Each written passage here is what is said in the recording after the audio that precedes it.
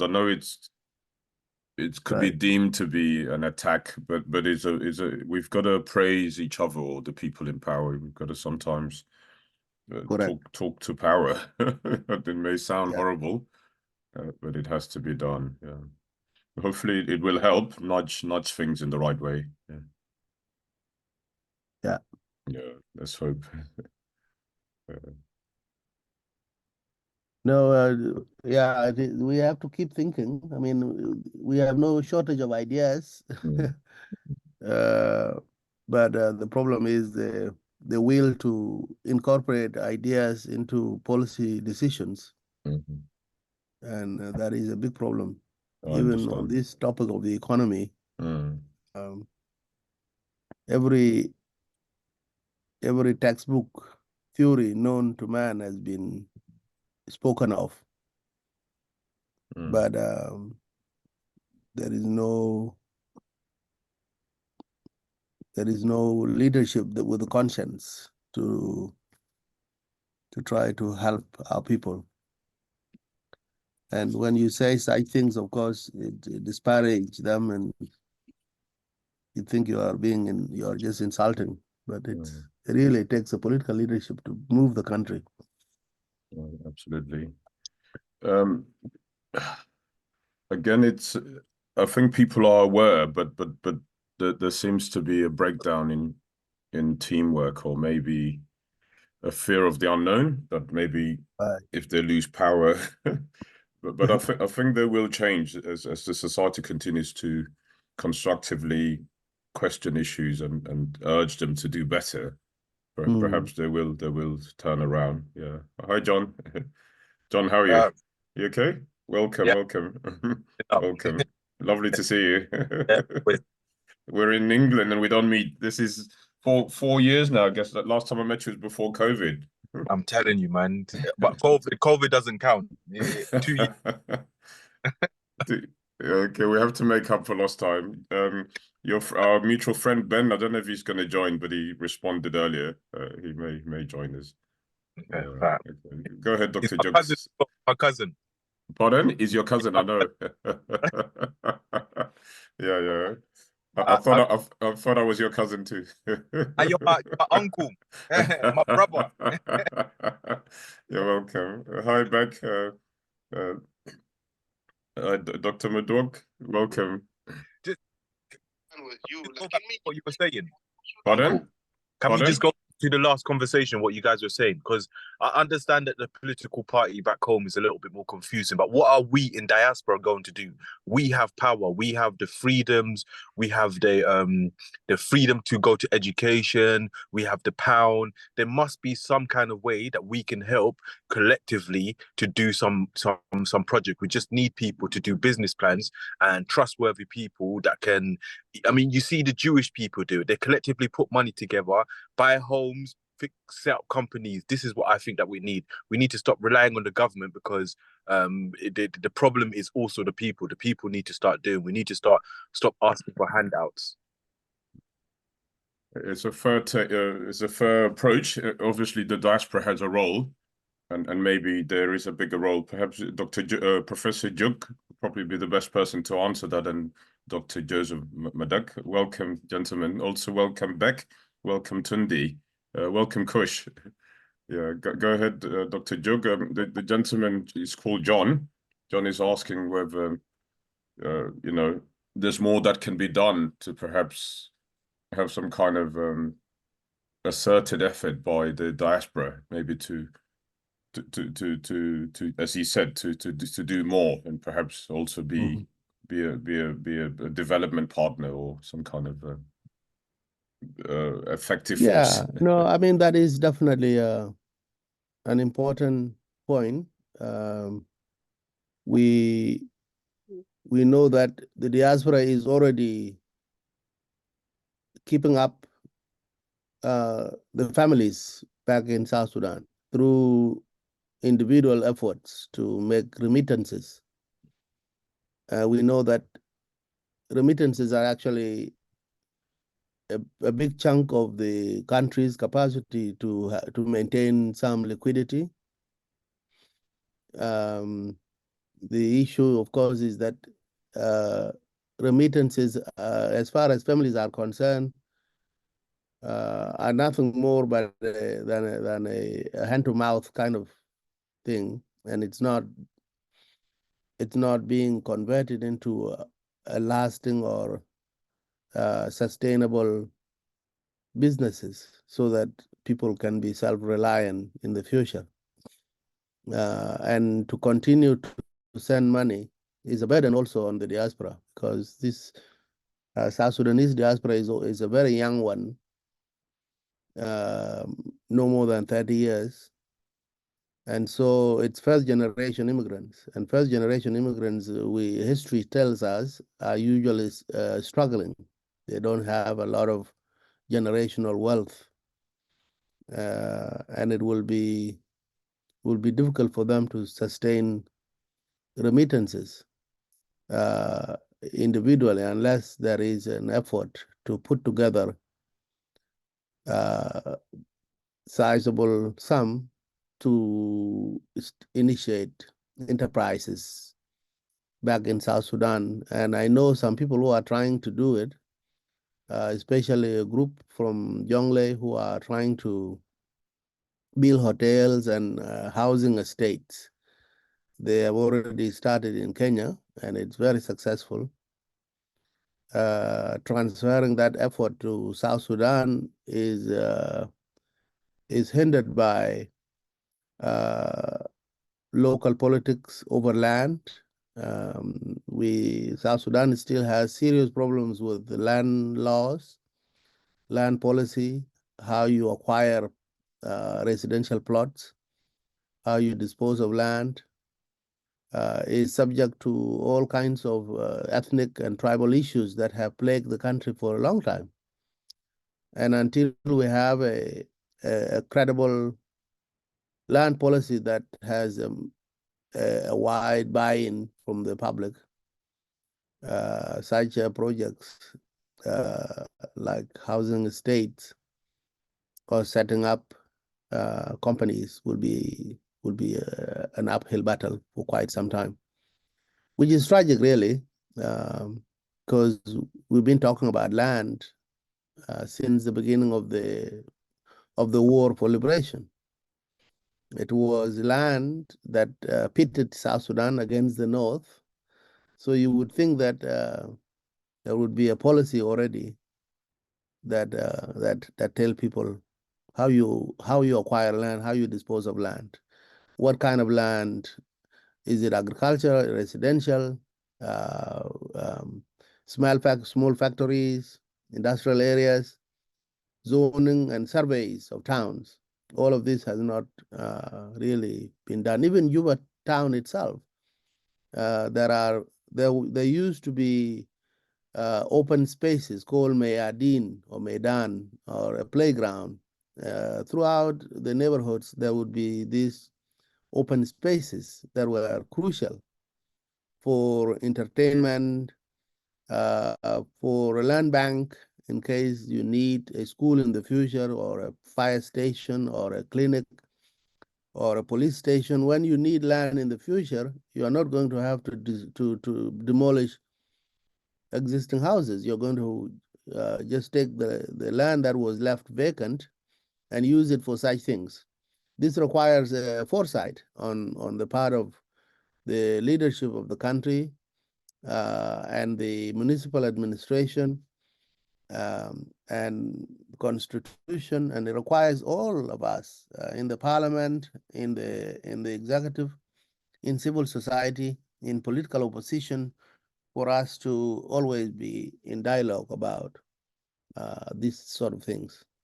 So I think it's a crucial point that people in the diaspora become more contributing, not just in terms of articulating the political problems of the country, but investing their money back home collectively. Uncle, is there any groups in diaspora or in the UK per se that are meet up regularly regarding politics in South Sudan? Because it seems like if we are in such a disarray, we need some organization. And if we're not organized, the people in diaspora who have the time and the space to think, to work, the freedom of eat, the freedom of eating, hospital, schools, everything checked for. Is there any way that we can meet up more to talk about political stuff and hopefully make changes? Because if we don't, then we're just going to be in the same situation. We can't rely on these politicians. These guys are soldiers, primarily soldiers that turn politicians. These are always in history as being the worst kind of people. Not saying they are the kind of worst. These are our heroes. I believe that these guys are heroes and they deserve all the money of the country. But we also need to start thinking about setting examples for our community and our children and our women and our men. And I do really believe that diaspora children have, the men especially, have so much, and the women, but I believe that in order to control to have a good strong unit of family, the male has to also be strong.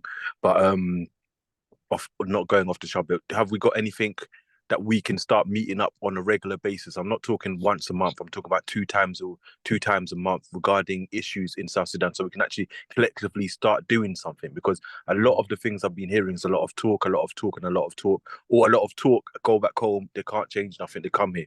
We just need something set in place so we know where we are going, because right now we are all, what the people in diaspora, I see them as, especially in England, lost children. Mm-hmm.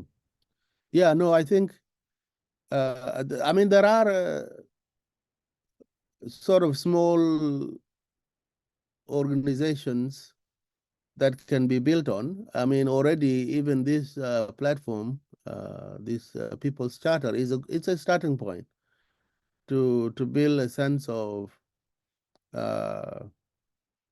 like a group of like-minded diaspora citizens who want to be heard on issues back home. I think we lack direction, Uncle. I think we lack direction. I don't think there's enough elders in this community that bring us all together. Right now, we've got children running around acting like they're Caribbeans. So we're losing. Yes, we are first generation. I understand there's a lot of problems regarding first generation, but definitely we need the elders to start, even though they're different factions, we need the factions to come together and have a direction. I mean, we've lost our direction. We had a direction when we were fighting the North, but since then we've been fighting amongst each other without no real direction. So I do believe that we need to start. No, I think that's a fair point. Back in South Sudan, one of the major challenges facing the public in terms of being included or being involved in the political and economic dynamics of the country is these ethnic divisions.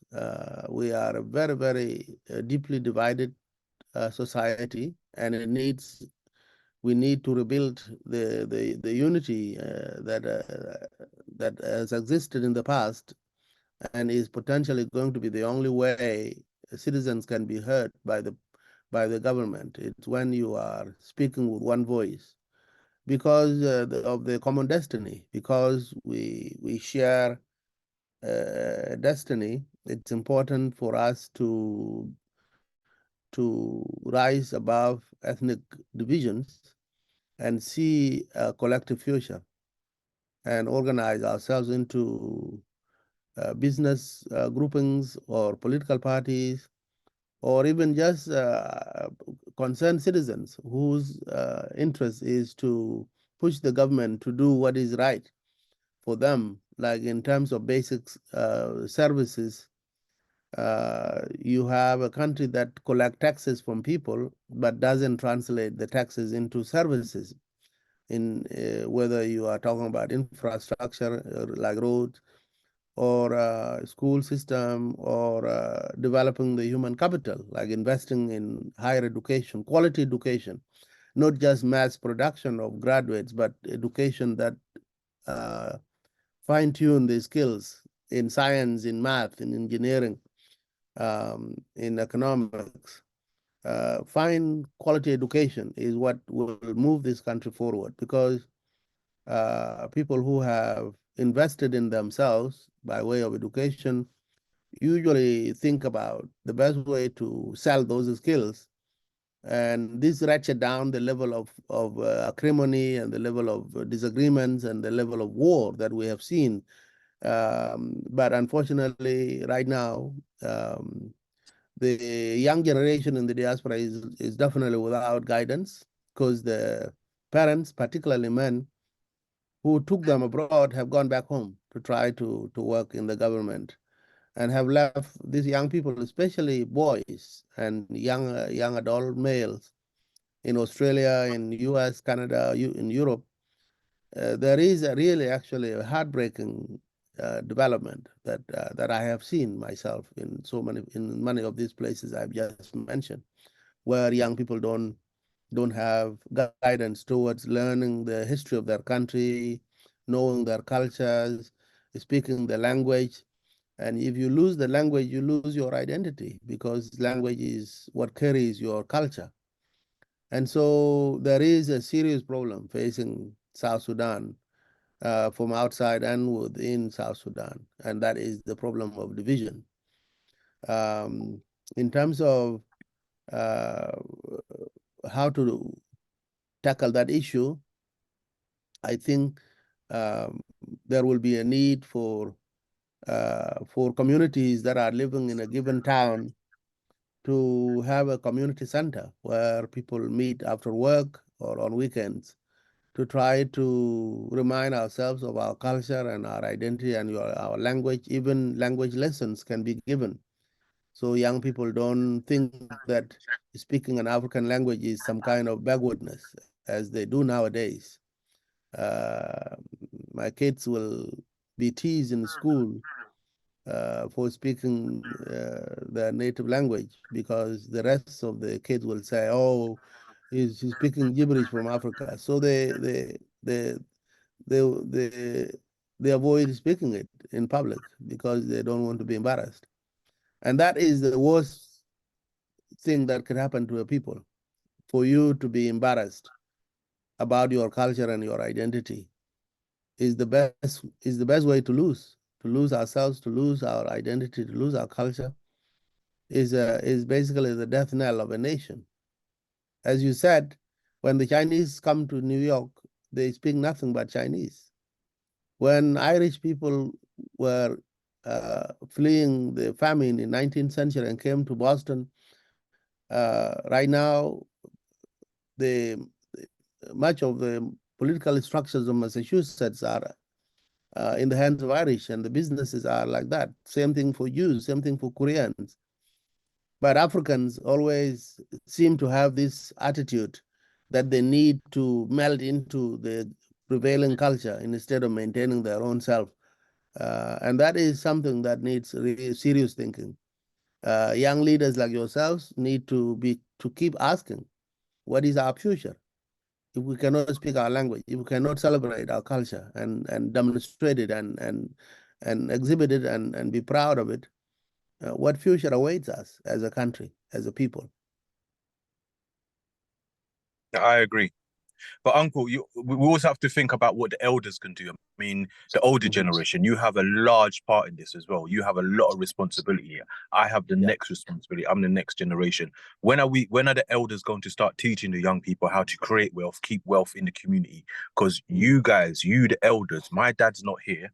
If my dad was here, I assume I would be under his wings. I'll be around his brothers and his friends. I haven't got that connection. A lot of these young South Sudanese boys haven't got these connections. The dads have passed away, the uncles have destructed households. So we need these male role models, which are your generation, to direct us in wealth creating. We need businesses in order for us to work. This country, I've been in this country all my life. I know they will never accept us. We stand out like a sore thumb. We're the darkest, beautiful, we're the tallest, we stand out. They will bully our children easier than everyone else. We are like a sheep amongst wolves by ourselves, and this country teaches us to be individuals rather than collective. When are the elders going to realize these things? Actually, we'll be sending our contribution. Hello,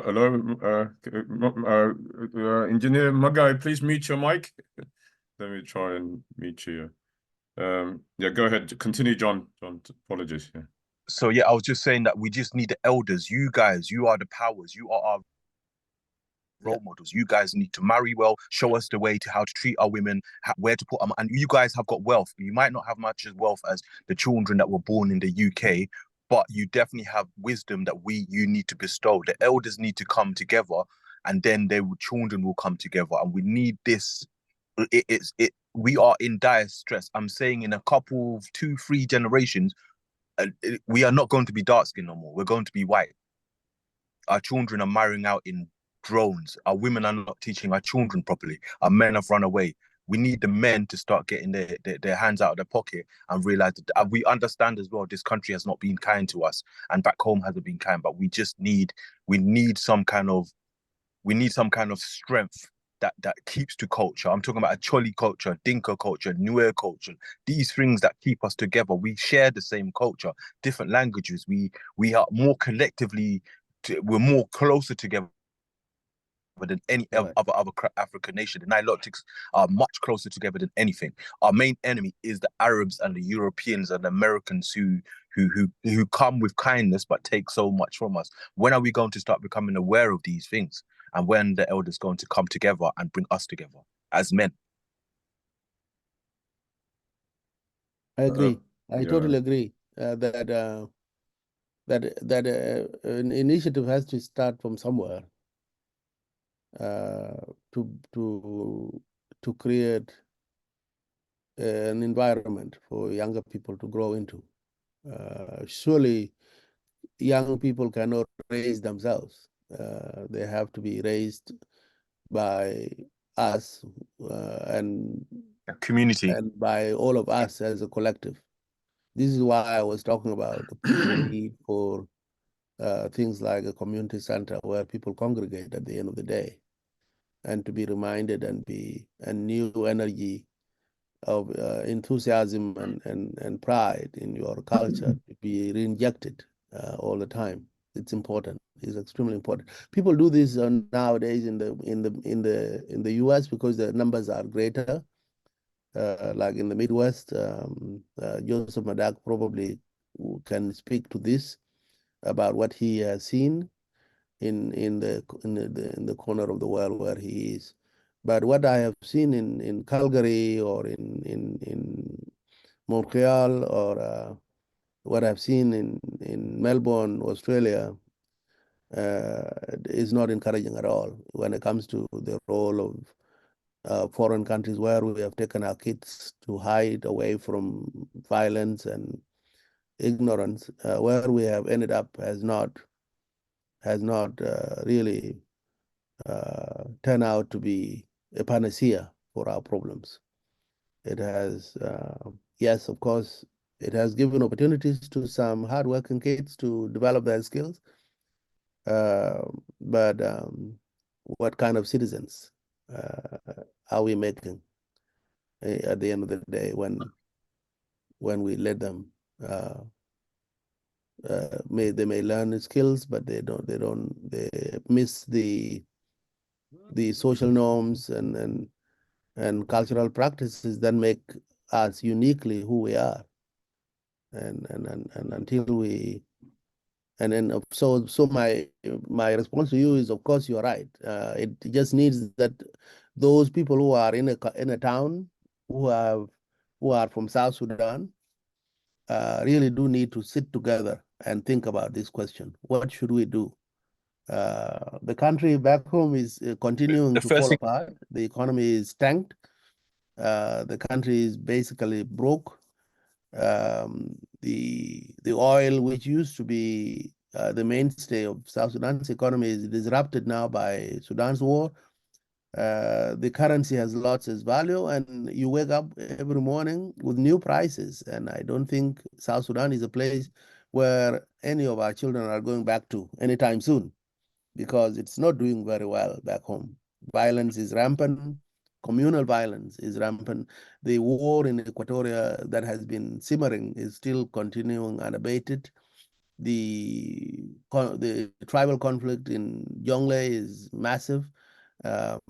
In Bahr Ghazal, even places that used to be peaceful are now fighting along communal lines. Imagine, for example, for Dinka to fight the Juluo. These are people who have never fought historically, and now they are fighting. So this country is destined towards more chaos, even more deadly than what we are seeing in Sudan now. I predict that if unless something is done in the very, very near term, South Sudan's own viability and sustainability is in jeopardy. Thank you, Professor, and thank you, John. It's an interesting debate and discussion because it all merges with the economy. Yeah, Nir, I wonder if I can interject a little bit. You can come in, yeah, but I wanted to start the discussion. But okay, you go. Let's finish this, and then we'll start. Go ahead, Dr. John. Joseph. Yeah. Good morning. Good afternoon. Greetings. Happy Easter. Wherever you are. Today is, as we speak, is morning our time here.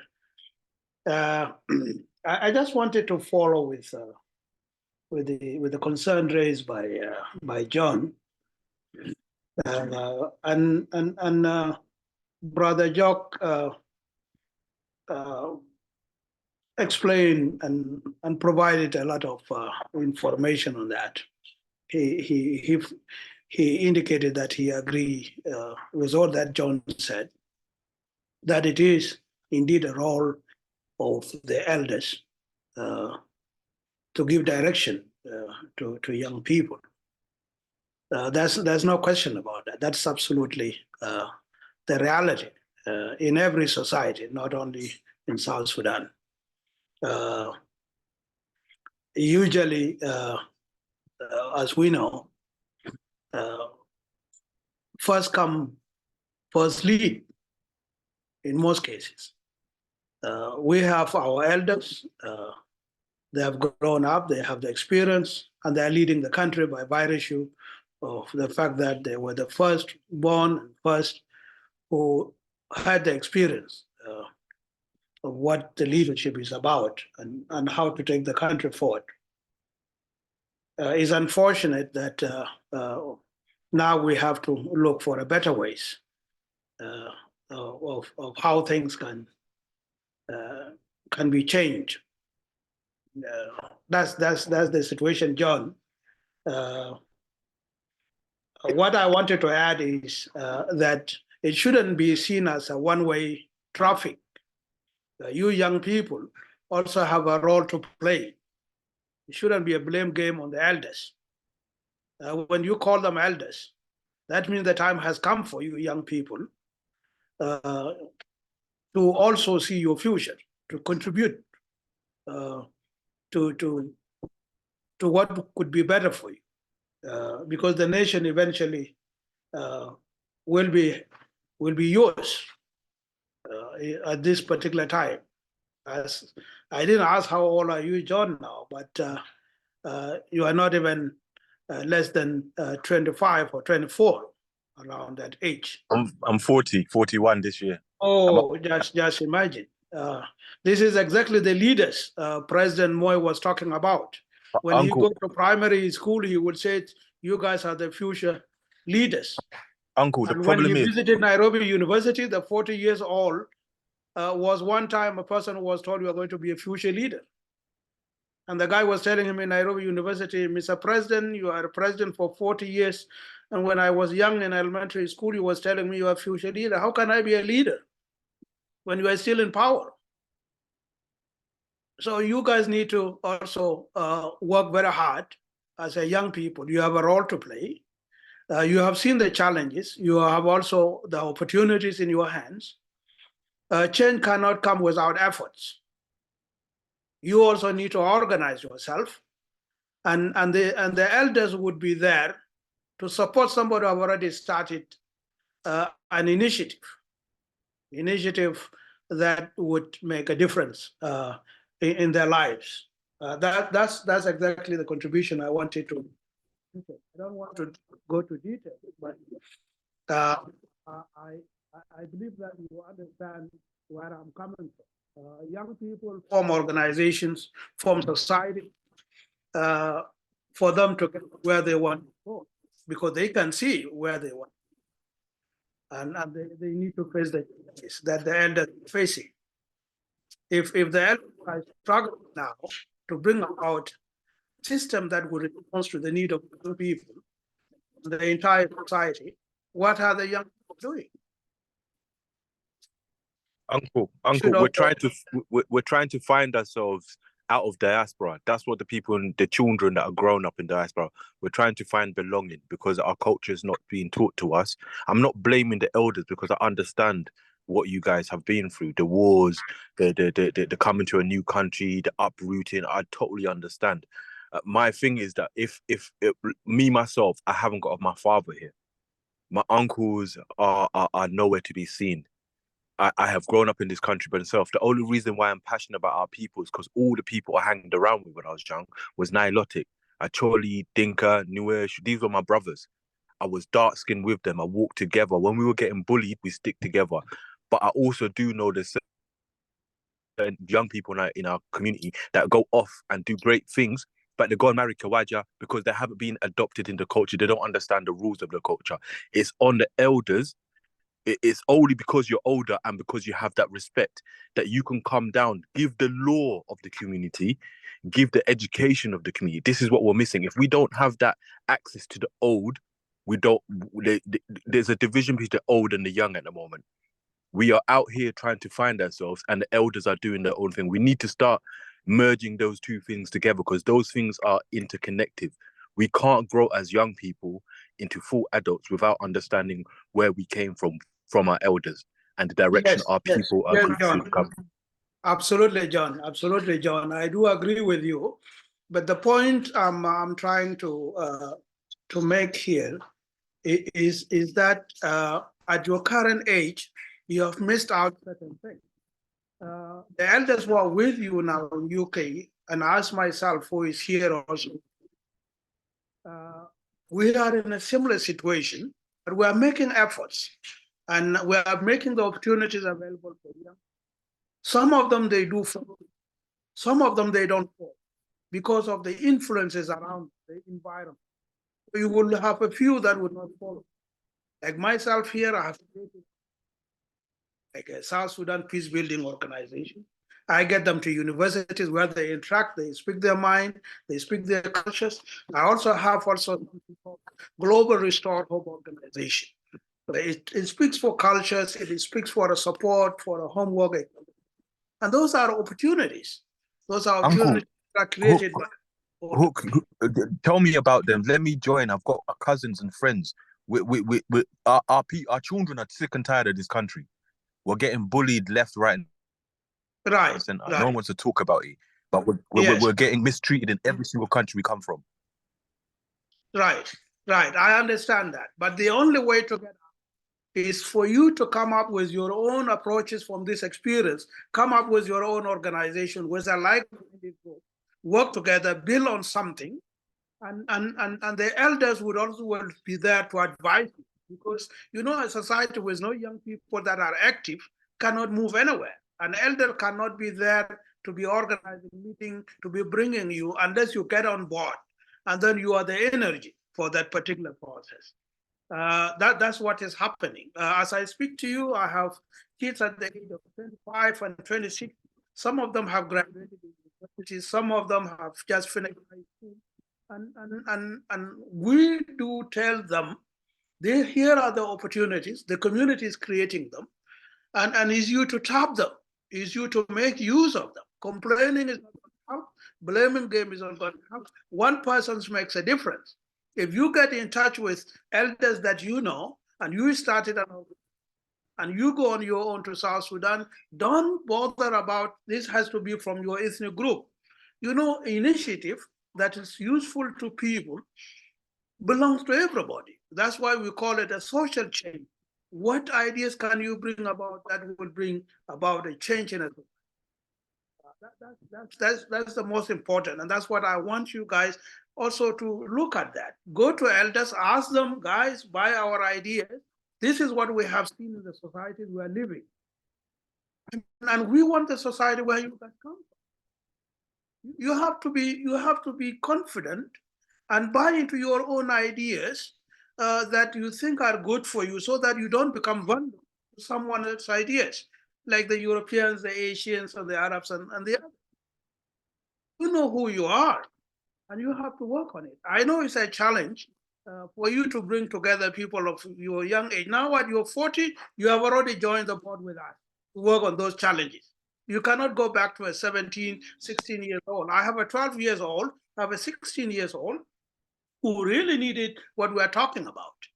And it is someone like you who have that much experience to hook up with Jock, with myself, with Nir, and say, young people, this is what we have seen. These are for younger people, 17 and down. You can't talk of 18 because they have seen the bullying around themselves. He has seen all these things and he's looking for a way out. If he get an opportunity, he goes on.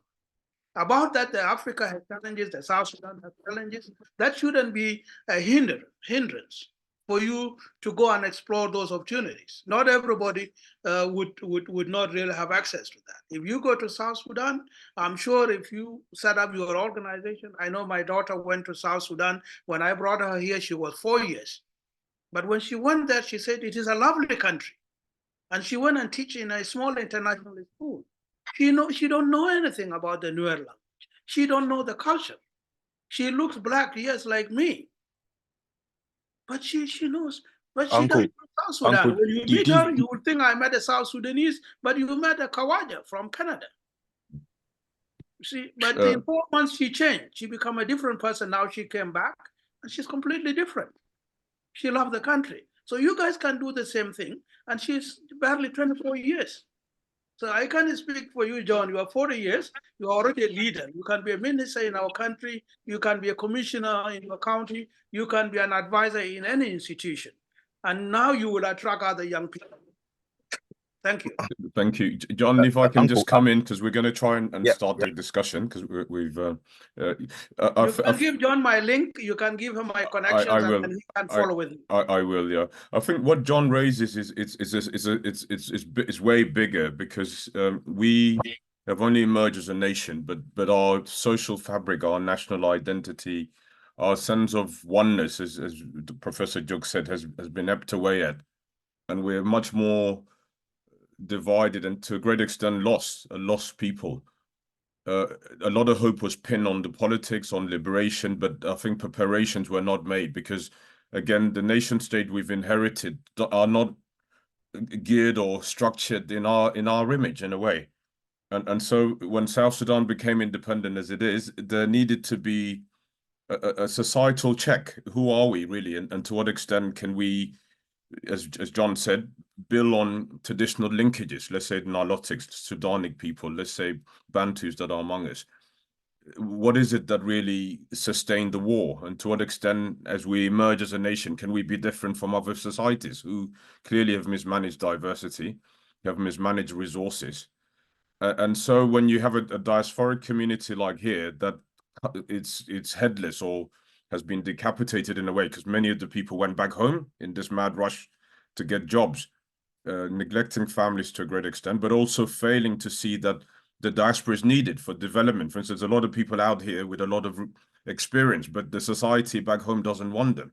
It doesn't engage them. We have a lot of linkages with friends all over the world where we could actually be development partners and do so much. And in the process, obviously, the change which has affected our society as destituted people, as people in transition, because we were refugees, we're now residents, we're now citizens, we're now migrants in these societies, and yet our status has not been redefined. We have not reorganized.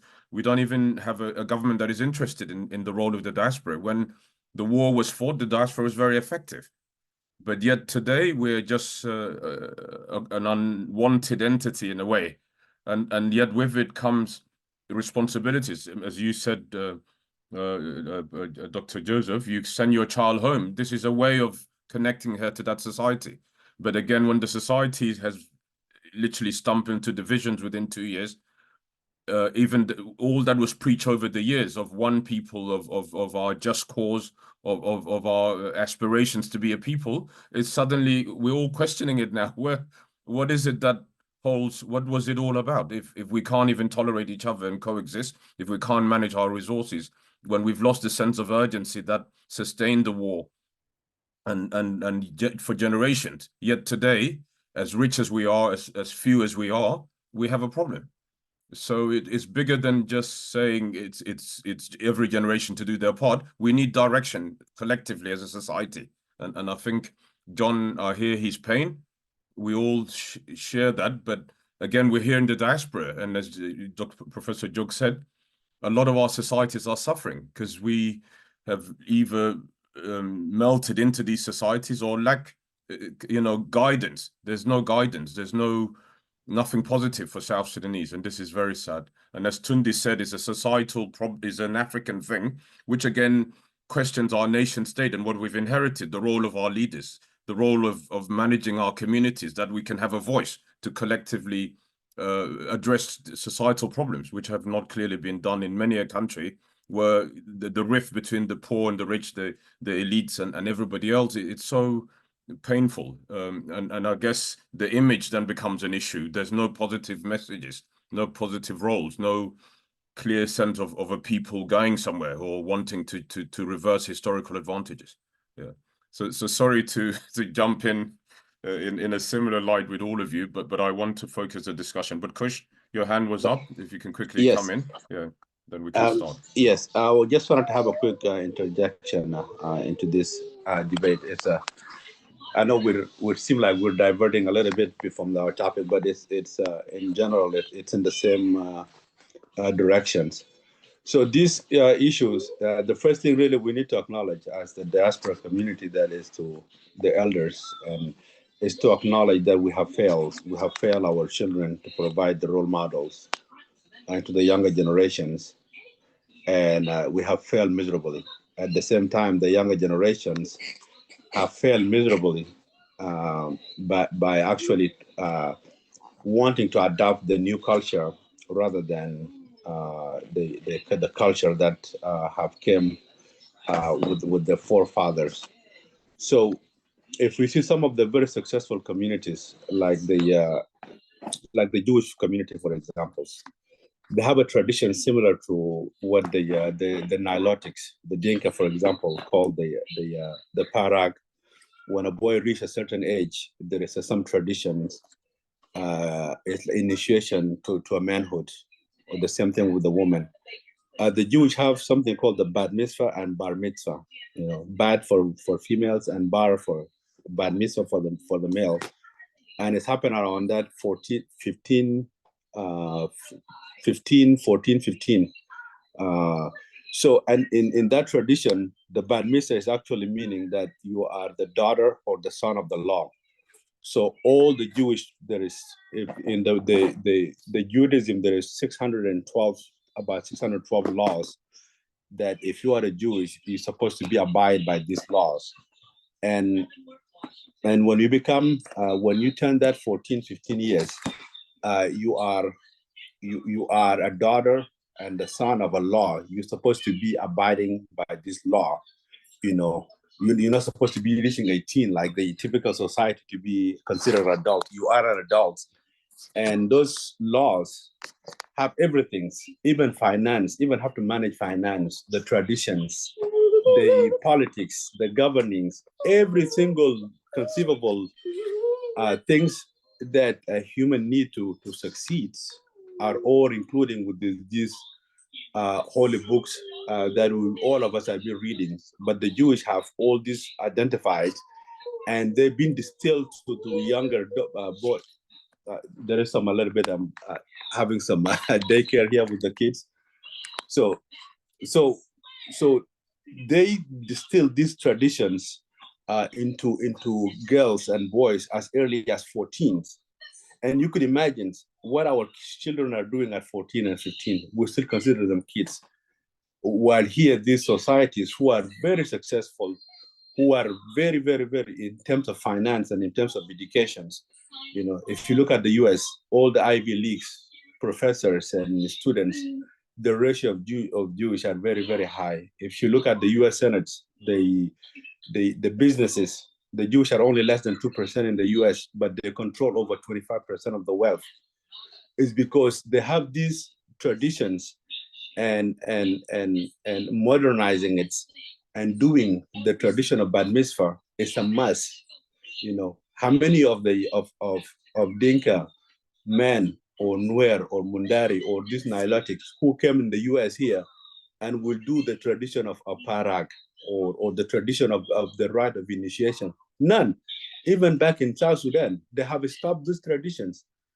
You know, and this tradition is to instill into the boys all the value, all the cultural and the societal values. They instill it into the boys, whereby in the village there, when you become when you become 16, 15, and you become a man, there is certain food you're not supposed to eat. Let's say, for example, an uncooked peanut butter in the Dinka tribe. If you become if you become initiated, you're not supposed to be eating an uncooked peanut butter. You're not supposed to be just talking rubbish or even just do some of the silly stuff that you are a boy. So those kind of things are being instilled, and while you're growing, but somewhere along the line, we lost them. We don't teach them to our children. And when we come over here, our elders, they can't teach something that they don't know. You know, you can't, you know, this is an Arabic saying, if you don't have something, you can't give it to your children. You know, the entrepreneurships. Our parents, they don't know the concept of entrepreneurship, you know, and they can't teach the education. There is a lot of things that are missing. So they are just literally just to keep the food and roof on the table for the children. So our children to have the roles because they have been given the educations and everything that's a millennial generations. If you could see this millennial generation, they're the one people running the countries here because they have the educations, they want to do things differently, they have the technology, and they can't blame their oldest generation because what they're interested in is different. I just want to talk too much, but I just wanted to interject our brother John, and I appreciate that, you know, what the professor Jock have acknowledged that yes, John is right, and this is the first thing that we need to acknowledge our mistakes, and then to be able to try to comment. But if you're trying to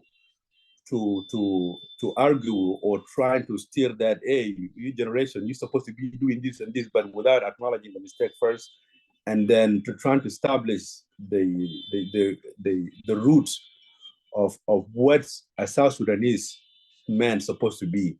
If you go to anywhere, a Jewish boy, anywhere in the world, if you go, they know they're supposed to do A, B, Z, and A, B, C, D. You know, an Irish, anywhere they go, there is an Irish culture that there is A, B, C, D in terms of finance, in terms of culture, all those things. The same thing with all other Indian, the same thing. You put Indian anywhere, they will flourish because there is an Indian values that they have to adhere. There is the finance, there is the language, the culture, and all those things. But our people, we do have community centers here in the US, but all what we do, we just go play dominoes. You know, so there's even we create a community culture, but nothing is happening because we don't have the issue of identity, the issue of the traditions, all those things. I would just wanted to ask Dr. Joke later on if you have a chance to be able to correlate. I know we talked earlier about the diaspora remittances that we've been sent, and then if you could be able to comment later on. I know we haven't started officially. In terms of, do you see a correlation between the diaspora sending money as a handout to our people back home? The same thing with the UN been giving people as a handout, giving them food, and this kind of discouraging people to work. You know, if you're from a diaspora, for the last 20 years, we've been sending money, and this money, you know, if you see a salary for a teacher or a general in the SPLA, you know, a brigadier general, he's making less than $20.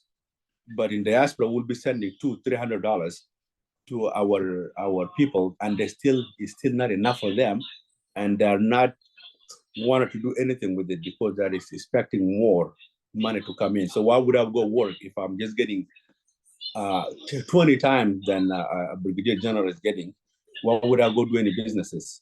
You know, and the same thing with the concept of UN is destroying work ethic for people. I will give them, I just go stand in line and get money. Why would I go work? Why would I be a farmer anymore? All those things. So if you could be able to like see the positive and negative of us remitting this, it's a good thing we're keeping our people, but is it reducing the work ethics? Why would I be able to go farm anymore if I'm keep receiving this money? Or if I'm keep receiving the UN aid, why would I go farm anymore? So that's something that I wanted to pick on earlier on. So thank you. Thank you very much, Kush, and thank you, everybody.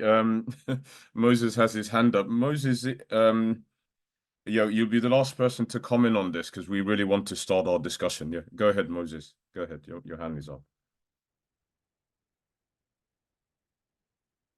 Moses? Yes, Moses, go ahead. Yeah. We can't hear you, Moses. Yeah. Your mic?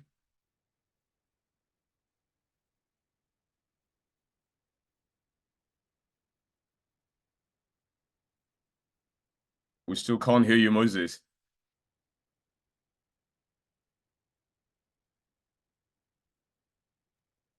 Everybody on the chat room, Mr.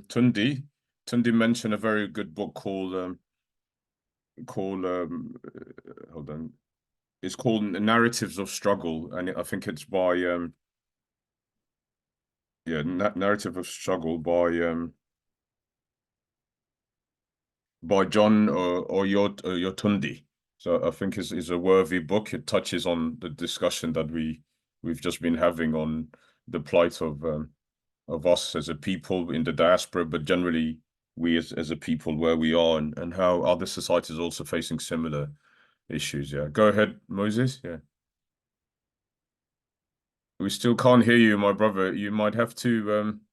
I don't know what's wrong with your. Let me try and unmute you if that would help.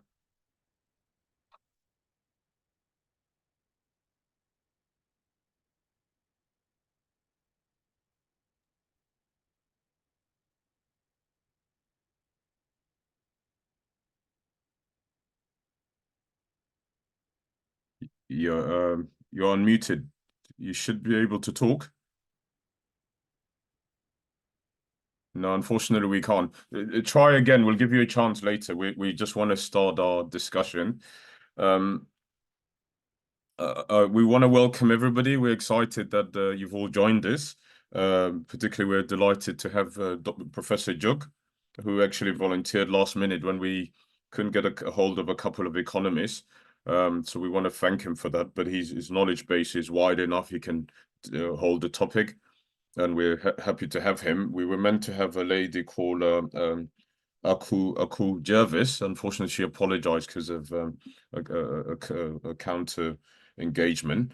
Equally, we had Mr. Henry McQueen Kaur, but he's had a bereavement, so they've both apologized. We're also happy to have Dr. Joseph Madak, who could probably join in. We also have the floor is open literally for anybody who wants to chip away at this issue. Now, today's discussion, like many other discussions we've had, are part of the People's Charter, which, John, I don't know if you had a look at it, as Professor Jug said earlier. We're trying to look at these challenges and these issues that have affected us. Clearly, yes, we were a society that fought for decades with the intention of getting rights within the Sudan when rights were not allowed. Our people decided to change what they had initially demanded, a federal status, to full rights for self-determination. That self-determination took over 50 years until it was finally achieved via the CPA, as we all know, and we all voted. But with it comes a society that has undergone a lot of challenges, and I think we lost a lot of things in the process of war. We lost the peace between our communities. We lost a sense of direction to a great extent. Our values and norms and traditions have all been affected. Our society has been uprooted. People have really undergone a lot, and if anything, we need healing, we need forgiveness, but we also need the sense of recollecting a recollection of all that is us. What does it mean to be an Echoli man, as you said? If it means to be an Echoli man, there's an age where you get to where there's a lot of responsibilities. As Kush said, there are all these responsibilities and rituals that are made to empower the young to know their generation and their responsibilities. Equally, this is among the Latukas, it's all among all of us. But there's been a lack of stability, and ever since the Turks came in and spoiled our land, all the other colonizers and oppressors have come and damaged us. But here is the first time that our destiny is in our hands, but yet our leaders have not risen to the challenge. And yes, you have a right, John, to apportion a lot of this blame to older people. That what state do you want to leave the society in? We are lost. We need guidance. We need support. We need direction. All of this are what we have sort of postulated or raised within the idea of the charter. Who are we? Where have we come from? What is? We've liberated ourselves, but what next? Are we going to be like any other post-colonial or post-liberation territory that just decides to use the genesis of the nation state as it is, an extractive state, to exploit our own people? Or are we really going to look for the resources of the state and reinvest them in our people? And reverse the damages, as Paganam once said, that the SPLM wants to pay back through peace dividends what society has lost. Society gave them their children, gave them food, gave them everything, so that this liberation is completed. Where it's a great idea. This is what we wanted: peace dividends. We want our society to be restored to where it is, and that the destiny of our people is now in the hands of our own. They should have our best of interest. But as we know, we liberated, we got the independence, war came in, the economy has been damaged since, it continues to be in a state of a despairing state, and hope it's forever fleeting. Our people are really in a terrible state. So among the discussions we have are just to look at society as a whole. For instance, if we've inherited a governance system that does not really hold our leaders accountable, or that does not allow us to practice our African values and to be able to have a state that can deliver, like any elder in the village is accountable to everybody. But our modern leaders are not accountable to anybody. Even parliament, as we know, are rubber stamp institutions that just have been cartel and straitjacketed by executives in many African countries. So there's a bigger issue, in my humble opinion, when we look at the economy as we want to look at it. People talk of economic security. Economic security is not only to be financially secure, but it's the condition of what you do with the resources, how you empower your own people, how you make sure their livelihoods are protected, how you make sure you create infrastructure, you create chances for them and peaceful coexistence, but productivity and the ability to develop as a society. We obviously, like many African countries, became independent, but equally, economics has always failed many of our territories. South Sudan, as rich as it is, with a very small population, one would have hoped could really utilize the resources and reverse some of these advantages and project a society where, even as somebody said, and I was talking with my friend Azad the other day, and others, we could easily have afforded a welfare system to take care of the most vulnerable and the elderly and the war heroes. All of this is up in the air. Nothing has really materialized as yet, and yes, we are continuously hopeful that this experiment or this struggle can eventually reap the peace dividends that our people deserve. So in wanting to look at the society and we want to look at economic security, how is it being done, and are people really at the center of our policy making? Are they the ones who our leaders think of day and night, and to remove all their burdens, all their historical disadvantages, but also to give them opportunities to even farm and go out there and sell the produce. to be able to exchange, and because we know, for instance, the extreme south is very fertile and can feed it's a breadbasket, as Sudan was always said to be a breadbasket of Africa. South Sudan was that breadbasket. Yet today all our food comes from abroad, most of our food. So to what extent have we prioritized citizen, or can we prioritize citizen? And what is our general national security in terms of all of these? Because national security is to maintain the integral integrity in the integral territorial state of the country, but also to deliver services, to give the social contract to the people, to be able to reverse a lot of the disadvantages. So this is today's discussion in a nutshell. Brother Dominic was supposed to co-host this, but I can't see him. Kush, you're here, so let's co-host this. But otherwise, we will give the first opportunity to Professor Jug. And as I said, the other two speakers haven't joined us. There was a gentleman, so Dr. Madwog will also come in. And then anybody else who also wants to have a chance to tackle these issues, we would be grateful. We're very happy to have Mr. Tundi here with us. He's a Nigerian fellow. We're also happy to have a PhD, almost on the verge of finishing his PhD, Mr. Beck, who could also come in, and anybody else for that matter. Hanan, we're very happy to have you. Manon, Dr. Gabriel, Azza, we're very excited to have you. Moses, and iPhone 2. And everybody, we welcome you. So over to you, Professor Jug. We're so happy that you've joined us as always, and it excites us that you're always there to air our ideas and to contribute to this despairing state of our people. We had a just cause. We still can reverse things, but we are really in a critical state at the moment. Yeah, go ahead. Over to you.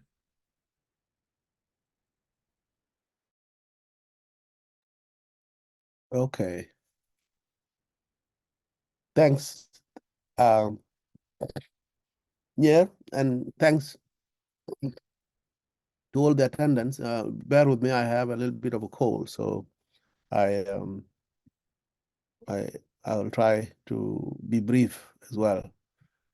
To start with, I think, as was mentioned, the long history of liberation war, which altogether has been over the close to 200 years since Ottoman Turco-Egyptian forces invaded South Sudan in 1821. And so South Sudan has been in a struggle to stave off the alien encroachment and to liberate itself. And I think you will all agree with me that there was definitely a euphoric moment when South Sudan was finally declared an independent country. And at that moment, at that joyous moment, there was a lot of international, call it goodwill or international interest, to try to make an example of South Sudan as a successful post-colonial African country. And so there was a lot of effort to create a state, to make South Sudan a successful state. And so everybody focused on state building, meaning focusing on creating and building institutions of the state, infrastructure, and so forth. And a lot of foreign money was poured in, which we were not able to manage properly. And there is very little to show for that. While this was happening, I was myself in the government. I was undersecretary in the Ministry of Culture. And I made a very strong point at that time that while it is important to build a state and build the institutions, we are losing sight of a more horizontal post-war reconstruction, which is about the people. which other people refer to as nation building. So we were embarked on a state building, but we were not doing the reconstruction of the people themselves, people who had been affected by war for so many generations. Today, people speak of trauma, but trauma does not only focus on people who, trauma is not only happening to people who have participated or who have noticed, who have witnessed horrible things. Trauma is also infectious. It can infect even people who have never witnessed those traumatic events, like children. Children that were born in 2005 when the war ended are now 19 years old. They are adults. And they have been affected by trauma that infected them from their parents and from their relatives. So unless you focus, unless you do reconstruction as a two-pronged project to build a state and build a nation, you could not have a successful country. And that is where we all went wrong, when we focused too much on state construction, which is a vertical process, and ignored nation building and reconstruction of the people themselves, which is a more horizontal exercise. And the consequences of that approach, where you only dealt with one side of the coin and neglected the other side of the coin, the consequences of it are that very quickly, within less than 2 years, South Sudan was thrown into a civil war. It was partly because, for the most part, it was because of the failure to focus on nation building, on reconciling our people, on mending the wounds of the war, on asking our people what kind of country they envision. And the result was that we receive a country while a divided society. And those divisions, when you map them onto the struggle for power and resource control, that's how you ended up with a war. And ever since, people have been trying to figure out why. Why has South Sudan, a country that was, wrestled out of the jaws of a very monstrous enemy, a country where leaders had spent 20 years in the bush and volunteered their lives, their limbs, their blood. Why would it collapse so quickly? And the answers are elusive. We don't have real concrete answers that convince everybody about why that is. But the most obvious answer is that it's a combination of what people refer to now as a liberation syndrome, where across the African continent, those leaders who champion liberation from colonialism eventually ended up insisting that they should be the ones who run the country as well, and run the country for all their lives until they die, and not make room for younger blood, fresher energy to try their hands as well. So you may call it a sense of entitlement that liberation leaders bring to power. It's a combination of that on the one hand, and the fact that South Sudan is uniquely was born with a silver spoon in its mouth, which is oil, which had been developed and was now coming on tap as soon as you became independent. And our leaders went on a shopping spree and became drunken on oil money and did not translate that money, that oil money, into more sustainable economy.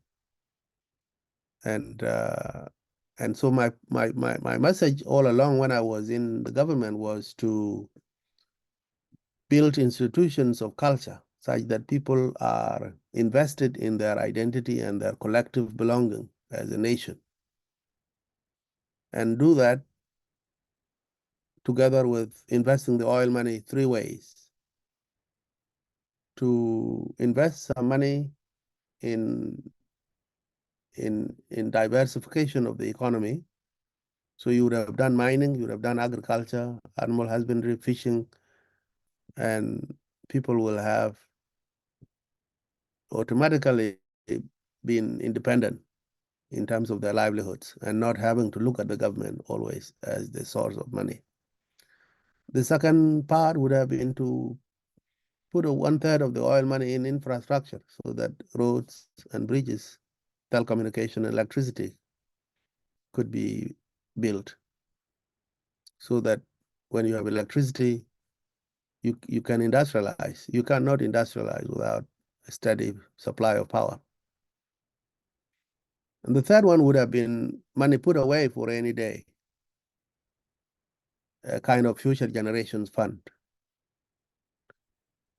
and a kind of a oil stabilization account where you put some money in the bank so that when the oil price is very high, let's say you cap it at, you say, you plan on the basis that the oil price will be $70 a barrel, you plan at that. If it becomes 90, you take the 20 and put it away.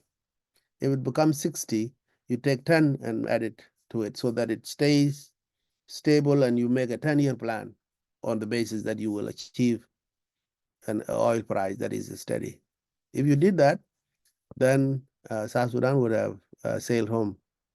But there was an urgency. There was a kind of a disease. Europeans refer to it as the Dutch disease, because oil money was coming and oil money was spent.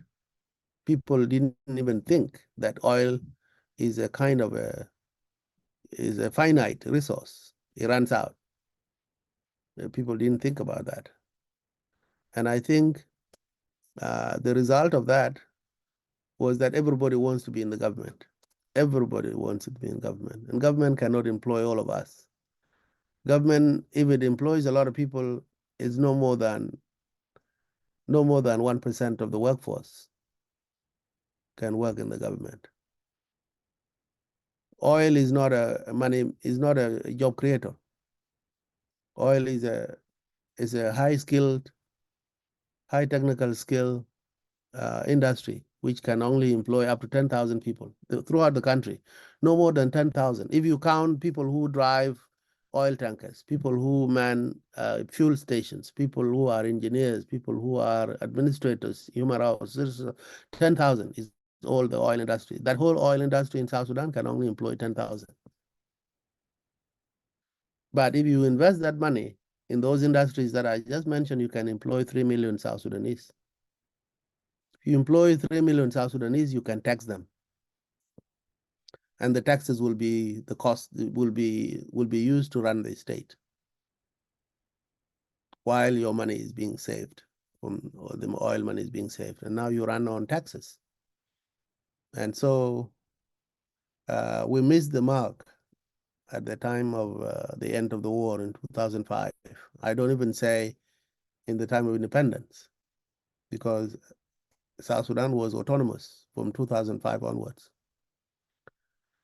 And so then now, because of the nonchalant attitude towards the economy, because of haphazard management, we've had to deal with ghastly corruption, where South Sudan now is always either at the bottom or only second to the bottom of the list of countries based on a corruption index, perception of corruption index. South Sudan has now been, for the past 5 years, been swapping positions with Somalia. This year, Somalia is higher. This next year, Somalia is lower.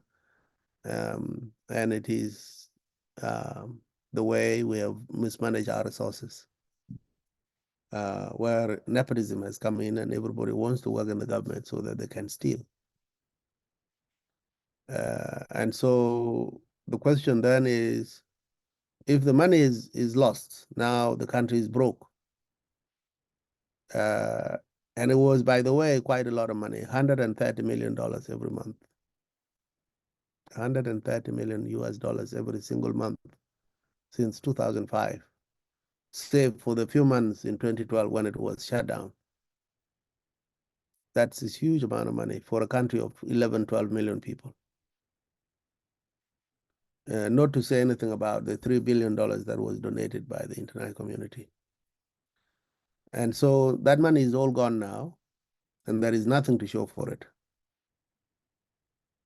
The first road, the first highway the country had was built by the US to Uganda from Juba. The highway that was built recently from Juba to Bor has stalled now. It is not going any forward. And it has come at the price of $1 billion. The oil money the oil cargoes are being given to one company called ARC.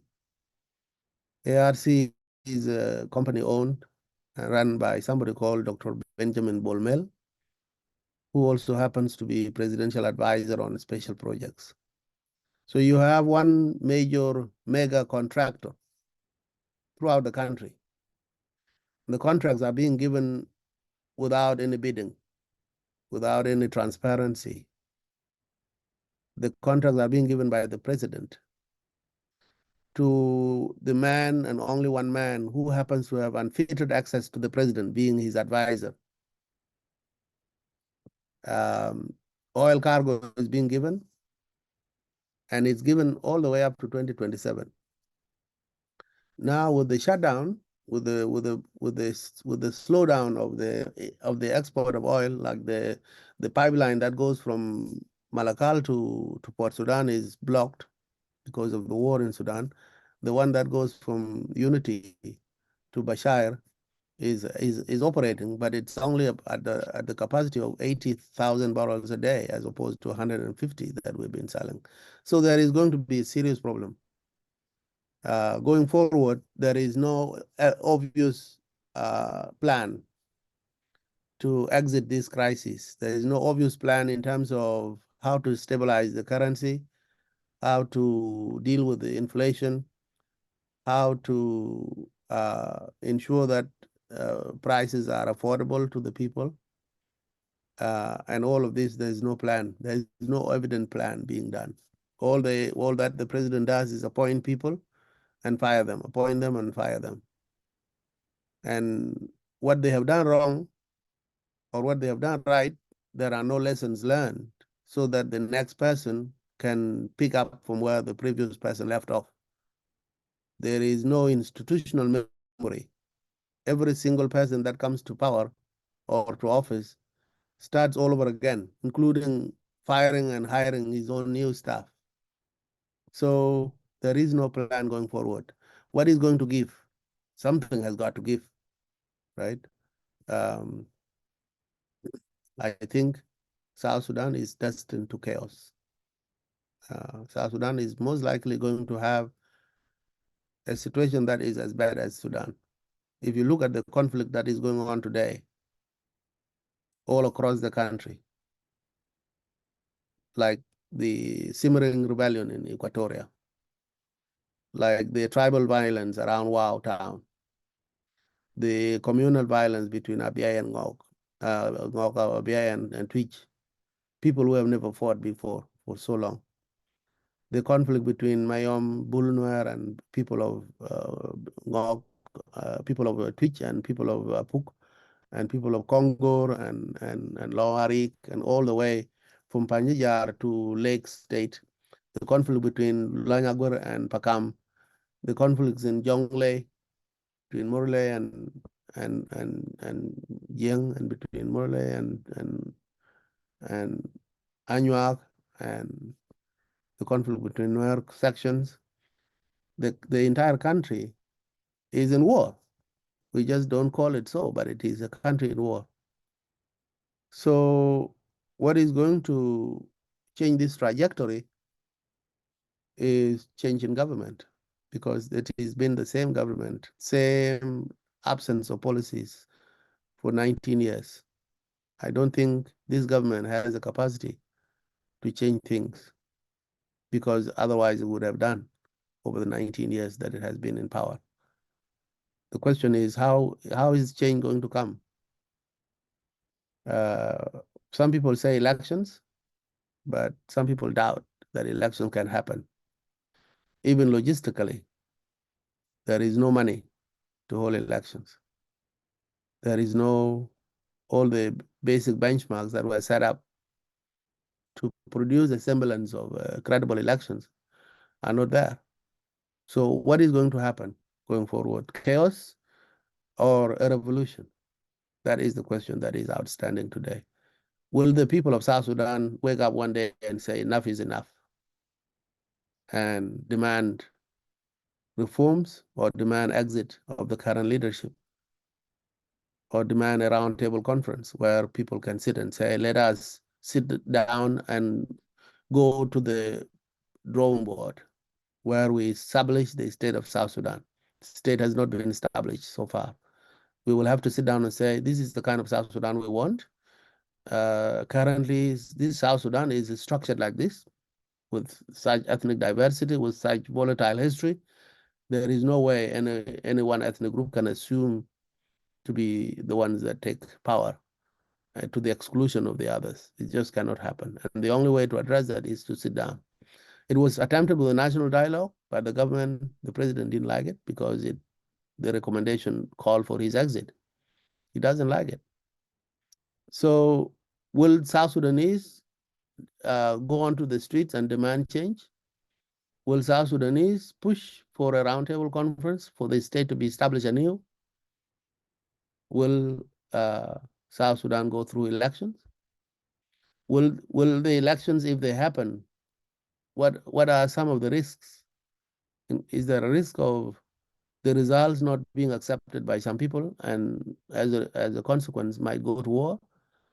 These are all the questions, and they are questions on the lips of everybody today in South Sudan. We just don't have answers for them. But that doesn't bode well for the future of this country. Thank you.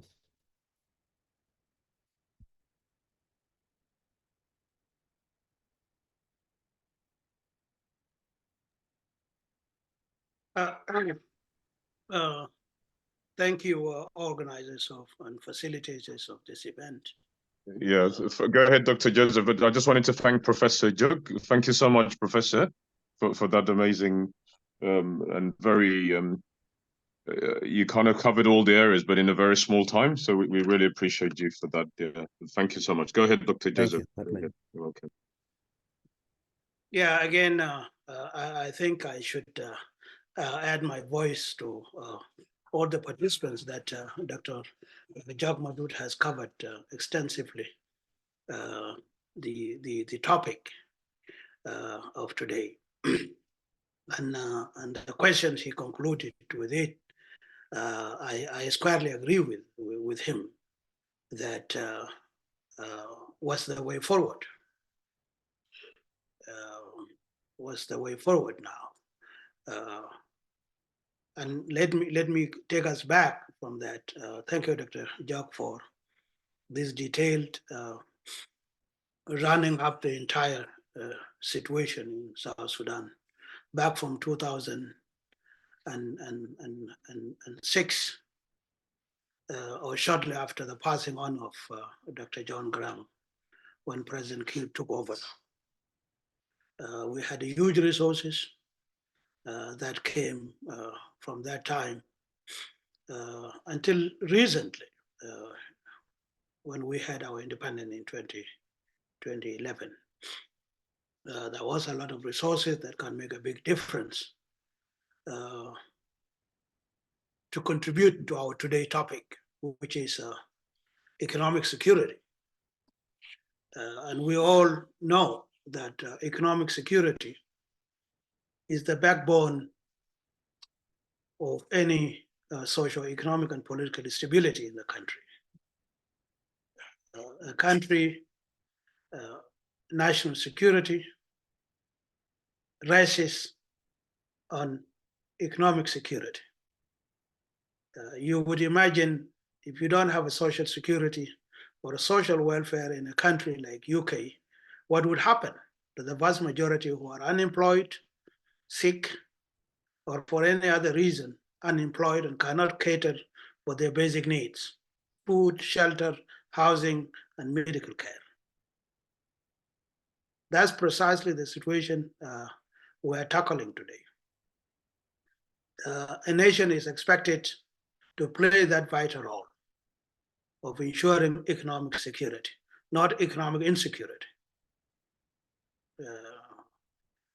The realities on the ground in South Sudan explicitly tells us that people cannot afford meals on the table, even for a night.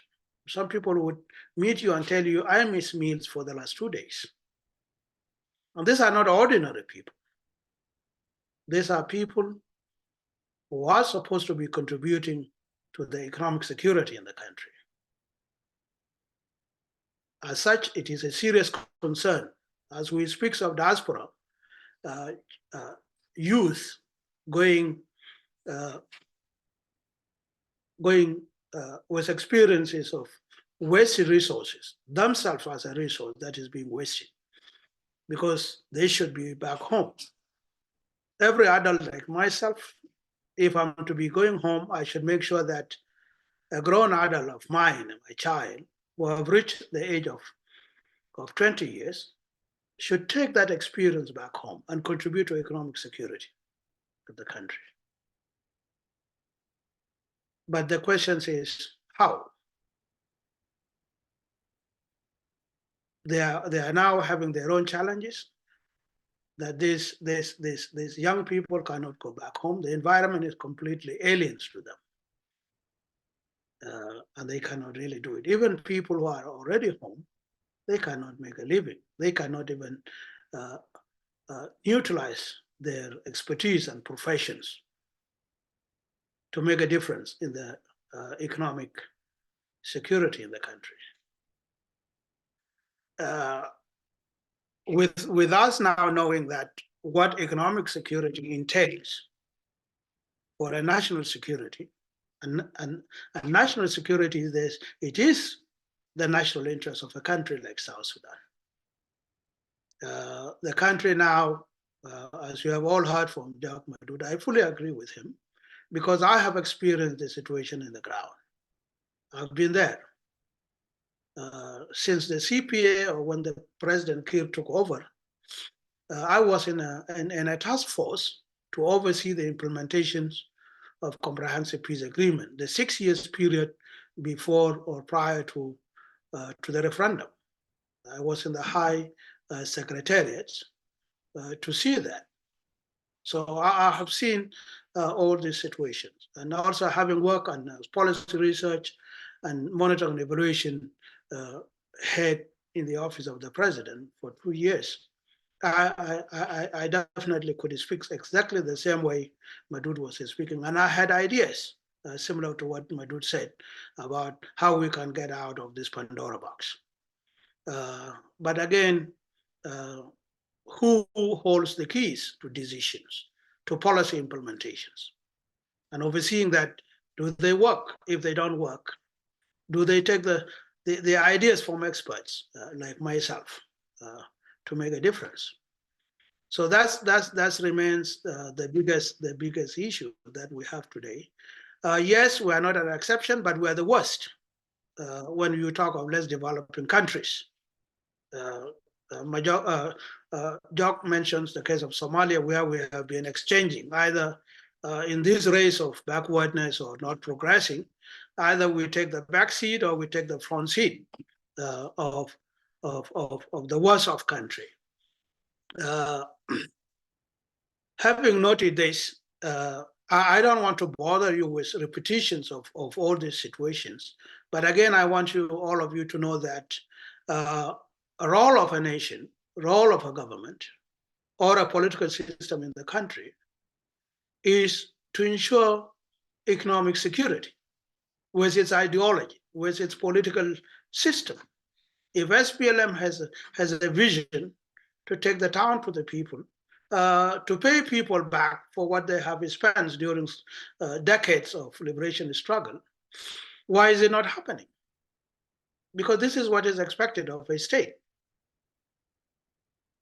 Not to create economic insecurity, but to create economic security.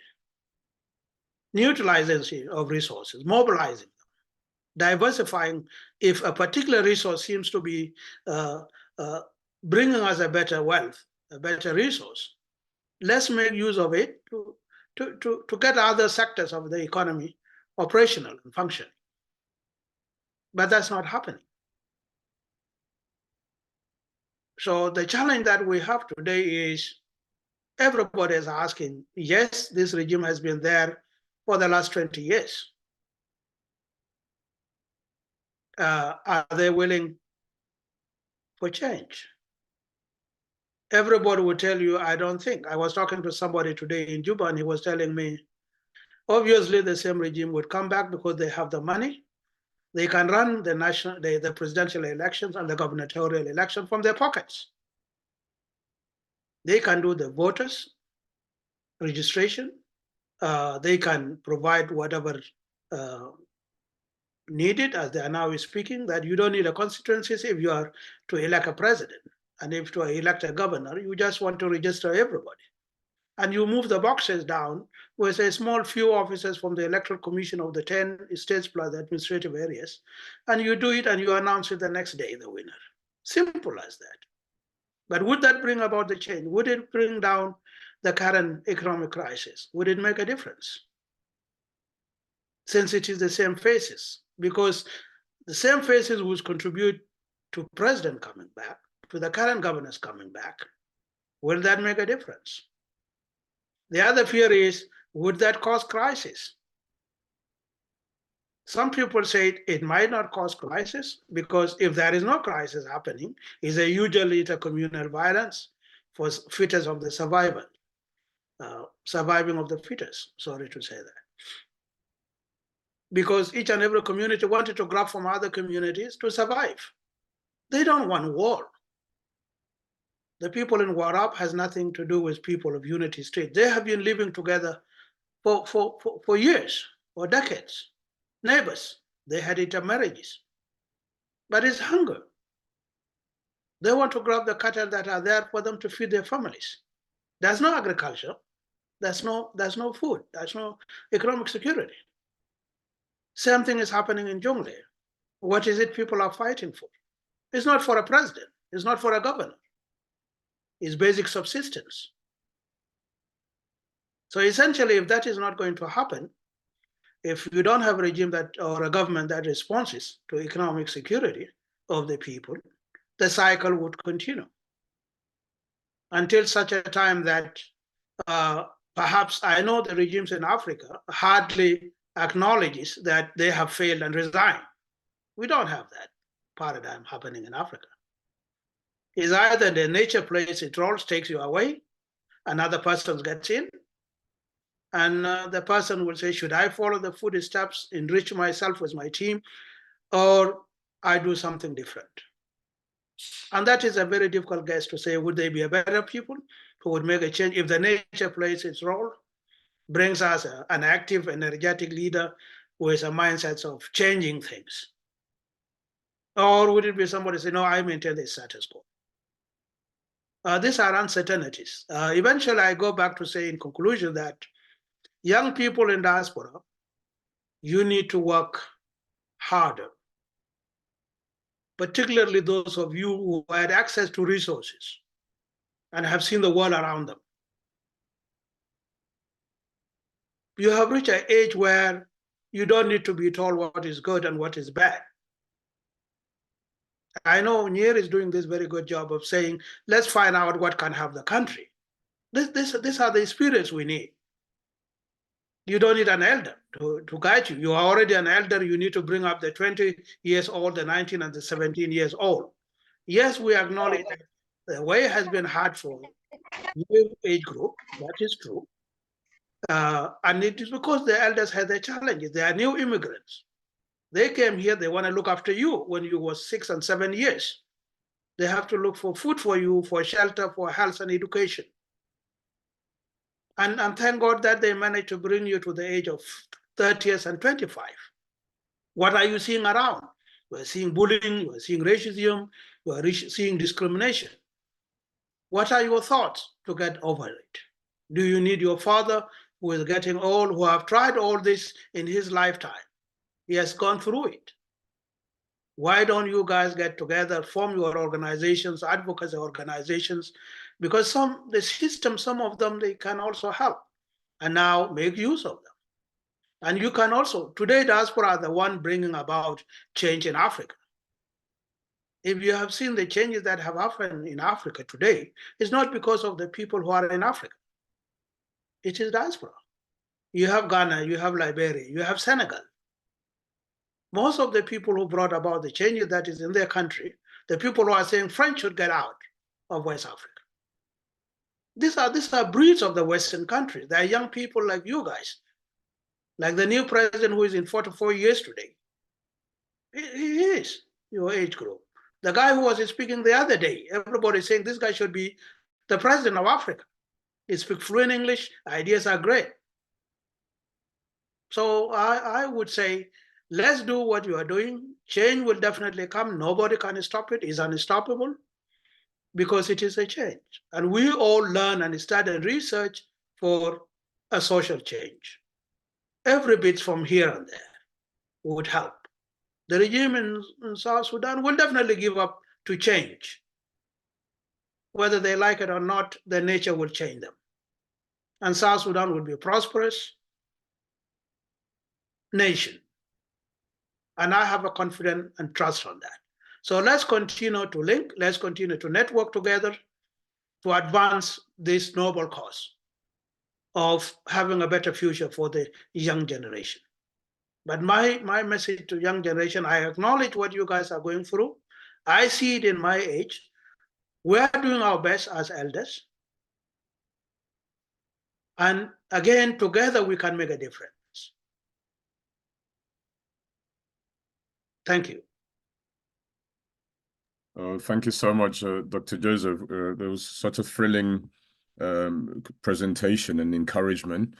And you also homed in on the realities and the challenges, and I guess the failures in our system. We had another speaker, and I will shortly open the floor. Hopefully, others can contribute. Okay. There was another gentleman called Henry. He actually sent his contribution, so I'm just going to quickly go through it. Okay. I think so. So Henry equally looked at the challenges of our economy, and he's a CEO and head of the South Sudan Economic Freedom Advocacy, which is based in Australia. Henry says here that South Sudan's economic security, citizens' priorities and national interests are crucial in this particular discussion, and they are concerns of his organization. Advocating for economic freedom in South Sudan involves prioritizing policies and initiatives that foster economic security, address citizens' priorities, and serve the national interest. There are a number of key points that he mentioned here. Economic security can happen if the economy is diversified. It can happen with the promotion of free market principles, which he says should be allowed and should be an important role in principles within that society, within the society where property rights, the rule of law, limited government intervention in fostering entrepreneurship, innovation and economic growth. This includes advocating for policies that remove barriers to entry for business and encouraging competition. He also spoke of investing in infrastructure, which is very crucial, obviously. We've seen some of that, but as Dr. Juk said earlier, it seems to be dominated by certain companies. And again, it you know, at times they are said to be highly exuberant rates of road construction. I think it is more than a million per kilometer. or even more, which is way above the standards and averages. Yeah. He also mentioned here, so in investing in infrastructure development is crucial for economic growth and security. Advocacy efforts should be pushed for increasing investment in roads, energy, telecommunication, and other critical infrastructures to facilitate trade, attract investment, and improve the business environment. He also mentioned the need for resource management, better resource management. Proper management of natural resources, particularly oil, is crucial. Establishing transparent and accountable systems for resource extraction, revenue management, and investment can prevent corruption and ensure equitable distribution of wealth. He also talks of the private sector development. There's been efforts, I mean, if any, with the saga, with the Dura policy and all of that, but naturally a lot of that, I think the money ended up being misappropriated, or there was controversy as a result. But I guess the government's always spoken of the need to support private sector, but again, maybe it hasn't been done in the right way. For instance, we saw the Ethiopian bank and the Kenyan banks, and they really supported their people and gave them empowered them to do business locally. Our banks or even the government did not prioritize supporting on a regular basis in an orchestrated and organized way its own citizens. So private sector investment in development, he mentions here, encouraging private sector growth through supportive policies, access to finance, and investment incentives can stimulate economic diversification and job creation beyond the oil sector. Regional integration, he talks of South Sudan being a landlocked country geographically, presents challenges for trade. So strengthening regional economic cooperation and infrastructure development includes cross-border transportation network and trade agreements can enhance economic security. With reference to prioritizing citizens, he speaks of the need to invest in education and skill development, need to invest in healthcare, access and public services, youth empowerment and employment. In terms of the national interest of the country, obviously peace and stability are fundamental factors where he emphasizes the need to link economic freedom, peace, and stability as a triad. He mentions here promoting economic freedom can contribute to peace-building efforts by addressing the root causes of conflict, reducing poverty, and fostering inclusive economic growth. Good governance and transparency obviously raises its head. It says it's important to push for good governance and practices, transparency and accountability in government institutions. This includes advocating for anti-corruption measures, transparency in public finance, and strengthening institutions that overhold the rule of law. Again, issues around environmental sustainability. South Sudan, as we see, is undergoing a terrible heat wave. Floods have also been a constant factor. And generally the impact of the environment is affecting us. So he talks here of the need to manage our environment, to include biodiversity and water resource management. It's essential for long-term sustainability and resilience. Adopting sustainable land management practices and addressing environmental degradation can safeguard national interests in the face of climatic changes. Cultural preservation, I think, came up earlier, and John highlighted this. He mentions here there's a need to preserve and promote South Sudan's diverse cultural heritage. This is integral to national identity, building, construct, and cohesion. Supporting cultural initiatives, language preservation effort, historical preservation projects can strengthen social bonds and national pride. Also, finally, he mentions regional integration and cooperation, which I think he mentioned earlier, but South Sudan economic security and prosperity rest on our ability to integrate into the regional economy. So this is a summary of what Mr. Henry kindly contributed. Although he didn't make it, he did share this with us. So I thought I should share it with you. But he said, by addressing these multifaceted issues comprehensively and sustainably, South Sudan can promote economic prosperity, meet citizens' needs, and safeguard its national interests in the long term. Collaboration between government, civil society, the private sector, and international partners is essential to achieve meaningful progress in these areas. Overall, the advocacy talks of economic freedom in South Sudan requires a multifaceted approach that addresses economic security, citizen priorities, and the national interest.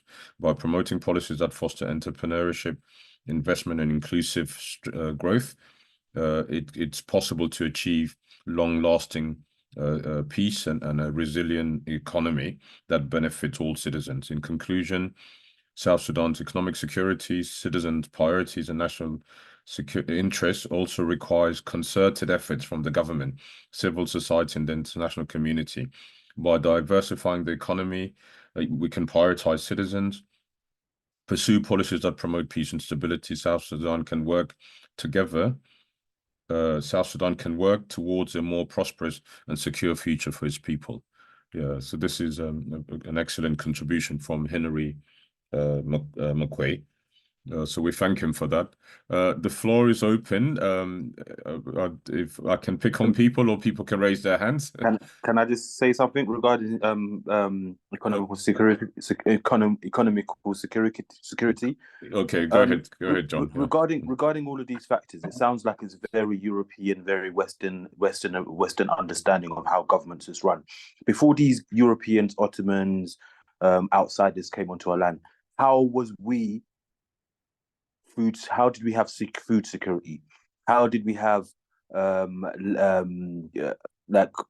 did we farm? How did we work together?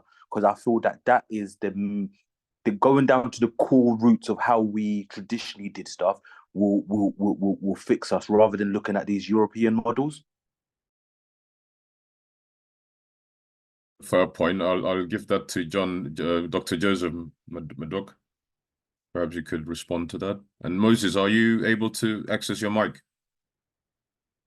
Dr. Joseph? Dr. Joseph, are you there? Professor Jug, do you want to respond to that? Oh.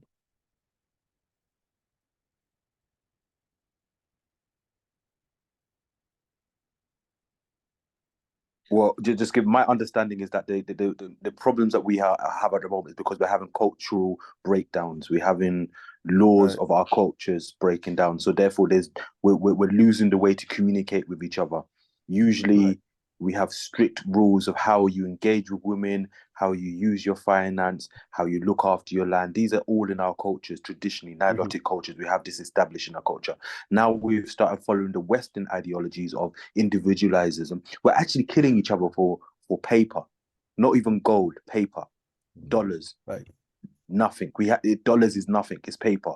We haven't got no assets, no nothing. So if we go back to traditional roots where we actually we build assets, the land, we look after land, the cows, we grow our land, we make sure our children marry well, paying dowry, we marry to the same people who have the same culture as us, we keep the wealth in the fact. I think these factors that we had in the beginning, which has been broken down systematically by our invaders, are the reasons why we are where we are right now. And adopting these European ideologies, we need to understand it first. And I think there's different levels of understanding how it all works. That's a very fair point. Sorry, it is, go ahead. It is an important point. Okay. There are a lot of scholars and activists nowadays who say that the biggest problems facing Africa today is the rise of the modern state, so to speak. The idea that we were all nations in our own rights, in our own ethnic communities. Those were nations. They were not nation states, but they were nations, where homogeneity made it easier for people to understand each other.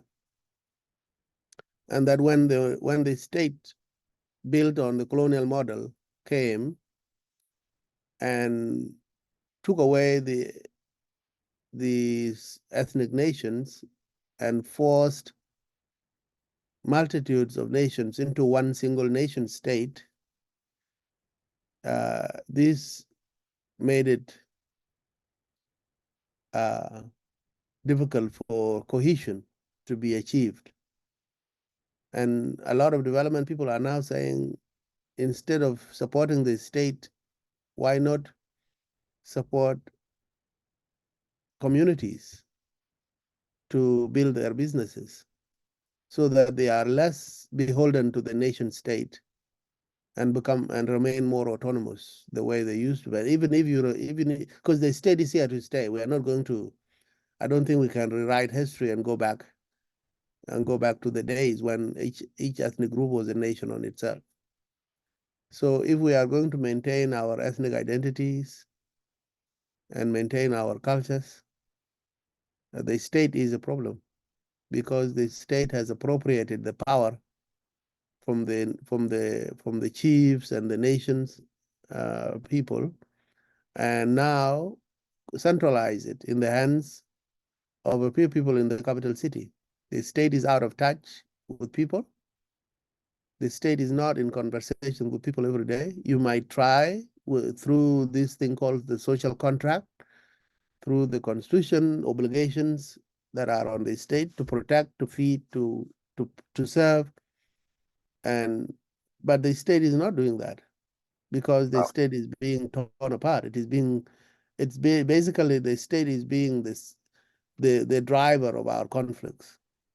The state is the one making us fight each other all the time.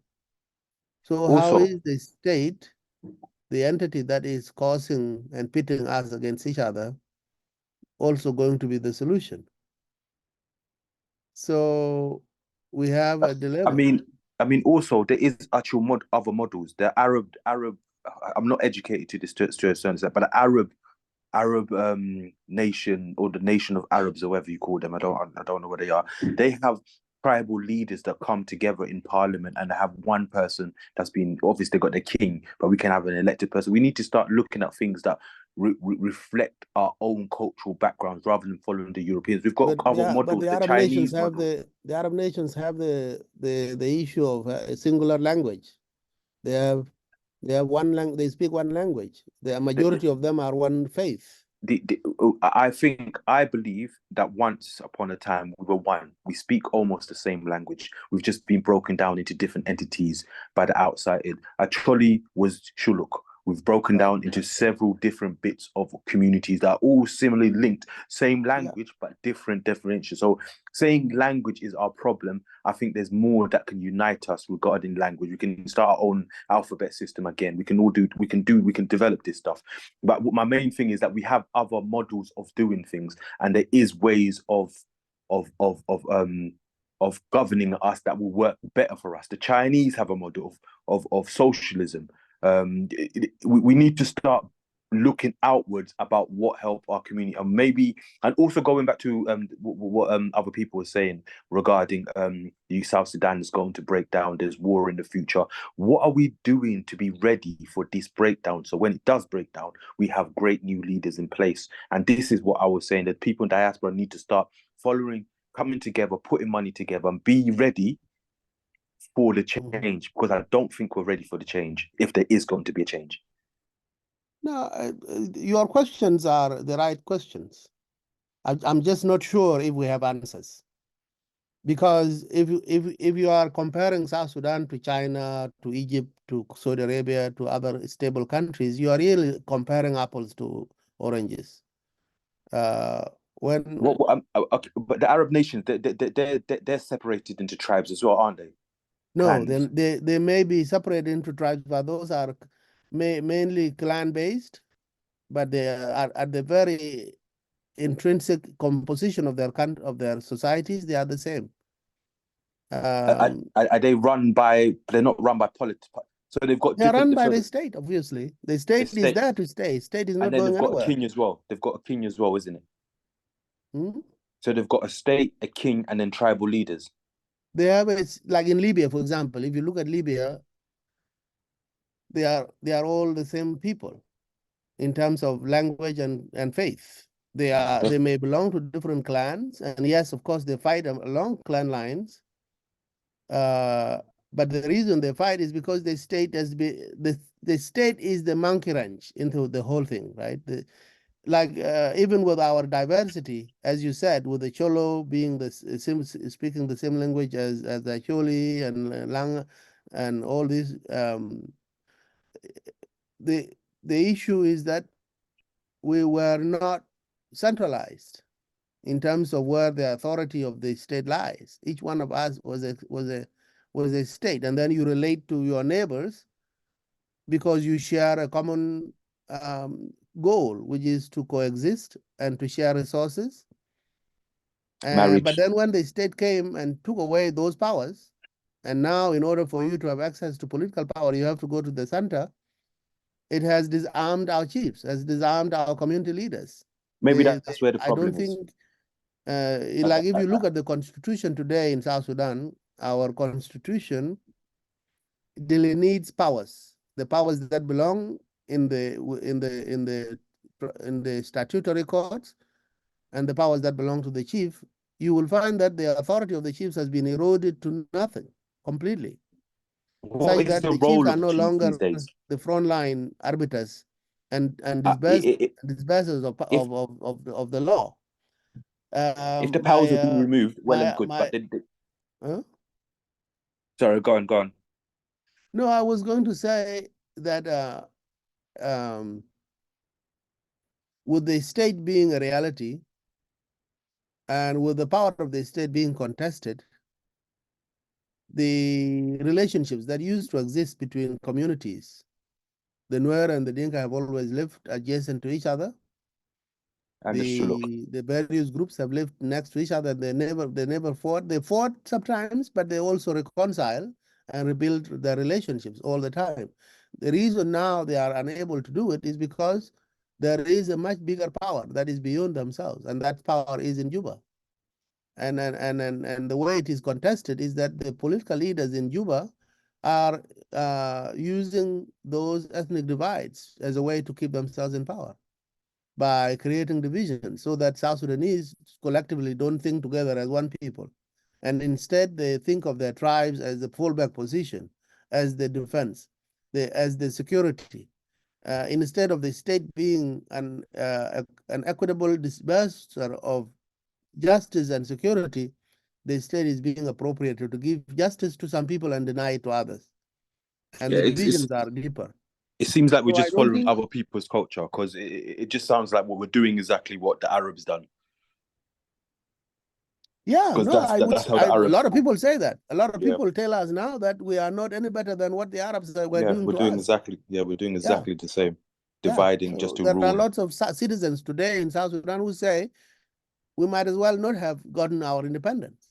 Yeah, because what is the point?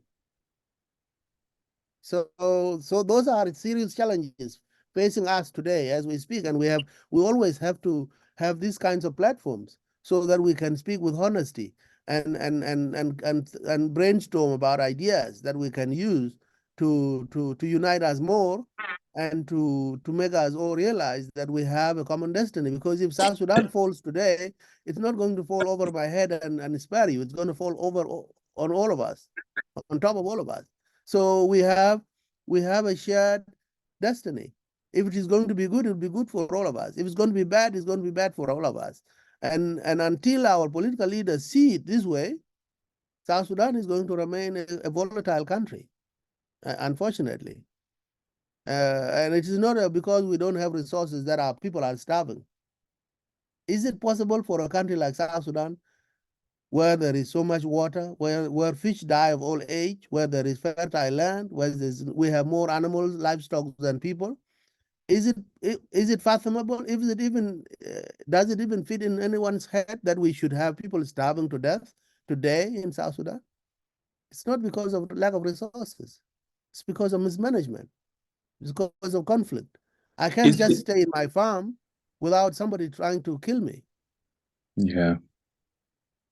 Thank you, Dr. Jog. Thank you, John, for that question. Kush, are you there? Kush? Yes, I'm here. Yeah, okay, yeah. Can I just test my mic? I just changed to my mobile. Can you guys hear me? Yeah, we can, Moses. Yeah, I think we just wanted to say, just before you come in, Moses, John, I think your question is very valid, and although we may not be fully there yet, but the Charter really thinks South Sudan can create a model sort of governance system based on our experience. Prior to the war and from the genesis of our political awakening, we very much recognize each other, be it as the three greater provinces of Equatorial, Barkhazal, Upper Nile. Representation was always there. There was always, even in the bushes of South Sudan, representation was there. The type of politics that was advocated was encompassing, was inclusive, was representative. And that was way back as in the 50s. Democratically, we elected our leaders in the bushes of South Sudan. When the peace process came in 72, the Sababa Agreement, there was no conflict. The politicians, although functioning in a military junta with decapitated political parties, still existed in those structures and competed fairly and squarely with nobody fighting anybody and representing all of each other. So clearly we have within us a democratic experience that can definitely be resurfaced and remove the arms. The arms have to go back to the barracks. We have to depoliticize, demilitarize politics. If we do this, I think we can be a very democratic society that's inclusive. We had leaders in the bush and all over South Sudan from all societies. There was never domination or fear of big communities using the numerical advantage. In a modern sense, as small as we are, we can definitely reclaim a lot of what we've experienced historically, but then look at also the nation states around us. Uganda, for instance, it's ruled by a very authoritarian leader who clearly wins elections regularly.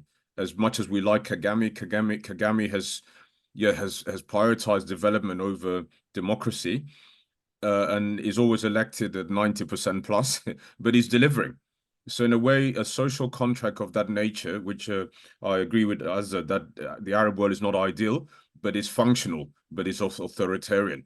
So maybe we need to have authoritarian systems for a while, or we really need to have an elite that also adhere to the African norms and values. Our modern African states are very detached from we as a people. They're very they're not very African. We have to Africanize our systems of governance, and that is the only way we can get accountability from our elites. Otherwise, they will continue to lord it over us, and we'll end up like all of the other African countries. So I really think South Sudan, if it finds the right structure, if it reclaims its historical experiences of tolerance and coexistence and togetherness, can also be a model of a nation, but it's got to be Africanized. The Cholo and the Laws have to celebrate each other, but also feel that they're part of the state, like how all other communities within that society. Yeah, I don't know if that's a small contribution to your question, but I think South Sudan can definitely be different, but it needs to quantum leap forward. Yeah, I definitely think there needs to be some kind of divulgence back to the chiefs, because they control the majority of the people and they have the respect of the community. And I think we're missing the point that in order to have real freedom, you need a voice. And if we divulge the powers be to the higher people who don't have no experience of everyone else, or we think we're going through the same, it's generalizing rather than be specific. And I think we need more specific approach to our people's needs. Each area needs more of a specific analysis of what their needs are, what area they are, what their challenges, what their income, what the economy is in that area, and we have to help each other. If a Choli have land and the Dinkas need land to cultivate, that's understandable. You're my brother. Well, obviously, look after the land. Is there going to be a fee? Who's allowed to do it? How many cattle a year? When are they allowed to do it? And giving the power back to the people who traditionally used to rule over those lands. But what I've heard so far is because South Sudan has been won for, the land of South Sudan is everybody's. these things will bring lots of conflict. I just think like it's understanding and Africanizing our people and our culture and our politics, and that will give everybody a better the majority of people a better understanding. Because really, truly, the people in diaspora and westernized are a minority. The majority of people are back home, and they're the ones who we need to really connect with. It's not them connecting with us. We need to connect back with them, because they are where we come from. They are our power. That is our culture. We need to learn off them. A lot of us in the West think that we need to teach them. No. We need to relearn what we have lost. Absolutely. There are stakeholders, the biggest stakeholders for that matter. Thank you so much. Moses, over to you. Okay, thanks everyone, and thank you, moderator.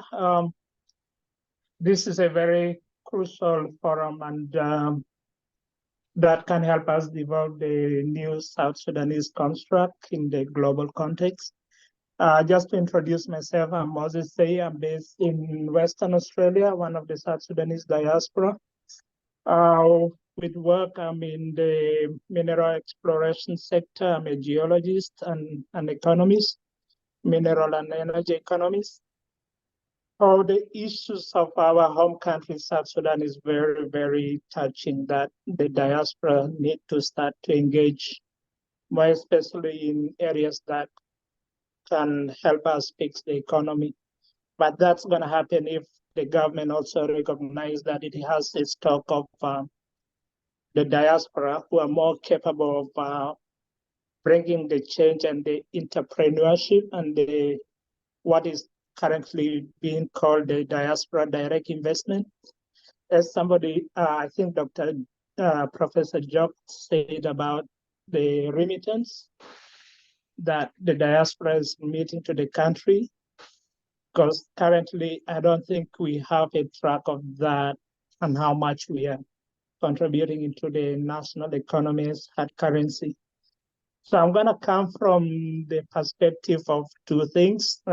First and foremost, it's about the equity of the South Sudanese in nation building. The capital that we need to inject, that comes from us as South Sudanese. Otherwise, the country would end up being in debt, whereby it's the foreign direct investment, and foreign direct investment usually take away from the country. So what the country will get from that investment will not mostly, it will just be the crumbs from the table, you know? So first and foremost, with the economy, I think if the diaspora can start to lobby and engage, and also like making known in the country that the country has a very good comparative advantage, more especially, I'll talk in terms of the diaspora in Australia. We have a good number of us who are working in the mining sector as professionals. So we have from all the engineers, all the exploration geologists, all the economists.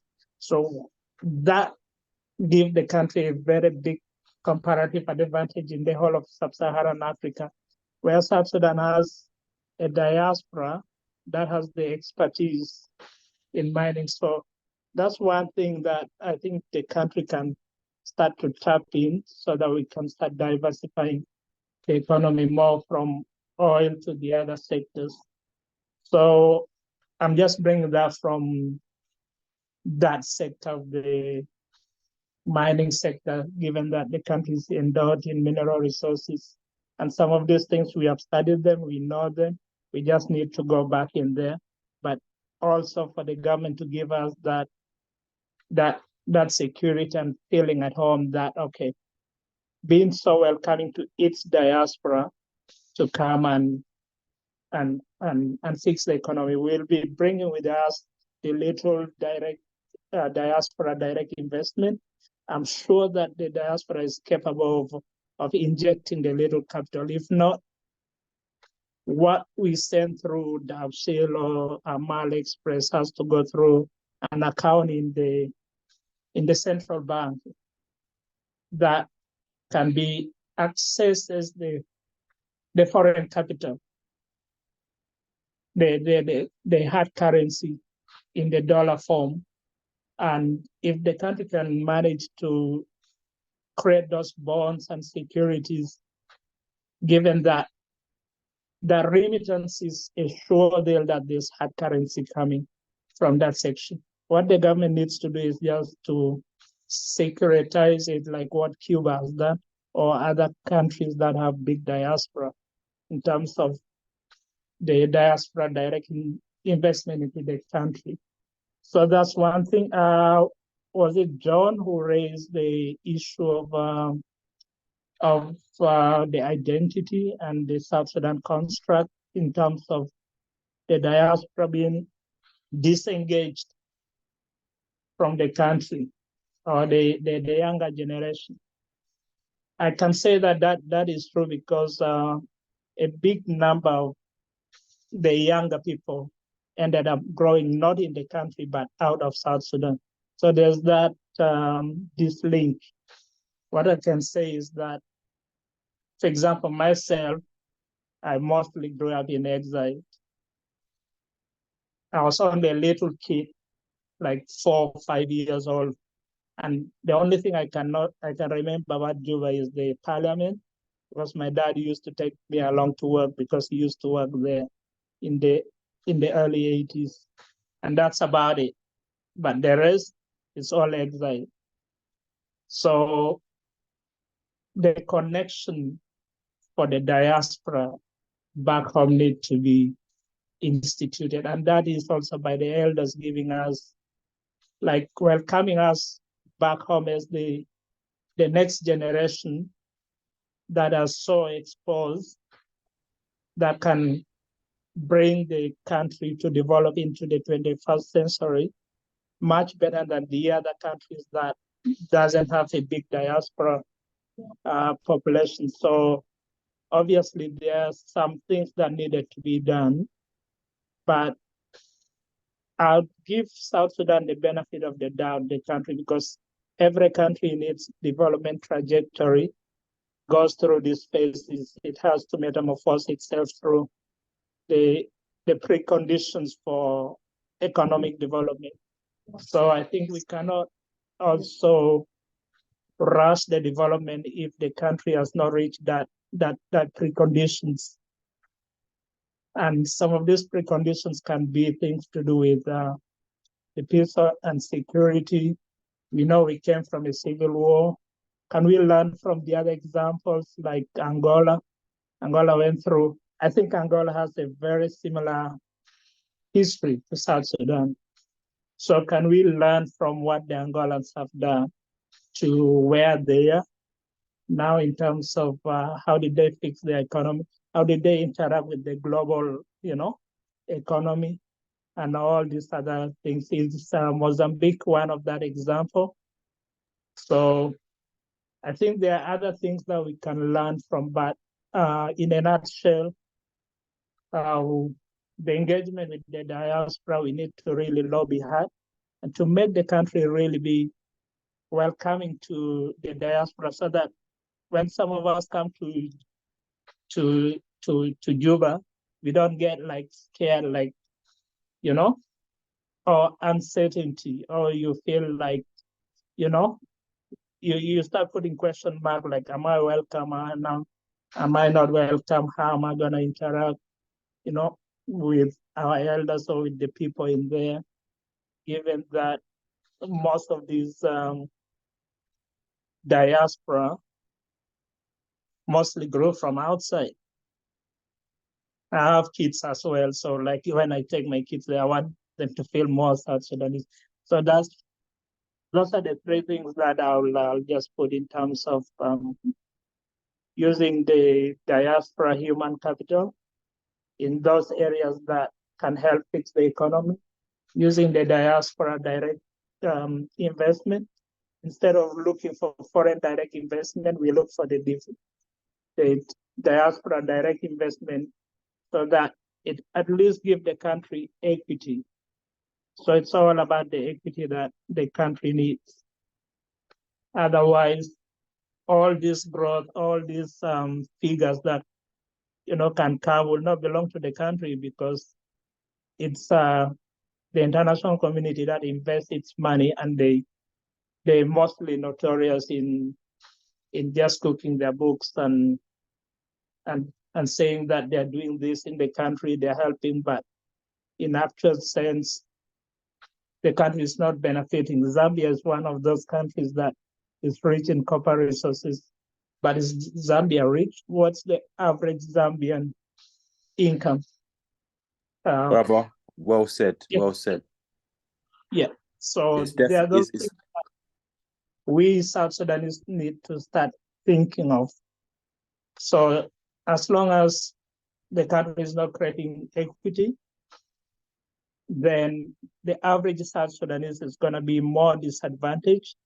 And somebody raised, I think, the issue of national security in terms of economics and things like that is all intrinsic into this thing, where as long as the interests of the country and the equity and the benefit to its citizen is not there, then capital or income is going to be in the hands of the few, and majority of the citizens are going to remain, in the poverty zone. So those are some of the things that we need to start thinking. I'll just end there, not to take much time. Thank you for that amazing contribution, Moses. Can you hear me? Can you hear me? I can hear you. Oh, okay. I really like what you said, because I think the diaspora. Sorry, I have to go. John, yeah, John. I have to go. Great conversation. As I said, we just need to meet up more. Justin, just tell me when the next meetings are. We just need to get this men's group sorted and then start connecting with other people in diaspora. Sure. Hear what I want to say, which is something we're thinking of in the charter, akin to what you suggested as to the role of the diaspora, and what Moses is also mentioning as how we could use our remittances as a way of raising our role as a development partner. For instance, if we organize across the globe as the diaspora, realize that this money actually contributes and makes a difference. It could be a bargaining chip to try and get certain things done. For instance, peace should never be lacking. This militarization has got to stop. We need to not hear any guns. We need to be able to have law and order so we could farm, people can move around. The diaspora can play these roles to work with governments where they are. Like, I'm sure we've seen recently with the visit of Ambassador Monday, my good friend, to Australia, how you've paraded him all over and opened so many doors for him. This is the power of the diaspora. And are we really is our government utilizing the role and the potential of the diaspora? No. So let us find a way maybe to organize as the diaspora globally. Then these conversations can happen, Moses. I really think remittances are a way for change. And it's a way that it can help us even get organized, because we will be development partners in the same way we are in Australia, in Britain, in America. We're just dormant. We're just like another stakeholder that's not doing anything. So I think that there's a way, and perhaps both Dr. Joseph and Joe can tell us how this could be done as very experienced people. Is there a way of really linking developmental contributions by various developmental partners to the diasporas where they are, so that the diaspora could also have a big input? Because we clearly want to see our country stabilize, we want to see it develop, and there's a lot that can be done. Moses, for instance, you're an economist as well as geologist. Our country is endowed with so many resources, and if we can get the right policies, bring in Australian investors, all of this will help us. So I think there is definitely a need for a role with the diaspora. So Joseph, sorry, John, that's what I wanted to say before you go. Yeah. So thank you, Moses. I saw Beck, your hand is up. Yeah, thank you. And then we'll go to Jug and Dr. Jug, Professor Jug and Dr. Joseph to have an input. And Gabriel also, please feel free. As Ada, Dr. Agum, welcome, Manon. Everybody in the room, please feel free to interject. Beck, over to you, Dr. Beck. I don't know if your mic is working now. You said earlier you might have had a bit of an issue. You might have to exit and come back in. Oh, you've entered in another way, yeah. So go ahead, Beck. Dorjan, the mic is yours. You're doing what Moses did earlier. He had to link in twice. I had to use my mobile. Yeah, I know. Yeah. So Beck, if your mic is open, otherwise let us go to Dr. Joseph briefly. When your mic is ready, just let us know. Dr. Joseph, go ahead. The role of the diaspora as a potential development partner or an influencer. Would you comment on that?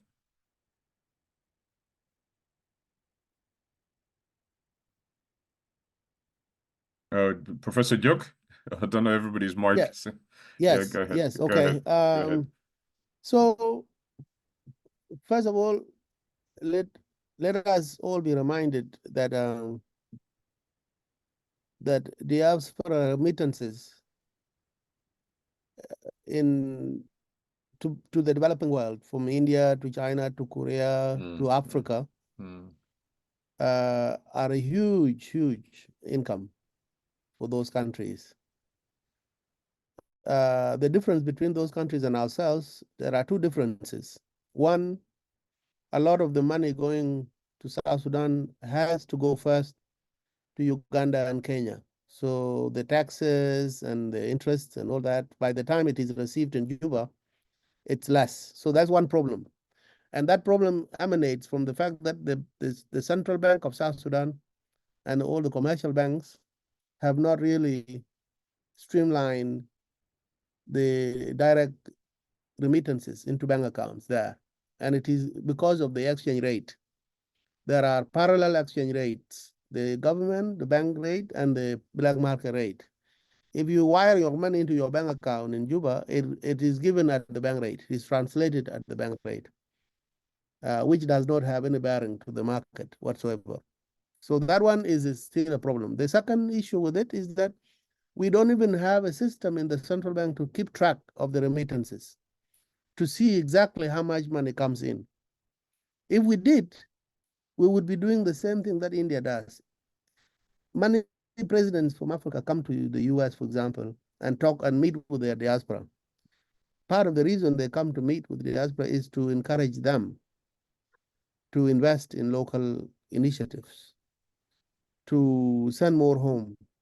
But in exchange for the money going home, they get assured that your money will be safe and that it will be invested. In our case, we don't have such assurances. There are no assurances in South Sudan that the money will be safe. There is no communication between government officials and the diaspora, like it is done by all the other countries, so that we agree on basic principles of how to manage diaspora money. So then what is left for us in the diaspora, if we have interest in helping the country, but also helping the country in such a way that also helps us individually, then we have to start our own initiatives in the diaspora, meet together, form coalitions of businesses, raise money, and go and do something back home without necessarily going through the government, going directly and doing it with the local community there and raising that business and perhaps even helping local businesses to get loans from this diaspora fund. If these initiatives are done, they will have to be driven by us, those of us who are abroad. But what is the challenge? Those two challenges apart, there is also a challenge within our communities, the fact that we don't get along.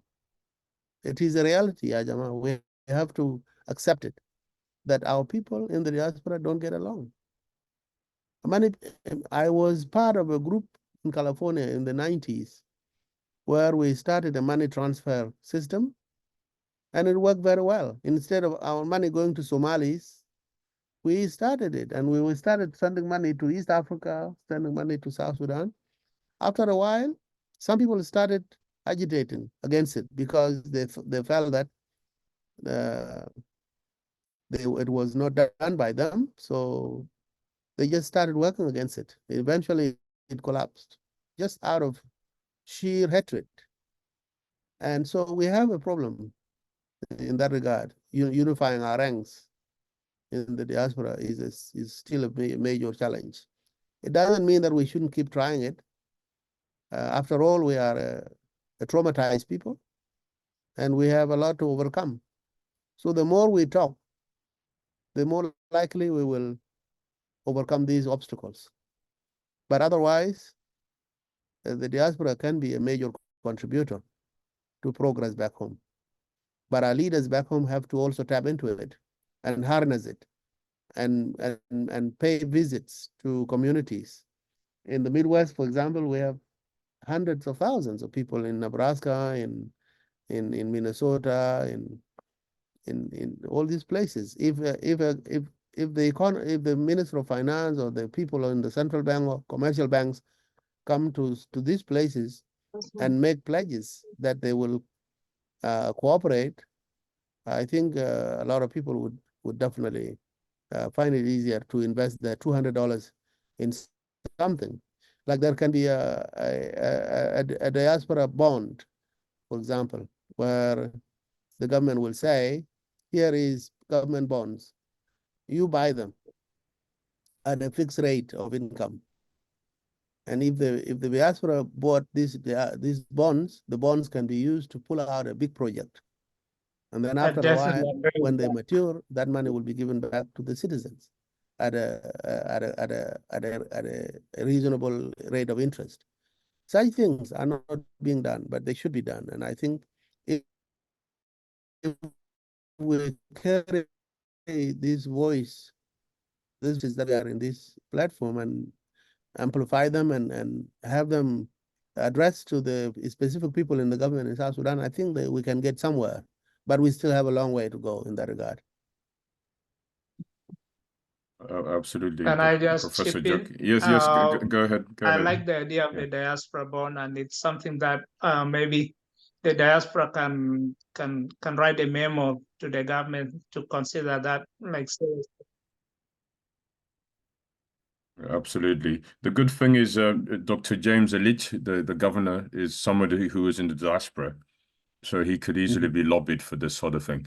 But my issue is not to sound like a devil's advocate, but can we manage separate organizations? Because it seems like we can't manage big organizations. So how will it be managed? But if there was a worldwide diaspora network, maybe an umbrella group with all the different groups in there, that'd probably be the way. As an umbrella group, as opposed to one structured organization, because it doesn't work. And I think Dr. Jog, may agree, Professor, you may agree with me that organizationally we've had a lot of challenges. But it doesn't mean that with new energies from the younger generation that we can't make these things work. Many Junubin have actually achieved a lot in their careers, their professions. But the question is, can we avoid the malaise, the suspicion, the undermining, the greed or whatever it is that divides us? These divisions have to be put aside if we're going to really be effective. And that's the question. Manon, I don't know if Dr. Joseph is not. Dr. Joseph, are you there? If not, you come in. Dr. Joseph. Okay, Manon, go ahead. You're welcome. You're also somebody in the diaspora in America. You could perhaps tell us the possibility of the we getting organized around the various parts and coming together for these reasons. Go ahead, Manon. Okay, thank you. Do you hear me? Yes, we can. We can. We can. Okay. Welcome. My greeting to the whole people of Charter and the hosting us, Justin, and also the guest speakers. You know, I think we benefit a lot from the presentations and the big challenges of our economy. The current movement is, what is the way out? You know, we heard a lot of wrong policies, and money was mismanaged, was misused. We have not done the right thing, actually, to improve our economy or invest the oil money into other investment in the country to generate the sustainable economy in the country, or at least create more jobs for the people of South Sudan. And now the resource that came through the oil revenue is no longer because of the war in Sudan, you know. But I think what we should focus on are solution, you know. Even though we have problem of execution, who is going, even if we provide ideas, how those ideas are going to be executed, you know, through the leadership. And that's where the issue of giving power to the people came in. So at least people with ideas can be heard by the people of South Sudan, and then they can elect them into the offices. So they can come and do the right things. Because that's the only way you can change the people that are doing bad and replace them with good people who can do better work. But for us in diaspora, as Dr. Jok mentioned, we have problem as a people of South Sudan. And that problem, nobody can be blamed. It's a part of our culture. It looked like we are not oriented business society. This is the fact that we have technology. And that's why every South Sudanese intellectual, well-educated, specialized in different fields, never thought about creating self-employment himself and make a difference within society. What in our manual was, is ready food to eat. You know, you just want to join the government and be appointed as a minister and so on and so on. But nobody have an idea of business that you yourself, you can create a job and create for others. And especially in diaspora, I don't see an amount of employment in South Sudan that can satisfy us. Even though with the few dollars that we make in diaspora, in some job that we have, the best opportunity or the best sector feeding us is private sector.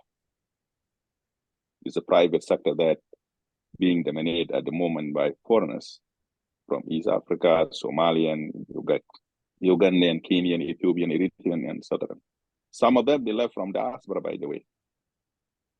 They left from diaspora and they are doing much, much better, those foreigners that we talk about. Nevertheless, we have a high population of South Sudanese who are not oriented businessly. And that's why they say that if you talk to South Sudan, they will say insecure in the country. Okay, if we say insecure in the country, how those foreigners seize that opportunity with a country that we think there's no security, the law are broken, we all agree on that. But how they are doing over there? It means you have to take a risk. For anything you do, if you are avoiding the risk, you cannot develop and you cannot progress at all. And this is the culture that we need to change. And how you change the mind of South Sudanese to become oriented business society. I think the best example is for US here, we have something called SBA, a Small Business Administration. This is one example, but the government, the current government is not people who are running it. They are not business oriented either in order for them to create something like that. So the best other option is for intellectual South Sudanese economics to create what they call economic development agencies. Economic development agencies focus on South Sudanese for the training, source of funding for small businesses, how they can be able to manage their businesses, how they can be helped to draft the business plan and other things that can help them in order for them to go to the market. And they have to be targeted in order to be attracted to investment, to opportunity. This is one of the options. Those are the two options that can help. And the last option, I think it could work if we need really to contribute to society. And Dr. Jok, with Sudan program that they ran it before, intellectual that are running it, I don't know, he will educate us whether they have business thought about that project also or not. And if they have business ideas, which is the economic development to support small businesses in South Sudan, how far they went and what they've done in that field, because that's the only way you can actually attract South Sudanese to come to business, is to train them, and help them to access to the resource that they can be able to have confidence that they can run a business and they can be successful business owners. This is one. The third one option is for us here in diaspora to seize an opportunity of looking on investors in diaspora. Even though with insecurity that we talk about in the country, I think there's windows of of some business that can be established, because I believe that part of insecurity is a part of the property. Lack of the job creation, people are living on property. That's what creates insecurity, because young people don't have jobs. They have to rebel, or they have to join militias, or they have to raid other people's cattle around the country because they don't have jobs. So if we are able to bring in some investors in the country who can just come in with the projects that we can be a joint venture with them, or partnership with South Sudanese, for example, even though we don't have enough copper. But there are some investors, if you can bring them to the country, they can give, because based on the South Sudan law investment, I think it's 61, if I'm not mistaken, 61% to 39%. If foreign investors can have 61%, South Sudanese indigenous can have 39%. And you can play it around. They can fund the project 100%, even if you don't have money. But based on the law, they can put aside 39% for South Sudanese in order for them to have a share in that business. And those type of partnership could give us a skill that we are lacking in terms of businesses, and give us confidence. And those companies, they will not be there forever. They will be there for a period of time while their share have to be sold back to South Sudanese in the end. When they have to get their profit or get their money, it could be a policy that could give them maybe 30 years or whatever, 20 years, depending on the project that they are working in. But most important is how to develop the skill and capacity that South Sudanese need to have that confident. In the end of the day, they have to take over the company, and this company becomes a South Sudanese nationalist company, nationalize those companies in the end of the day. So I think we know there's a lot of bureaucracy in our system, a lot of corruption. Just to give you one example now, we have some of the US here who are interested to go and visit the country, to explore some opportunity. We have now like almost 2 months or 3 months just to have invited. They send letter of intent. Minister of Finance back was not able to send them the letter of invitation for them to go. Now it is replaced. We have a new minister. We have to deal now with the new minister. Just to send them, to tell them, you come so we can listen to your business ideas and your business proposal and so on. Somebody just told you, invited me to come to your country and listen to me. Whether we agree or not agree, just invited me. They are not able to do that. And that itself is a problem. We're having ministerial positions that are very crucial for economic, like Minister of Investment, Minister of Trade and Industry, Ministry of Mining, Ministry of the Oil, those are Minister of Agriculture. Those are a vital economic institution that they don't have to sleep in Juba. They have to pursue people who can bring business activities in the country and create more jobs in the country. But they are not doing it. They are not doing it. Many investors are being disappointed. We have one company from UK. Last week I heard from one of the lady from Australia that she actually last year connected with some UK company that want to invest in Kapota in a cement company, But when they went on the ground to talk with the community, they were not able to understand what the community is talking about. Because business people actually have difficulty to negotiate with the people who don't understand business, you see? And they have to return back to UK, because nobody actually give them exactly how they can start and what type of regulation that they should agree on. Like, for example, they have been asked to put 70% employment for local people. And they say, how can 70% for local people, a skill that we need, are they available in local? That's the question here, And those are the big challenges that we have. So I do believe that we need solution. Again, South Sudan needs solution. And one of them is peace in the country. Is a peace in the country, which is not in our hand, is in the hand of the leaders. But it does not prevent us in the diaspora that let us do what we can do in our capacity. Let us try our best. Let us show our people that in peace, there are progress. But in war, there's no progress. And by doing it, you have to bring something that they can see and feel it, for our people. So I do believe that we need solution. And solution at the moment, at this current crisis, is all about economic projects that can create more jobs. It's not about dollar, actually, to me. It's not about dollar. It's about job creation. It's about how to create more jobs for South Sudanese. That's where we'll improve economy. But focusing on dollar is nothing to me. If we increase productivity domestically, then who care about dollar? Who care about dollar? Because dollar is not important anymore. If we are investing in education, we are investing in healthcare, we are investing in food security in the country. We are investing in small manufacturers, in small factories that can produce oil, cooking oil. It doesn't need a lot of technology. You just go for China here and grab them, those machines, and distribute them to South Sudanese and let them produce crops or seed that can be used for oil, like groundnuts and simsim and etc. That's what you need. Actually, you don't need a lot. Thank you. So I will stop here, but I think the solution is what type of project that we can bring to the country to create more jobs. And people like Bolmel should not dominate the infrastructure in the country. One company cannot dominate. They have to be given opportunity to people with their money, people who are ready for money. They don't need but money from South Sudan.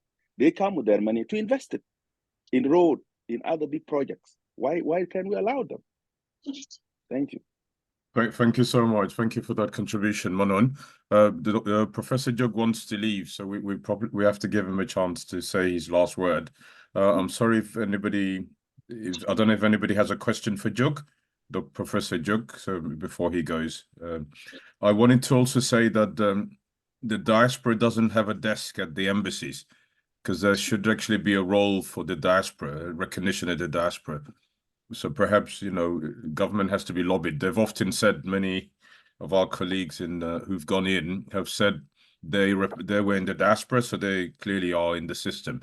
But I think diaspora has to be given a clear desk to try and really maybe manage that docket, Manon, maybe to be the ones to make sure investors can actually get the full service that they want, and to accelerate that process. There's got to be somebody putting pressure on the system for this to work. Otherwise, we're seen as aliens. Yeah. Sorry, just going back to your thing about diaspora getting involved. I like diaspora, but we failed so much. I don't trust us, because a lot of us are following Western values. So I think until we establish some kind of strong community, I think diaspora are also a bit of what do you call it? Their culture has been so westernized, it might even destroy us. We have to be really careful. I think there's certain diaspora we should be scared of, because they are coming forward with Western ideologies that can leave us vulnerable. Sure, thank you for that, dear. Yeah, Professor Jug, we want to thank you again for your enormous contribution to today's discussion. On a positive note, and maybe should there be peace, should there be an ideal situation, how can that happen? How can it be accelerated? And to what extent can we continue to believe that that the promising South Sudan we were all dreaming will arise in our lifetime? Yeah, maybe on a positive note. I didn't get anybody asking you a question, but if you could have your last word. Thank you, and thank you so much for joining us today. It would have been better. Hello. Yes, hello back. Hello. I'm saying it would have been better to just give a few comments for us before Professor Jogli as a request. Okay, because I had a technical problem and I managed to fix it. Okay, wonderful. Thank you, Bag. Yeah, I don't know. I think he's pressed for time. He initially said 1 hour. We've kept him here for almost 2.5, so I'm a bit mindful to release him. But it's up. Let's hear what he says. Just hold on. Go ahead, Dr. Jog. It's okay, Professor. Okay. No, let me just make my last comment and then leave, because my kids are on the steps waiting for me to attend to them. So, well, I want to agree with Manon and John on both the what we need the government to do, but also to be mindful of our own issues as diaspora, our own deficits. On the government side, obviously, there is a big problem because the business environment is not streamlined. It is not straightforward. Otherwise, we would have a desk in the ministries and at the central bank. We would have a desk in the embassies or even in the office of the president, somebody to ensure that when people come with business proposals, there is a clear channel that you follow. And there is a law that lays down guidelines for memorandum of understanding or agreements between local partners and international business people. We don't have that right now, and what that means essentially is that when you come with your business proposal, people quickly want to benefit from it directly.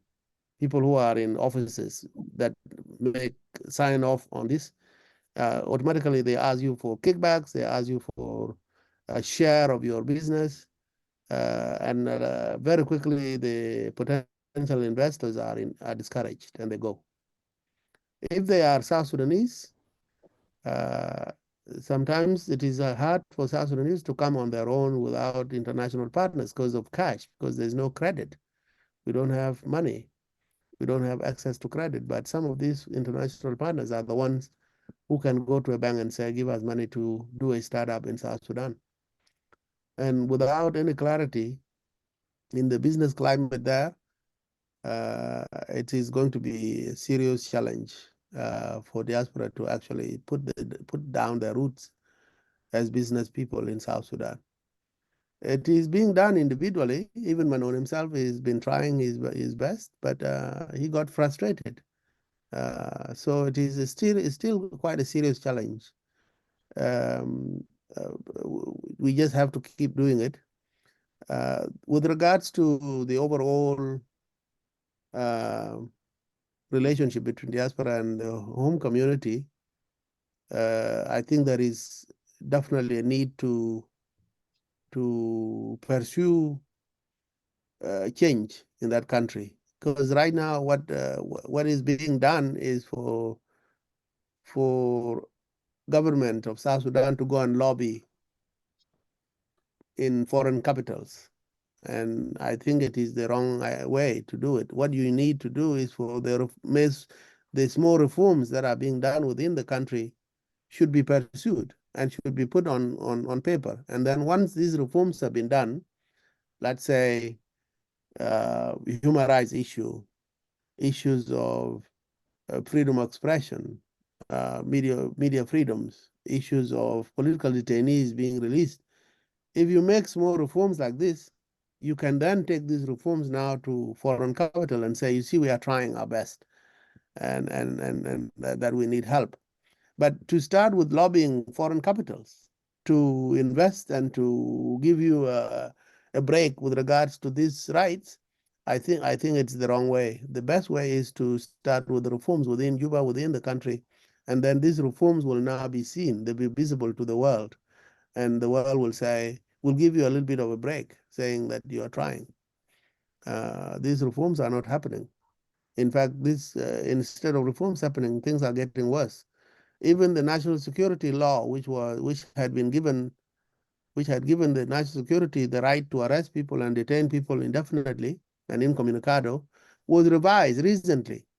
And it has taken out some of these draconian laws, and yet the national security is still doing it. Instead of national security being focused on gathering of intelligence and advising the government, the national security is focused on arresting citizens and terrorizing citizens.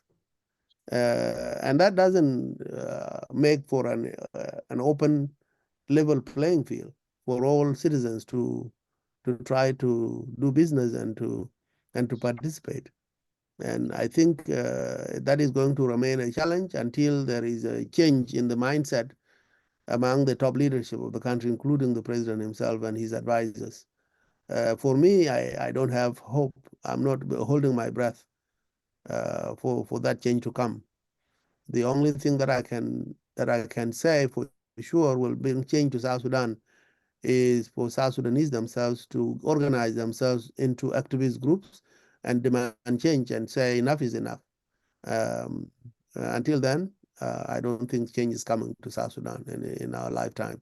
But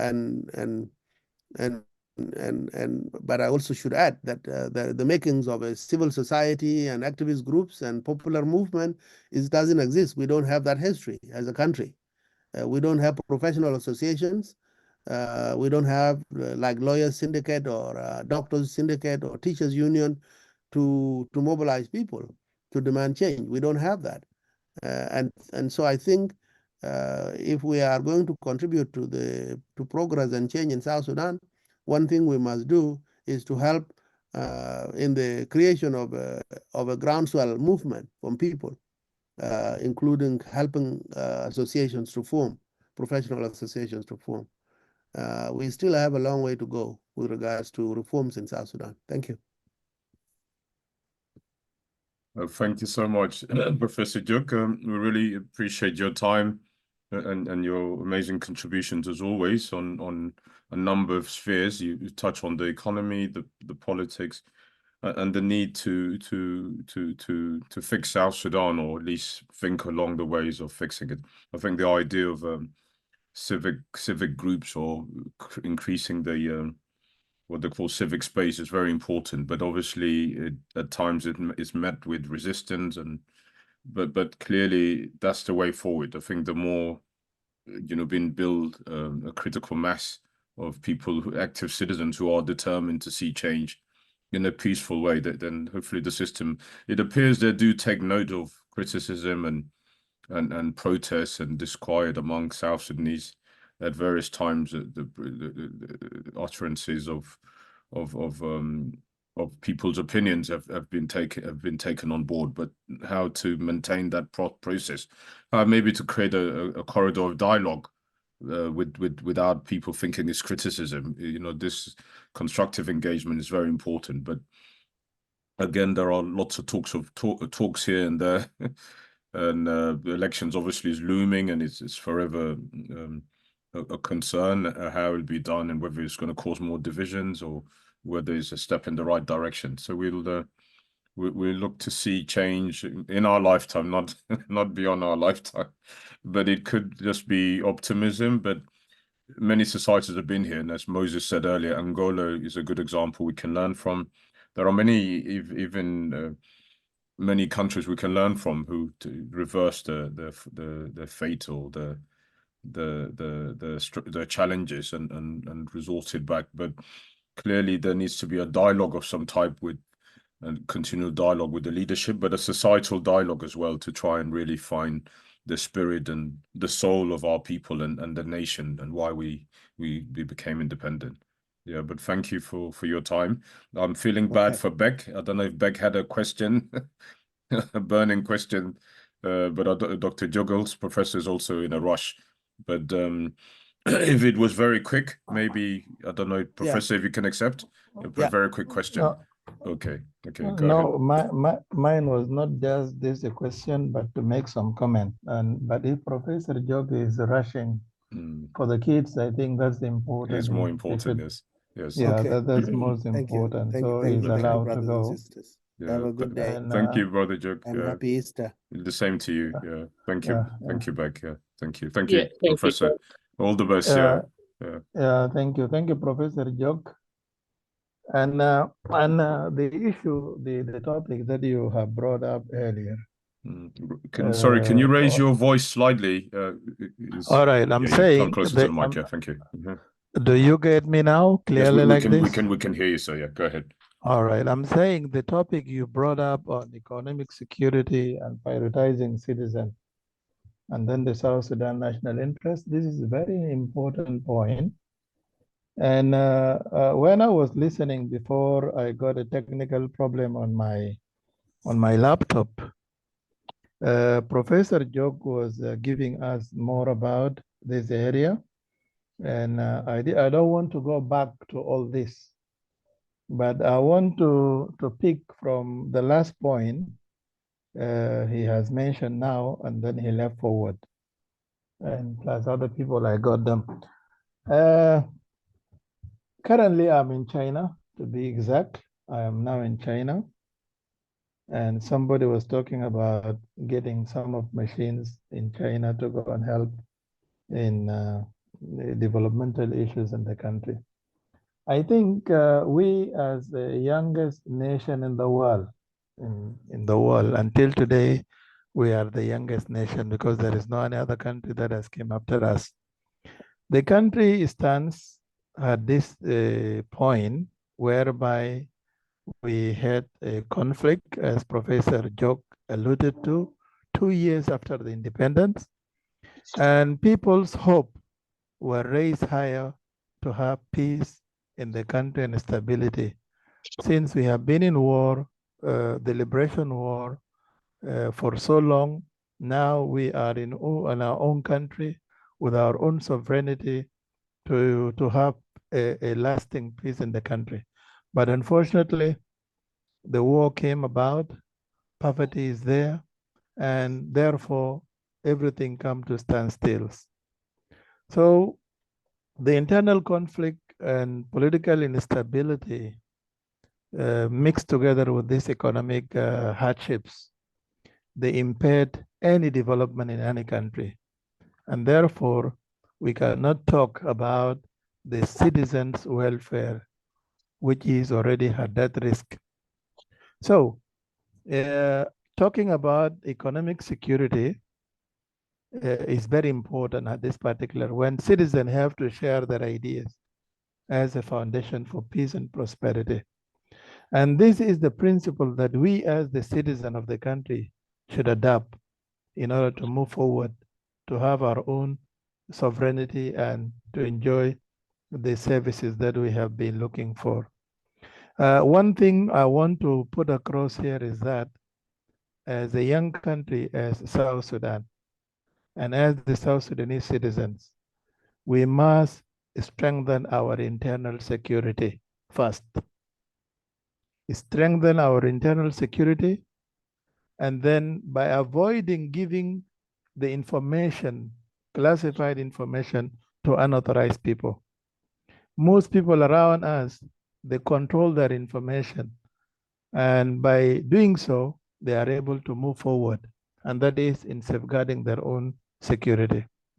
So talking about food security or the economic security, it is not only about the resources that we have in a country, the wealth that we have as a nation.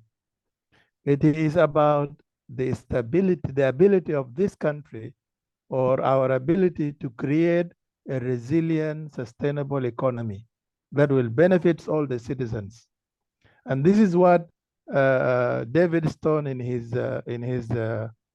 book, when he mentioned about the 5 factors that any country goes through, the countries that transition from a war to peace, they usually pass through these 5 crises that have to be managed.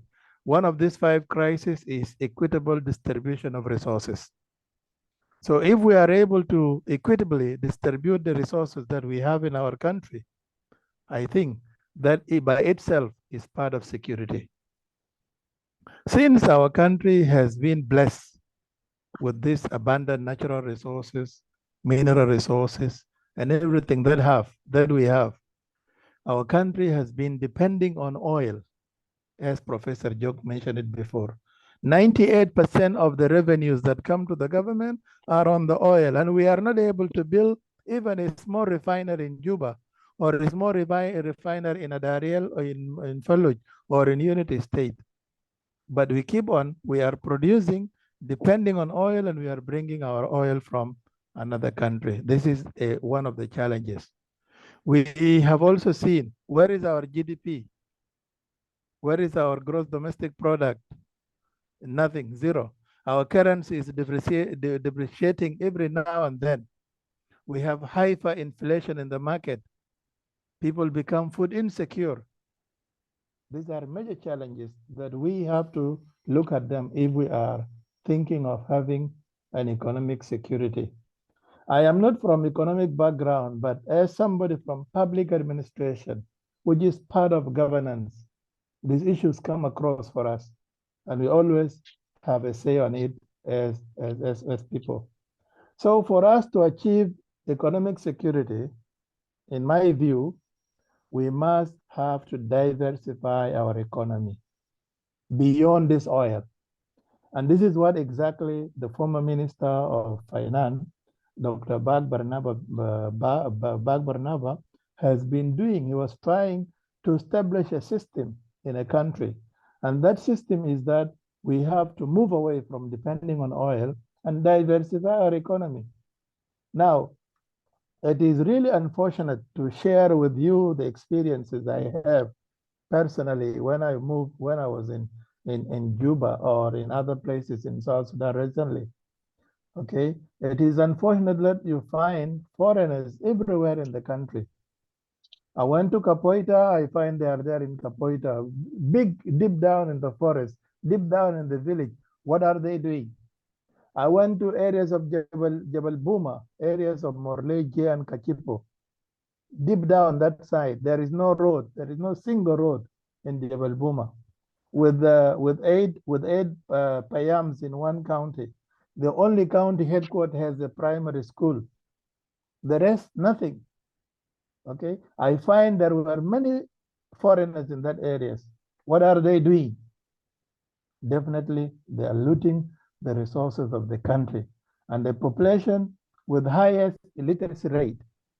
When they are just given a small amount of money, they run away and then they give everything.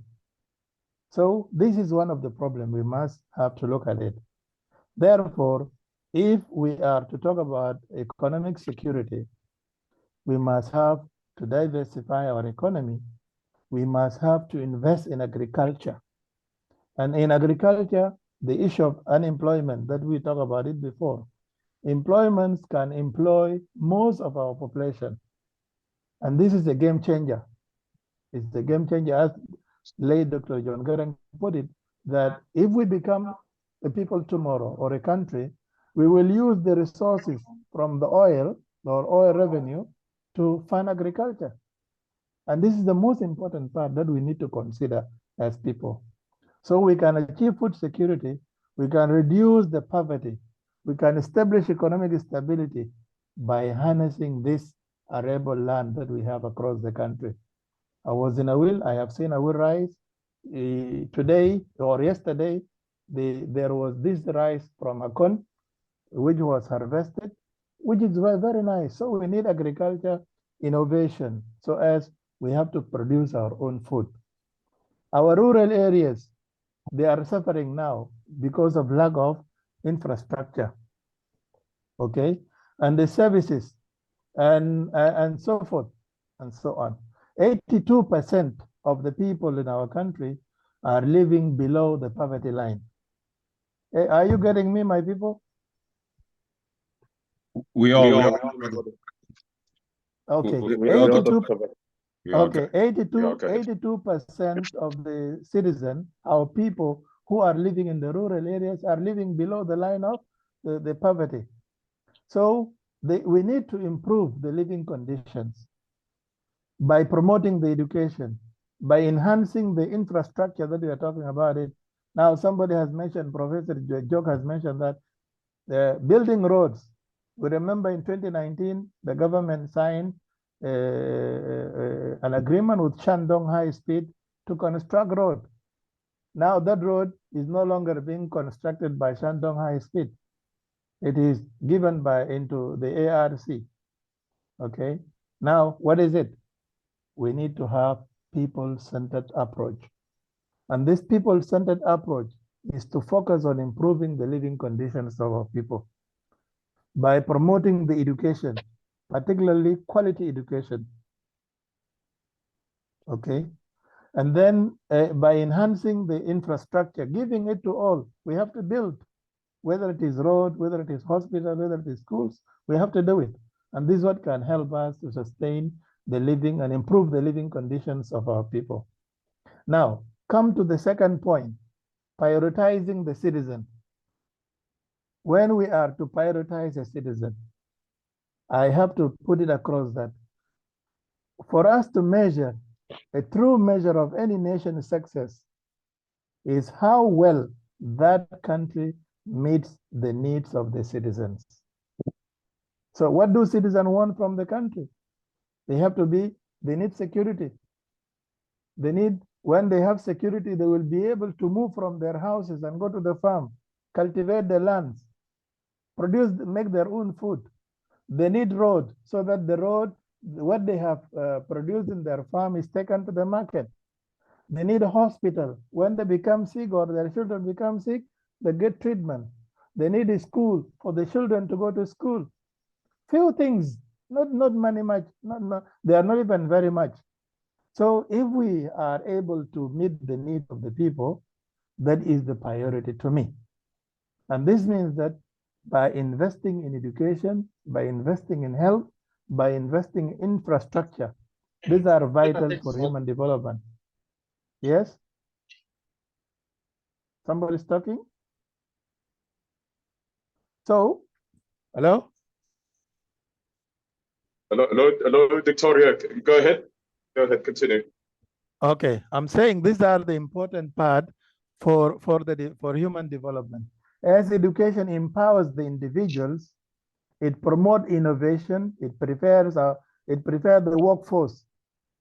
So if we want to have an economy and we don't have people who can work for it, what are we doing? It's nothing. So we need to have education to empower our children, to empower our nation, and this will promote. Somebody before talked about STEM, to have science, technology, engineering, and these issues of mathematics. We are now tired of studying history, studying geography, studying this. And we are making English a compulsory subject in the schools, making Swahili compulsory in the schools, while agriculture is being made as an optional course. This is very unfortunate thing that we need to address as people. So if we are having education, the part of innovation must be there. The world is changing. The world of technology is changing. To have qualified human resource, we need education. If they are empowered, they will come and diversify the economic. We need this access to quality education that he talked about it is now limited. We have many children out of schools because of conflict, because of poverty, because of displacement. They are not able to go to school. I have witnessed it with my own eyes as an individual in most of the places I have been to.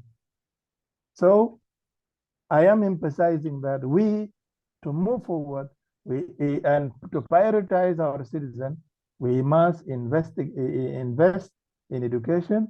We must build more schools. We must train teachers, and we must make learning material accessible. This is the only way to make our country, our citizens, to prioritize our citizens in terms of education sector. And this will help us. In terms of health infrastructure, when you have a healthy population, this is the key for economic stability and development. Now, accessible healthcare ensure that a workforce will reduce mortality rate in the country. It improve the quality of life. Now, if you go, it is really unfortunate if you go to Juba Teaching Hospital, if you go to the other hospitals in the country, like I have been moving around, it is really a horrible situation with insufficient facilities, with insufficient professionals that meet the needs of the population. Now, if we talk about prioritizing the citizen, what are we prioritizing citizen on if we are not having these things in place? So for us to have it, whether people in diaspora, people at home, we need to make sure that the government, the individual, the international partners, all of them join hands together to fund this viable health infrastructure that will help and improve the life expectancy of our people. And this will make them to be productive. It will make them to be productive. We are now talking about dollar rate going up, but we are not producing. We don't have anything that we are selling outside. The market is being monopolized by foreigners. Go find Somalis, go Ethiopian, Eritrean, go Ugandan, Kenyan, and everywhere. They are in the market. While our youth, our people are outside doing nothing. So for economic activities, they usually connect the market, they facilitate access to the services that people need. Talking about employment as one of priorities for the citizen, we have the high unemployment rate in the country among the youth, and this is one of the challenges. And because of unemployment, that's why the issues of cattle raiding are still ongoing. The youth are now going to steal, cattle raiding, killing this and that, because they are not engaged. So we need to create something that can engage and bring them together by developing these sectors, which are very important. Agriculture, they can work on it. Manufacturing, okay? So we have to do some manufacturing in the urban areas. And this is where most of the people today get their living and put the table, food on the table. Issues of services can also be provided on this.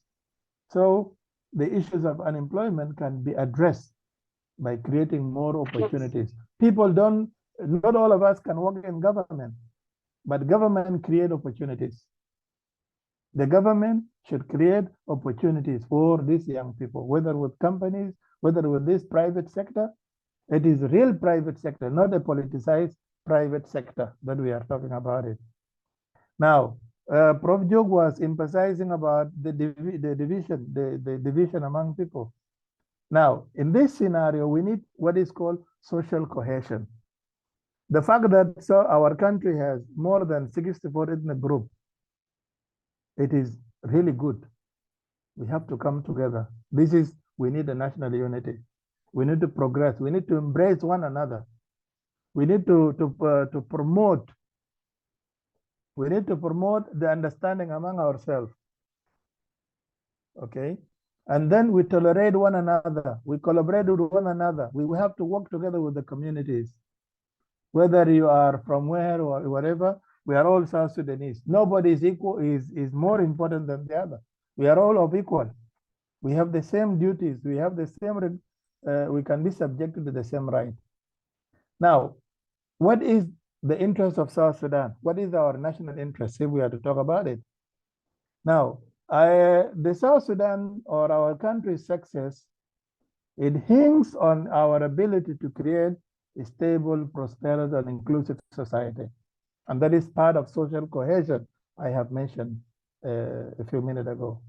This vision to have a stable, prosperous, and inclusive society is a vision that can be realized only by if we address the root causes of the conflict.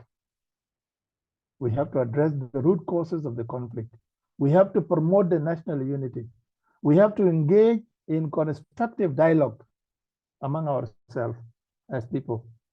By doing so, we can move and forge this unity, this vision, this interest. So the interest that we want for our country is to remain united, to remain peaceful, and to have this development that we are talking about it. So doing this, people have to reconcile and then move forward to get the things done. One point before the last is the issue of governance. This is my area as in public admin. We need to have good governance in place. And the good governance is that we need to have effective and transparent governance, which is vital for securing the national interests. By doing this, we need to strengthen our institutions. We need to fight corruption. We need to ensure that resources are used wisely and equitably. And this is, if there are our partners who want to come in to help us, it's okay. They can build the capacity of our people in issues of governance. It's all right. All over the world, we can share we can share the ideas together. On peace and security, it is a prerequisite for any nation to move forward. So if we want to see the interest, the national interest of South Sudan, it is not more than to have peace and stability in the country. So we must continue to invest in peace process. We have to reconcile. We have to come up with conflict resolution mechanisms that can maintain the stability of the country by ensuring that all the citizens of the country, all the issues are addressed.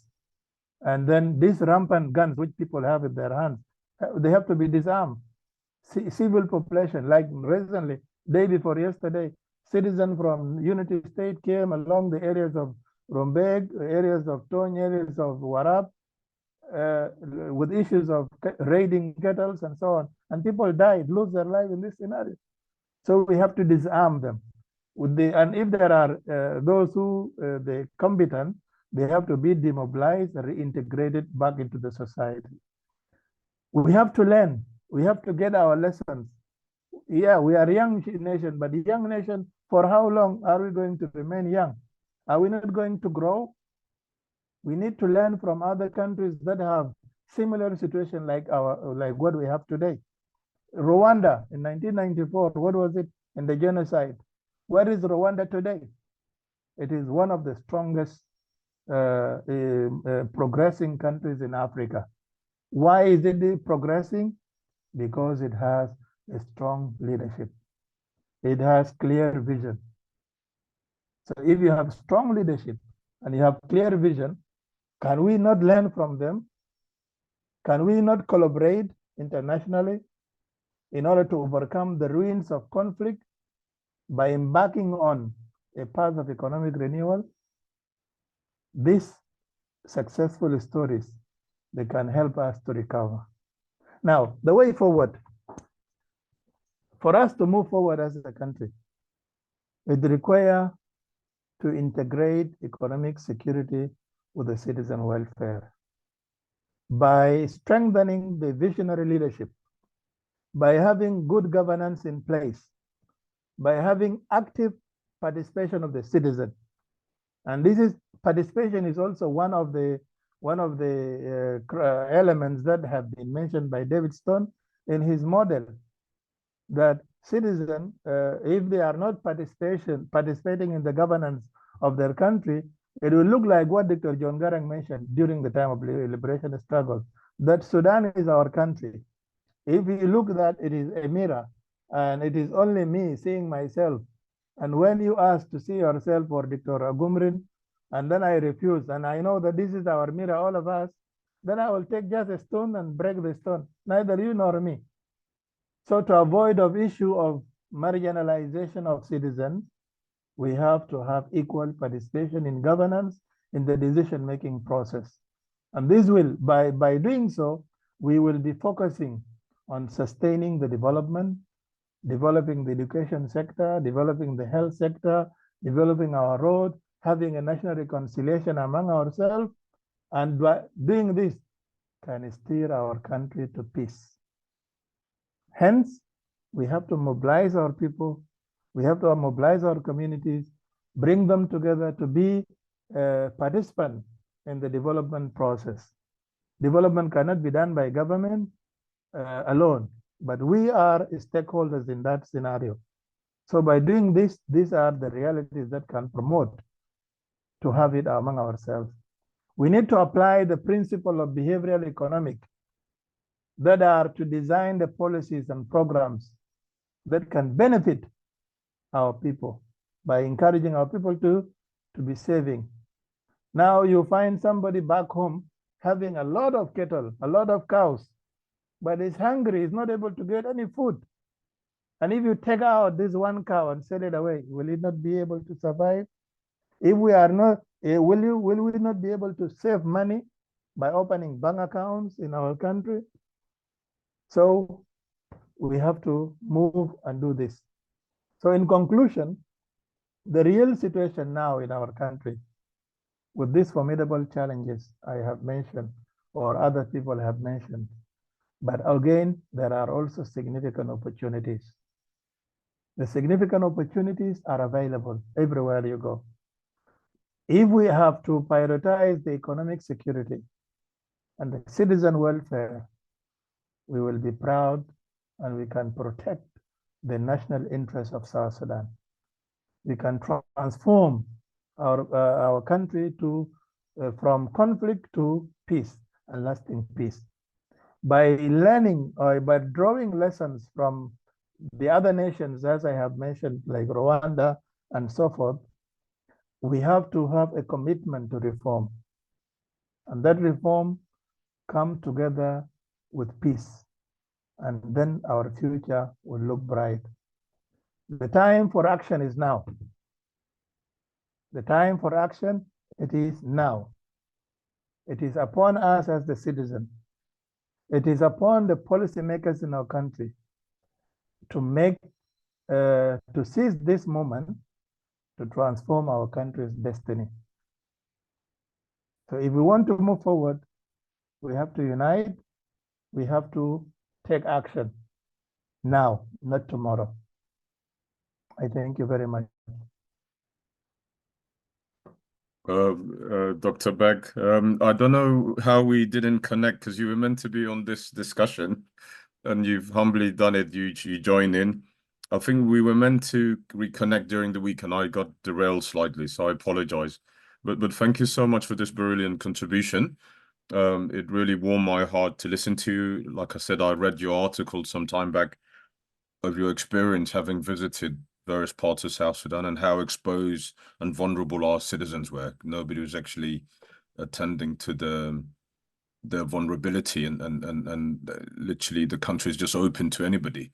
And along those lines of prioritizing citizens and all that you've mentioned. So these are wonderful sentiments that we all share, great ideas. The political solutions are the problem. How do we get to here? Because clearly, I think many of us are converts. We really want to see a society that pivots its very survival on and its interest in everything on its citizens. And we haven't seen that yet. It may be still a plan, but clearly we've derailed the journey or the ship with the power struggles and the economy. The state of the economy now is literally a problem. The oil is, by all rumors and reports, it's closed, has been totally closed down. So we're literally back to 2012. So how do we really get to all that you beautifully articulated? How do we really get to that?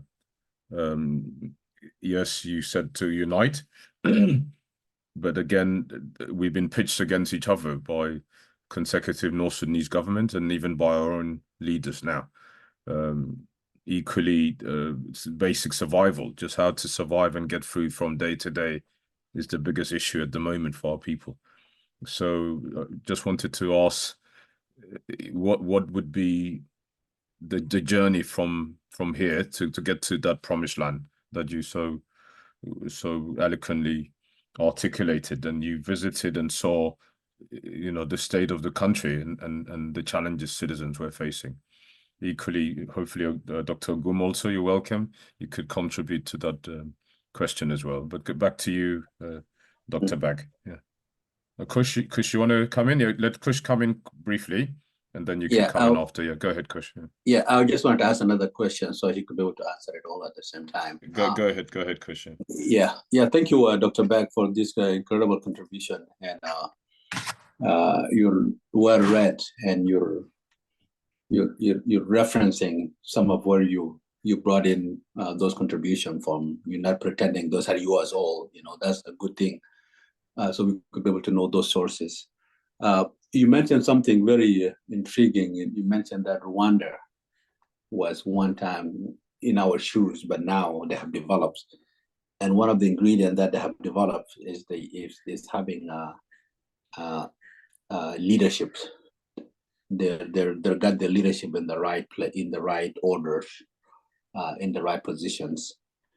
And looking back into South Sudan, and we see that the leadership, they have been trying everything in their pockets to take the country to a different level, but yet they are not managing. Would it make anything that it doesn't matter what else is being done if the man that the buck is stopped with him is not in the place then there is no way that the country will be going in the correct way if we don't get the leadership right. This is just a question for you. Thank you. Thank you, Kush. Thank you. Over to you, Dr. Bakir. All right. Thank you. Thank you very much for the question. I want to start with your question on the journey to promised land. I think in the conclusion I have made, to move forward to reach the promised land, we need to have an inclusive dialogue as the citizen of the country. There was a national dialogue conducted in Juba some times back, and the outcome of the national dialogue, one of the resolutions which addressed the second question from Kuch about leadership. Most of the things that were discussed in the national dialogue is the problem of leadership. So moving forward right now, we need to have this inclusive dialogue, a political dialogue, whatever dialogue that we can come up with together as a country, as people, as citizens, whether civil society organizations. Professor Jok mentioned something like professional associations, but I beg to disagree on professional association. We, as a copy and paste from Sudan, like the professional association, most of the Sudanese were educated and they know what they are doing. Compared to, we have about 31% or 30%, which is the literate number in the country, which means that majority are still illiterate. So professional association will be difficult for them to work, but we can give it a try as citizens. We need to have security sector reform to move forward and to go to the promised land. We must have a security sector reform by having different, like now, if you see across the country, we have different armies with different weapons, with different what. Everybody find they have army. Few are the civilians, like me and others, who do not have gun. Like me and Agumrin maybe, because Agum is just a lecturer, like me in the universities. We don't have guns, and others who are with us here in the list. So we must have security sector. We must have only to create a one army, a unified army in the country, which is non-partisan. It has nothing to do with politics. It's not related to SPLM, it's not related to IO, it's not related to what. We must have only one army in the country, and that is to protect the country, to protect the sovereignty, protect the life and properties of the country. The way forward is to have, again, economic development. And that's why this discussion came on. You cannot move on without you holding the factors of production. The factors of production. You have land, but what are we doing with the land now? Okay, where the entrepreneurship, most people who are there now, who are they? Foreigners. So the way forward is for us as a citizen to be productive. And if we are productive, we will be able to create our own food security, and we will be able to make our own investment. We'll be able to make our own development and then move forward. We can create our own jobs, not necessarily looking for jobs by others, but by creating our own jobs, by making laws. Any organization working in the country, 90%, if not 100%, 90% must be for the South Sudanese citizen. And that law must be implemented. It must be implemented as a way forward. We don't need to depend anymore on what is called international aids. For how long are we going to depend on aids?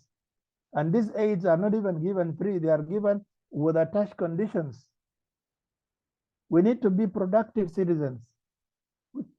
We need to engage ourselves by doing what can keep peace and stability in our country, by talking to our people, by moving on, engaging them in the dialogue.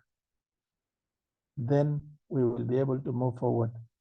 So the question of leadership is the major challenge now. Leadership is what has derailed, is what has led the country back to square root or to zero, which means that earlier, before the beginning of this discussion, people were talking about our elders should guide the young people and so on. It is not the case now in the country.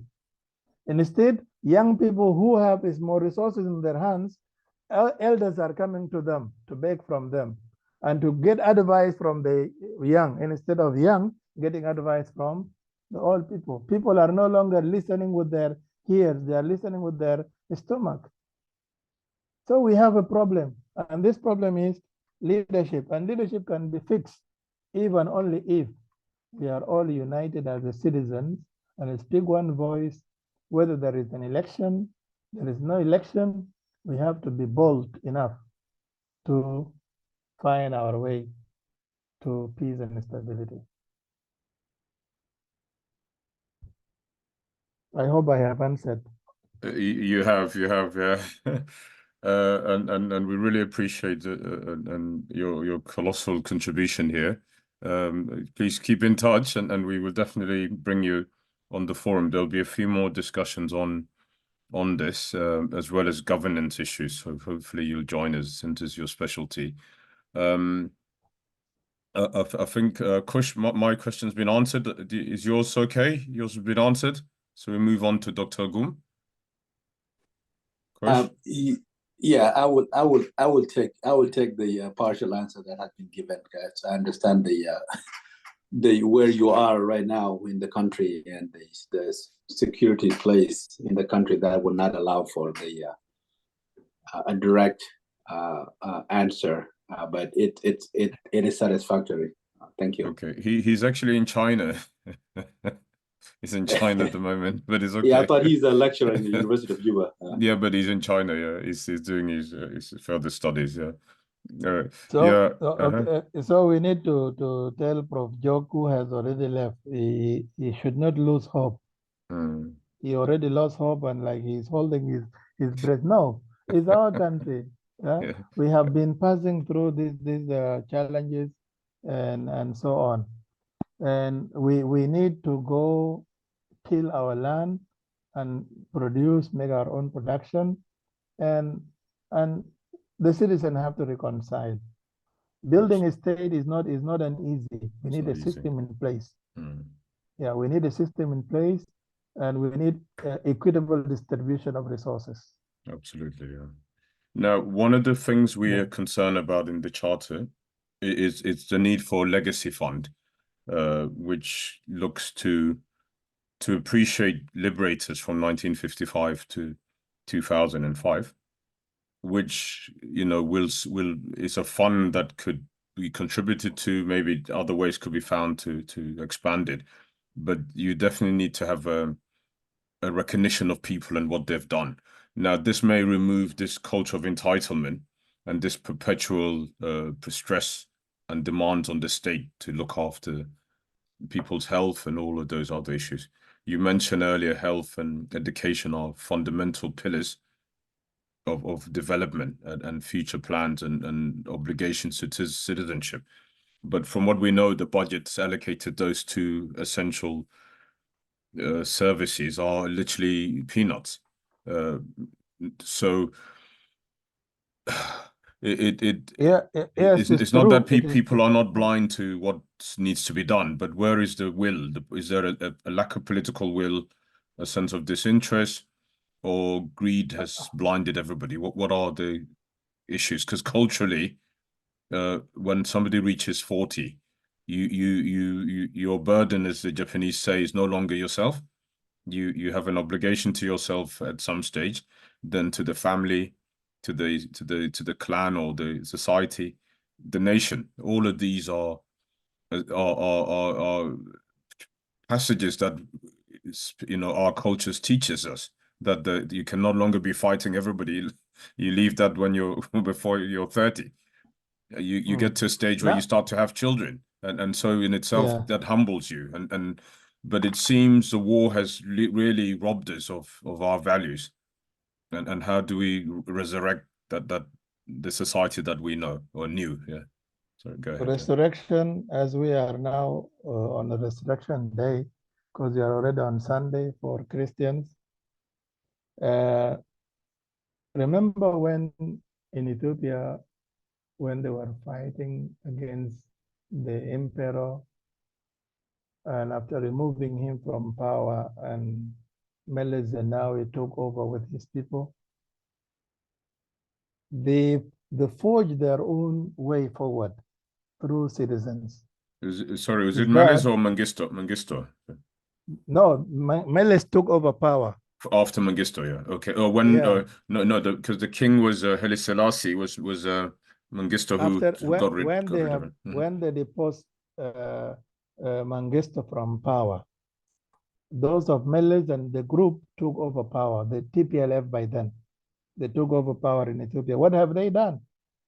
All those who have liberated or those who have contributed in fighting to remove Mengistu from power, they were asked to go and start a different life, not a life of politics and so on. They were given a lump sum of money to start a new life. Now, as here as a citizen, when we have been fighting, our people have been fighting, yes, we have liberated the country. But building the country is not supposed to be done now by the people who have liberated. They should give opportunities to the people to build the country and move forward. They have done their part. You cannot do liberation, which is the toughest one. And then again, you come today and you want to do the building, which is the most difficult part. Give it to the people, give it to the citizen. Let the citizen have their say. Let the citizen move forward with this to develop the country. Let them make their own contribution. So challenges that we are now facing, as I have mentioned before, they are challenges that most countries who are in transition to post-conflict, they usually face. If you might have read the book of Why Nations Fail, the main reason that is mentioned there is the issue of lack of institutions. If you might have read that book, the conclusion of it is that why nations fail? Nations fail because if there are no institutions in place, you have mentioned before earlier, the parliament is a parliament appointed by the executive. How can they be to oversee the executive if they are appointed by the same? And that's why they say you cannot bite the hand that feed you. Okay, so we have a lot of issues, but these issues, they can be handled if we come to a dialogue. If we dialogue among ourselves, if we discuss, if we share ideas among ourselves, then we will be able to move forward. Ideas that come from you, come from me, come from X and Y. If we join them together, it will be difficult for us to be defeated. But now people are divided. People are divided based on different interests. You move here, you move there, and there is no interest of the country. And that's why I started my discussion by saying we need to safeguard our internal security. We need to protect by keeping the information, by keeping our country to ourselves. It is for the South Sudanese. But now, if you might have seen these days, there is a Somalian guy called Mohammed who is in France, in Paris. He's been sending videos every now and then about South Sudan, about what South Sudan is doing. That the country is yours, yes, but we own it. He's saying so, that the country is yours, but we own it. We are now managing everything. If you want to build your house, it is us to give you building materials. If you need water to drink, it is us to deliver water to you to your house. if you need this and that. And in fact, it's true. We are not in control of our own country, our own sovereignty. Everybody comes and we are losing our values. We are losing our sovereignty. We are losing our country if we are not careful. So we need to act. We need to take action now, not tomorrow. Thank you so much. Thank you. We'll talk about the actions later, peaceful, passive resistance, and other means other than violent ones. But we will talk about towards the conclusion. We're going to conclude soon. Dr. Gum, I wanted to. I keep seeing her and then she disappears. Okay, Gabriel Loy, the mic is yours, sir. You always have something to say and a lot of great contributions. Please, the mic is yours. Go ahead.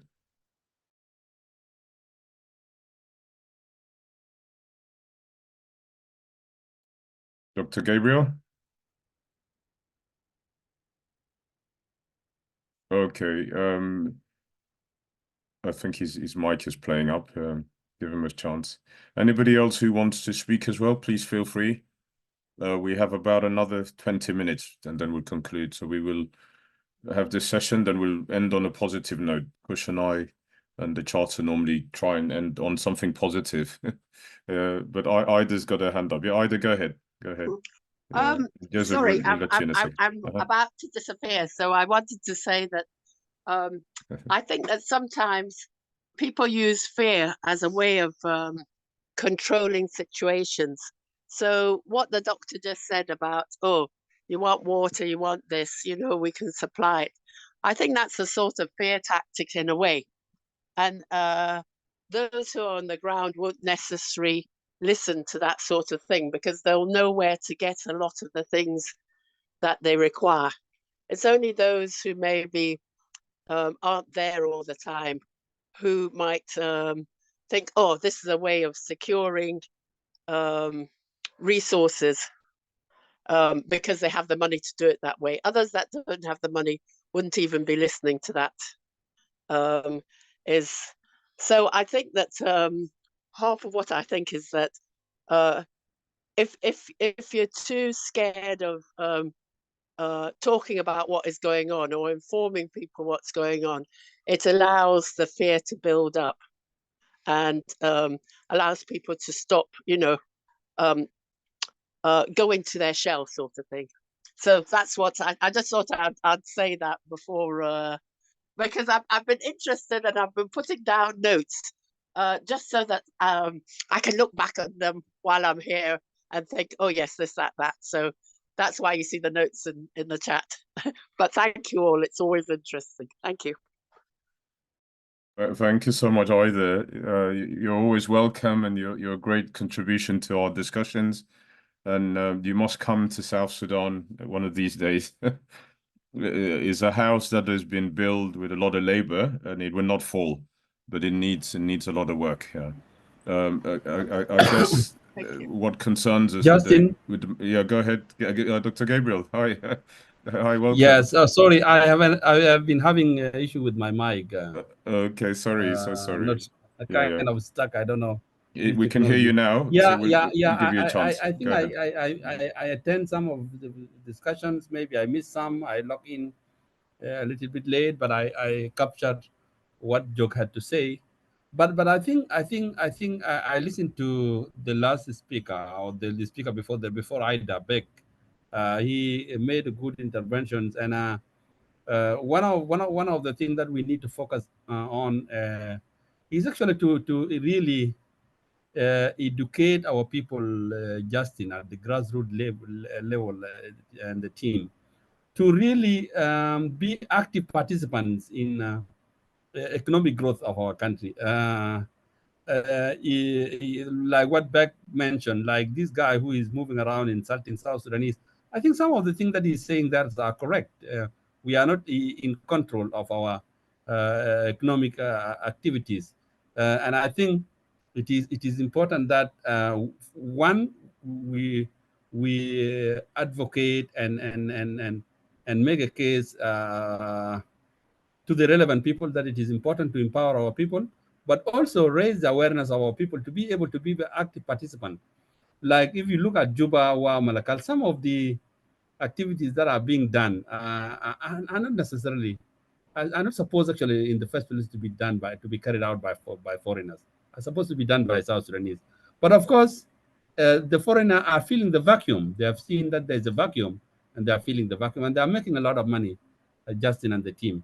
And our people need those services, and if we are not proactively engaged in taking up those responsibilities, I think someone else will do it, and someone else, in this case, happen to be foreigners, and definitely, whether we like it or not, that money is not going to end up in South Sudan. Will be siphoned outside for the benefit of those foreigners in their countries back home.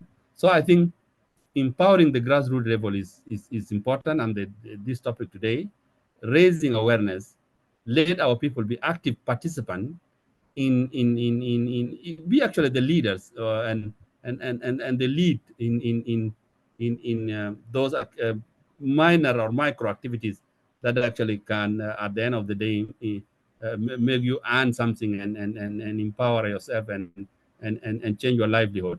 So I think the fact that our people are sitting back, youth are all over the place, either playing Dumana or just idle under the trees in Juba, taking tea, chatting, gossiping, will not help our country. Back to you, Justin, and the team. Thank you so much, Dr. Gabriel. Yeah, sorry you've had problems with your mic. It's recorded, so we will load it onto. We started loading some of the discussions onto YouTube.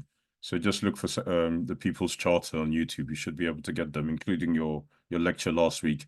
And thanks again for the lecture last week. Anybody who's interested in health, please listen to Dr. Gabriel's lecture last week on the health sector in South Sudan. It was a very comprehensive presentation, very innovative and also solution orientated. So please do look out for that. It'll be on our YouTube page later today or tomorrow. I think one of the things when we talk of active citizenry, there's definitely a role for national service. There's a role for civic education. There's a role for to end this idleness. You must be a productive citizen. But how do we do it? Because clearly the society feels disfranchised. They're just sitting. There's no jobs, no opportunities. So these are a mass that is untested or you cannot really dictate them unless you give them services. So how do you really change this reality of idleness, or even now suicide, violence, which are all related to the frustrations? Dr. Gabriel, to you, and then to Bag as well, because he was there recently. And then we will maybe Joseph as well. If I don't know if you're able to tell us the Kenyan experience on pushing for active citizenry. Obviously, Kenya has allowed a bit of civil space, though lately under the new leader, we've seen a lot of repressive tendencies. But historically, Kenya is very open after years of repression by the likes of our uncle Moi. Yeah. So anyway, over to you, Gabriel. How do you change this state of mindset among the youth, and how do you bring in back this active citizenship that you want? How do you do it? Because you've got to feed two level, Justin. Two things there, in my humble opinion. One is for the government and the leadership of the country to create enabling environment, conducive environment, and possibly provide some microfinancing for these youth to take over to take on some of these jobs, and then of course raise awareness among the youth themselves, among the youth. Of course, security at the countryside is important and is key. Unless the people feel secure, definitely people will be reluctant to take some of those jobs. But I think it's important that the enabling environment is created, and that can be done only by the leadership and the government, people taking the lead, the relevant organs of the government, and of course microfinancing. Back to you. Very good. Thank you for that response. Could I just interject here? Yeah, Kush, go ahead. Go ahead. Yeah, and from the story that I've been heard before, that this is just in regard to the microfinance, but just the lending, the idea of lending money to the citizen to do things.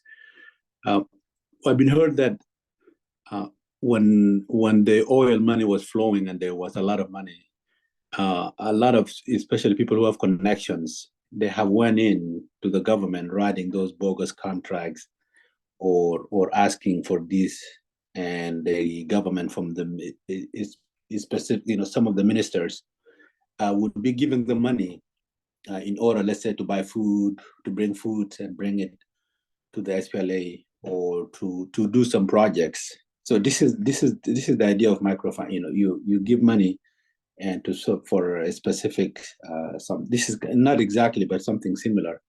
And a lot of this money, our people have really squandered this money, those people who have connections. And not a lot of people have really managed to get the money from the government and managed to multiply it and even pay it back to the government. So with the idea of our people that we are tend to enjoy luxury and not be working hard and then play later. So would we be going back to the same things with the idea of getting money from the government and then and not returning it and squandering it? And that's probably is contributed to the current economical crisis, because people are taking money from the government and not bringing with the service delivered. So would you think that what have changed to be able to, for the government to be giving money and expecting a different result? Back to you. I totally agree with you, and I guess this lesson should have been learned from the Dura saga and similar exercise. There were talks recently of the possibility of food being purchased and sold at subsidized rates, and it was allegedly issued to one particular company, which had linkages somewhere else.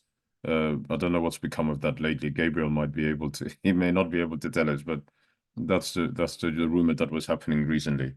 Yeah. Over to you, Beck. Okay. I think what Dr. Gabriel has mentioned is true. We need to sensitize our people, making them active participants of this. If we make them aware on their rights, on their duties. Now, if they know the right, they know their duties, what they can do, then I think it is one way of making them contribute in this thing. Again, we have to engage them like what we are now doing online. We have to make use of technology, particularly the social media. We create topic, we engage them, those who can manage, though the whole country are very far inside, because we have problem of electricity, we have problem of network connection. My own area is not even connected. There is no internet in my area. There is no road in my area as we talk, as by now. So, but we can make some of those, we can engage them and we give them the message to go and engage their own people as well. And this will be able to give a feedback. Again, we have to implement regular public consultations, like what we do on the social media, what do we do on live talk show, on radio and televisions. People have to, all these platforms, we have to make use of them. And this will create a public policy. And if public policy is created, it will be in position to enhance the governance issues in the country. In terms of education, we need civic education to be done. Now people are talking about elections voter education. Yeah. Mm-hmm. Yeah, if we are to go for election, we need civic education. Okay, and this civic education through radio, through all the means, by involving the civil society organizations. Mm. If we have effective civil society organization that can speak on behalf of the citizen, that can raise their voice, then people will be in position to know that this is one way or getting the things to move on. We need to have a transparency and accountability. They have to be put in the law. Now people are talking about permanent constitution making process. How can a constitution be made while you as a citizen, you are not a participant in it? You are not giving your voice on it. People are talking now, you have mentioned, from 1947, during the Juba conference, people were talking about having the federal system of governance.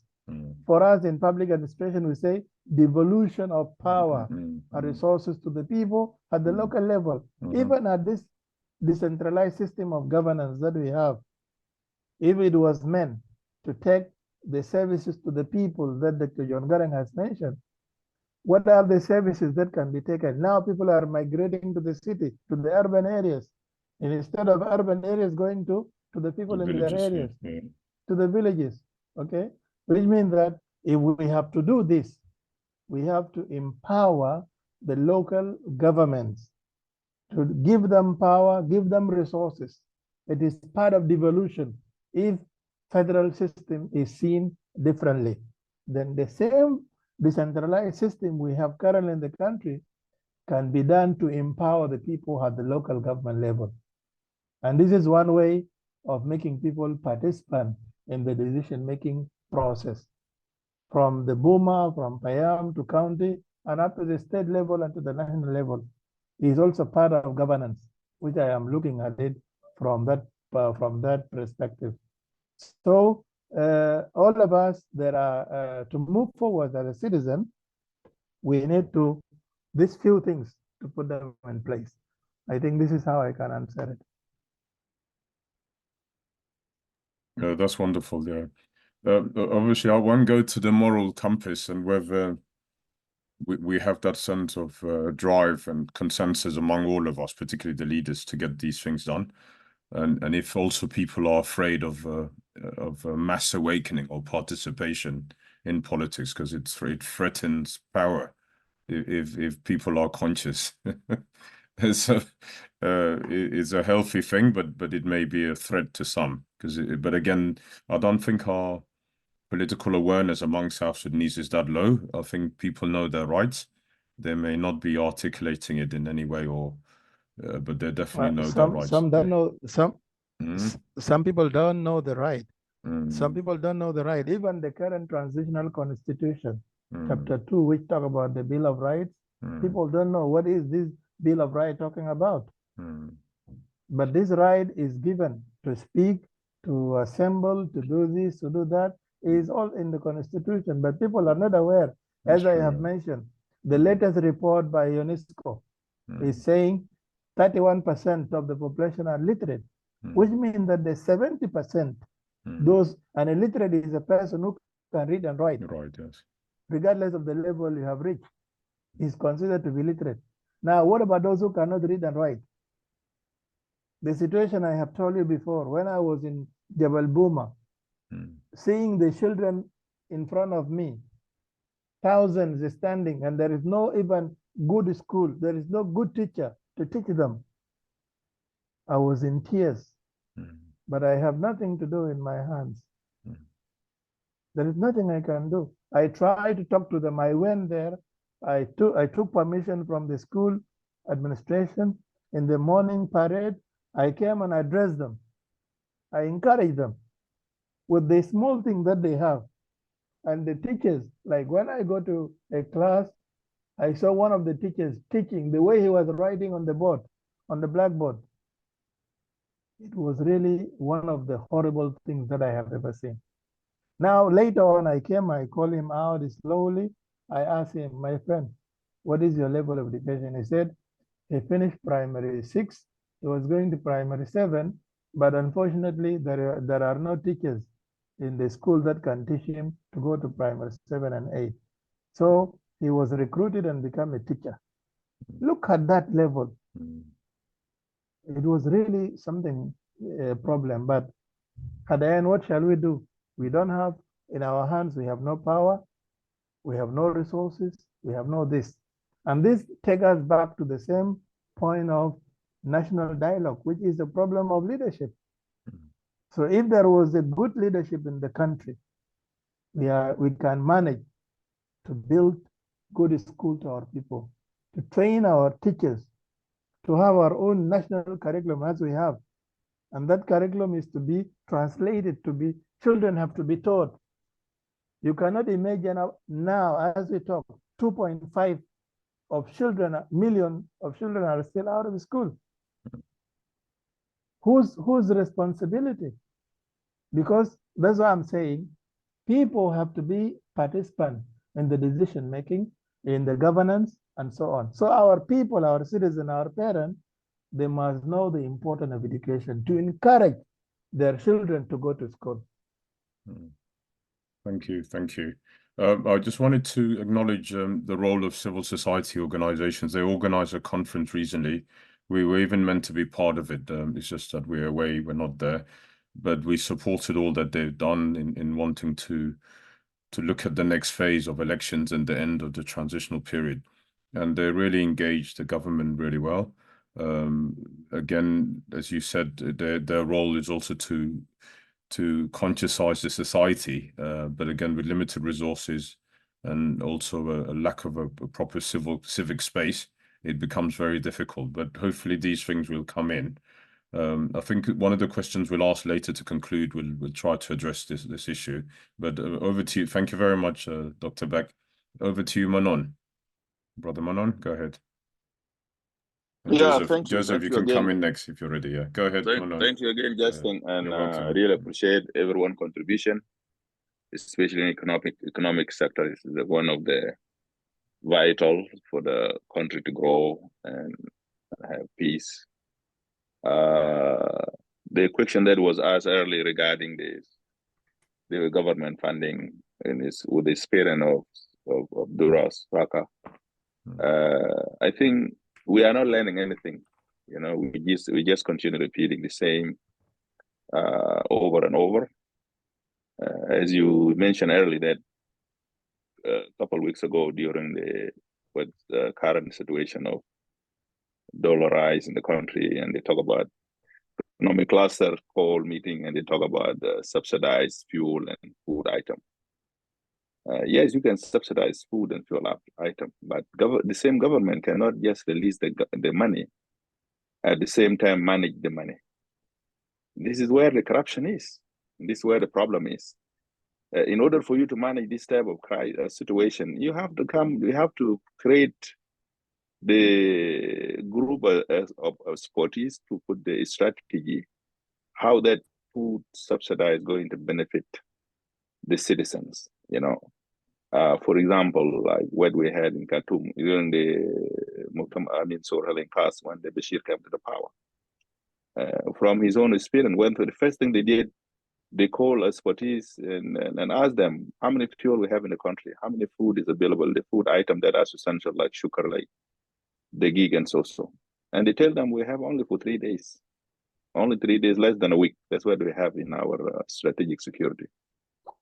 And that's where they came with some strategies, which is actually they created in terms of subsidized food. They did census. They register all the families, whole household, and they create the cards for each family, and then they involve the citizen themselves, what they call people committees that they created in every blocks in every neighborhood, and they have to use corner store within the community, and then they have a storage where they have to go every week or every month to go to collect the code that is supposed to brought to corner store, and every citizen know exactly where they can go and get their portion of food. I think that help in terms of transitional temporary solution in order for you to have a permanent solution in the end. But what we have seen now for subsidized is unclear. There's no detail out program. There's no plan. Even the vast majority of citizens that are living at the state level, we haven't heard anything about plan about the state level, like what I had, Maslan. How they're going to get those subsidized benefits, etc., etc. So it's end up being just run by ministries, which is the corruption 100%. There's nothing actually will come out of it. And it's not going to benefit anybody at all because the plan is not there. And what are the justification? What are the regulation that you do? You done it in order to manage the situation, because it's a situation that was not exist before. And if it was not exist before, it should involve expertise in subject matter, and they have to come out with policies, regulation, and also the Transition National Assembly should also overlook those policies and then pass it. And then now we know how this is going to be executed, you know. So those are the problem here. Those are the problem here. Here also, when we talk about supporting the people, you know, on the grassroots, it's very difficult because you have to create advocacy group. For example, if you have farmers, they have corporate group. Farmers corporate group are very important of association because those are the people who understand their challenges that are facing them in daily while they are carrying out their activities, you know.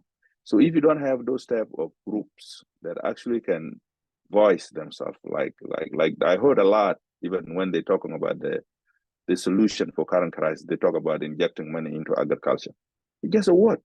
But when I call and ask state level, Minister of Agriculture or staff in agriculture in Minister of State, we heard that there is money going to be released for farmers. So at least people will farm, farmers can be supported this year. They say, we just heard it, but it's in Juba. Nothing come to us here. That means it's just a statement that does not follow the execution or action into it. And this itself is a problem. So I believe without having an elected government in the country, where people now have to organize themselves through association or group, advocacy, whatever, and they have also to demand the funding by the government. Because the very reason that make a civil society or civic education more effective is when those institutions are funded by the law, you know, in order for them to carry their activities. Because training costs money. Transportation for them to move from Payam to Payam, or select a few group training of trainees, for example, and give them a skill so they can spread the information within the whole community. They need allowances. They need some transportation assistance. They need a lot of things in order for them to carry activities. But without making it funded by the law, those agencies, you know, there is nothing actually can be delivered at all. There's nothing can be delivered. Like the job that we are doing now online, for example, with Justin here. How many hours he's spending hours here? If we come to reality, those type of activities should not just go for free. You know, they should be funded in order for them to have an impact in place. So I think even if there is a funding in the future, without us having a third party, you know, like I mentioned earlier, that government need to create economic development agency in the country. When there is something related to economic activities, government have to put the regulation in place, release the money, and those agencies also, they have to develop the policies, and they have to be passed by National Legislative Assembly, and then they have to execute it accordingly. You know, when we have crisis of corona here in the US and elsewhere in Europe, whatever, during 2019 crisis, there's $1 billion that was released from the Congress United States.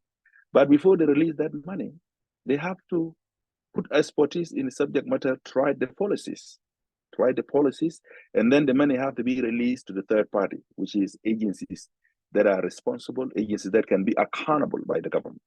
Because the same government cannot release the money and manage the money.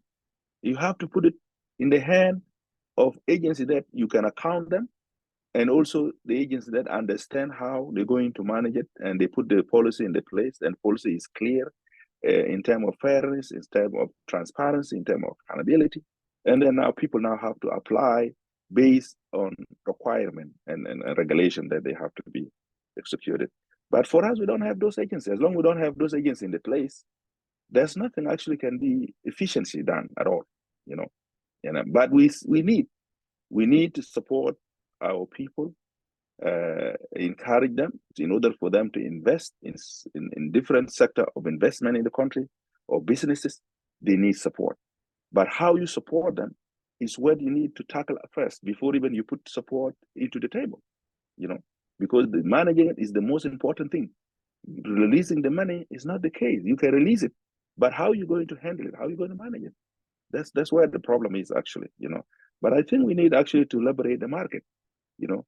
The market is being controlled 90% from foreigners who actually send money back to their country every month. And that's why we have dollar crisis. It's because everybody in the country, every business owner, they need to transfer the SSP into dollar in order for them to take it back home to their country. So what benefit are we getting here? In order to liberate the market also, you need to have policies. You need to create agencies that will encourage or train South Sudanese to become a business owners in different sectors in the country, you know. So that's what I need to add there. But we should not give up, as one mentioned early. We should have optimistic and hope, and we should put ourselves also in the same feet, you know, the same shoes. Some of us will travel, like the joke said, we travel every month, every year, we go back to our country, and we are trying. Even myself, I'm trying. Myself, farmers, myself, I go every year over there to farm, and I know exactly the challenges that I'm facing. If I'm not in Asbury here, I will not be able to support my farm, or my farm will not succeed. It's the second year now. This year is the second year for me, and I'm going to see how it's going to go out because I'm still facing the market. You know, with the dollar now, prices changing the dollar. It's so hard for me how much I want to sell my products in order for me to have a capital to put it back into farming or expand my farming at least to grow more than last year. Is a challenge, you know, in terms of prices that are not sustainable, and funding have to come from myself 100%. So I think we in the diaspora, we have to take a hard way sometime. As long as there's no system in place at the moment and nothing moving, we have to go and engage actively, physically, because sooner or later, we are the one who's going to provide the solution. But we cannot provide the solution if we don't understand the challenges and the reality on the practical aspect on the ground. And this is what we should start doing it individually until we find a way how we can be more effective later on when we know what need to be done and where we are already engaging in on the ground and activities that need to be reformed. And thank you. Yeah. Well, thank you so much. Yeah, go ahead, Kush. Yeah, thank you so much, Manon. Thank you for that input. Yeah, Kush, go ahead. Yeah. I just wanted to for us to really to be aware of to tone down the anti-foreigners sentiments. It's true, you know, but they are controlling our economy, and if we're not careful, we could be able to ending up like the Uganda during the Idi Amin Dada, when all the sentiment they just keep growing, and then they kick out all the foreigners, and the whole economy collapse. So rather than for us, really, there is big opportunity that is by law that for any foreigners to have a business, there must be at minimum of 31% to 69% share. So if you could imagine that every foreigner in that country have a partner who is a South Sudanese, okay, but that partners is not putting himself in a position to learn and take over that business, or even to branch out and duplicate that success. You know, and this is for us really, we should be supposed to be pointing our fingers into ourselves first.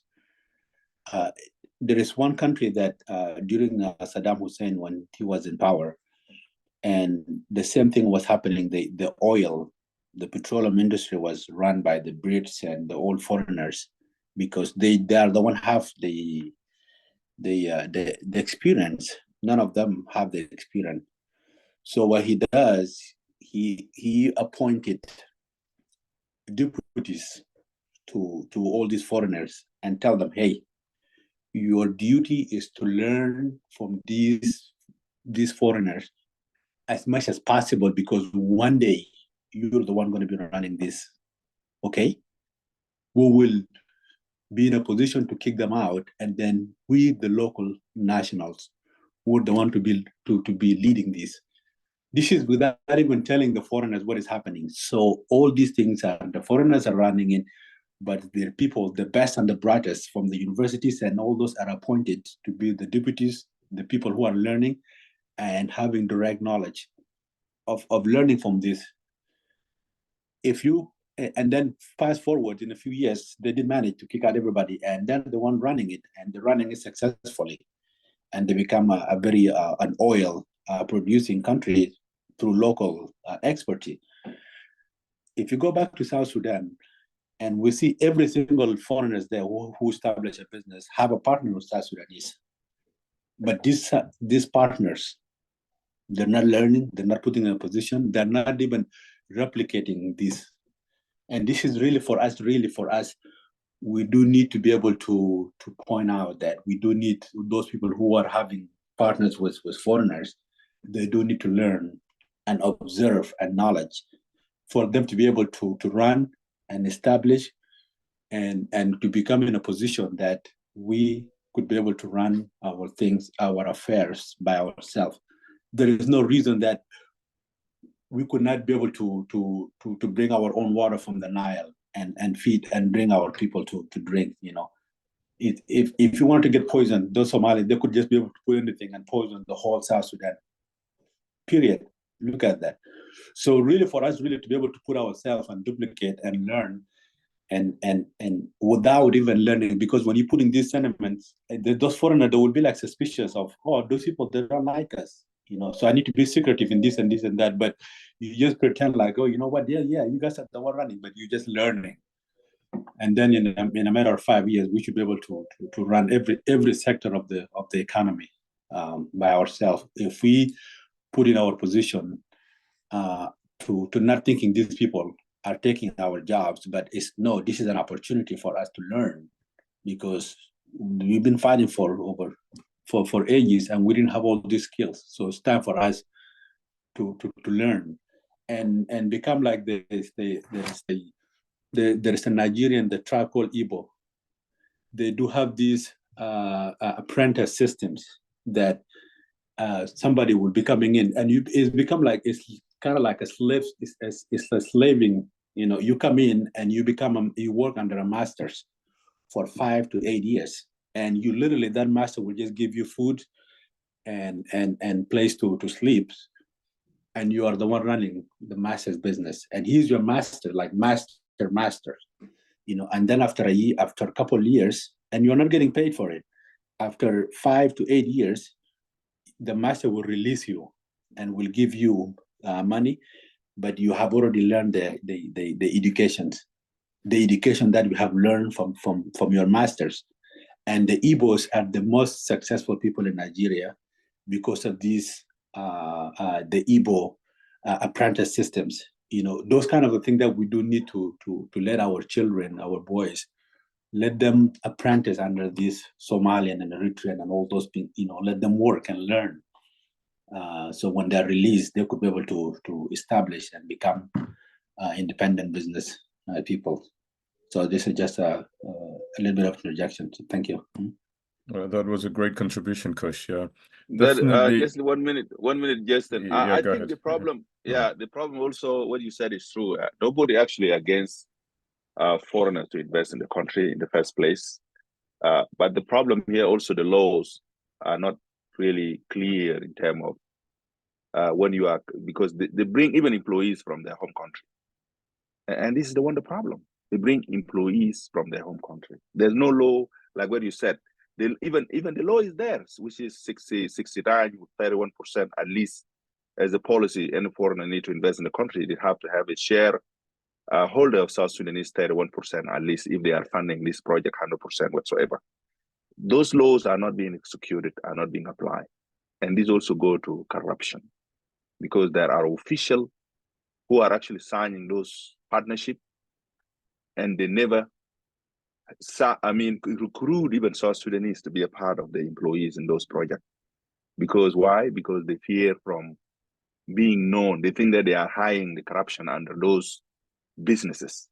They just sign under table, and then they get let business to go to be run by those people without anybody involved from South Sudan. It goes back also to transparency and how we are really managing our own internal laws in the country, because laws are being violated. Nobody respects it. But if the law is applied, like 69%, vice 31% being applied across the whole business in the country, you will see even the difference. You will see the difference in the livelihood of our community.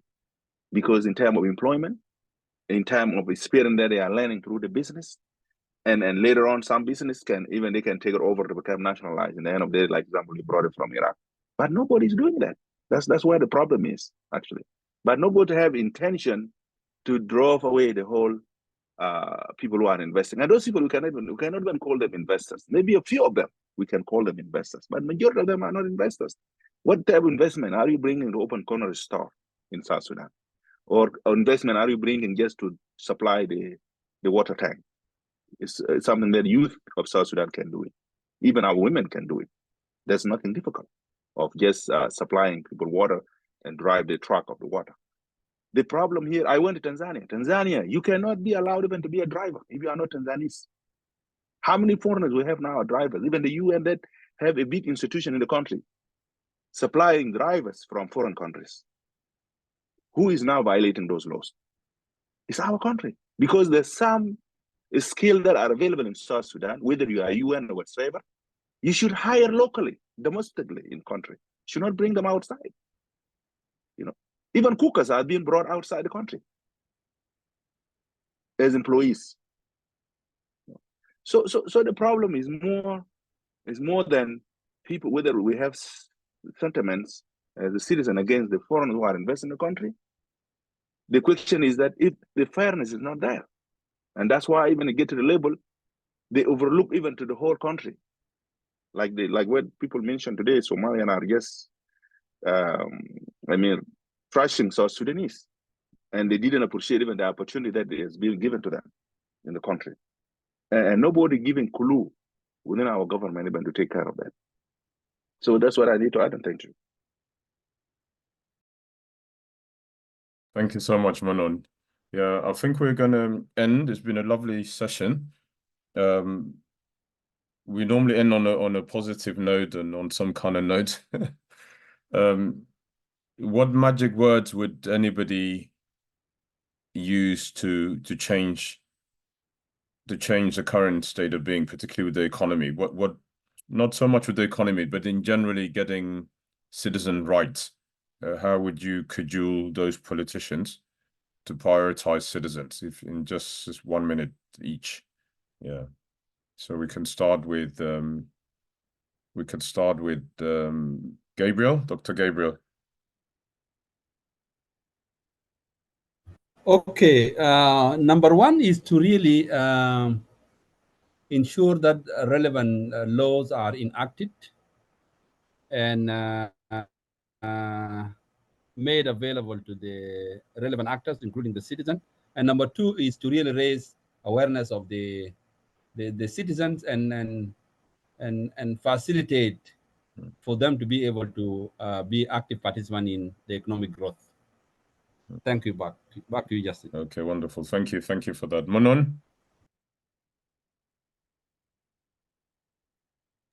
Yeah, as I said earlier, the solution actually is go back to empower our citizens, and the only way we can empower the citizen of South Sudan is to allow them to own the power, own their own government, and that will come through democratic process, which is the election. The election is overdue in the country, and I think our people know exactly what they want. If they are allowed to exercise their right, then and with advocacy of intellectual to enlighten them and educate them, they will be able to question their representative in those house. They will be able even to question the governor. They will be able even to impeach through their representative. They can protest if the things are not going the way they want it. And I think there's no other way around, because the government of the treaties is what killing the country, because treaties cannot bring any change in the country. But allowing people to learn through the process, like the way some of our neighbor countries are doing, like Kenya. We have seen the progress in Kenya now after 30 years of dictatorship. We have seen the past 3 elections, and Kenya is improving every day. So the question is, people have to own the power, and people have to exercise their right in terms of forming government that they want. Thank you.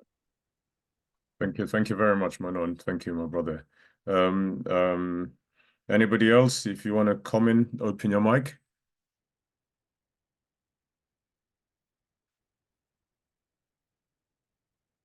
Kush, over to you. Yeah, it's really to me, the key word really is optimism. I know that the reality is actually indicating that the pessimistic views that have uttered earlier by Dr. Jokes, and he's rightfully to say that, and this is like every person in South Sudan feeling that sentiment of pessimistic, of being pessimistic, that everything is really just going to the gutter. But for me and for us, really, looking at a reality, but we do need to see the light at the end of the tunnel, by being, optimistic and actually working for us to work as the young generations to trying to change things in our own way.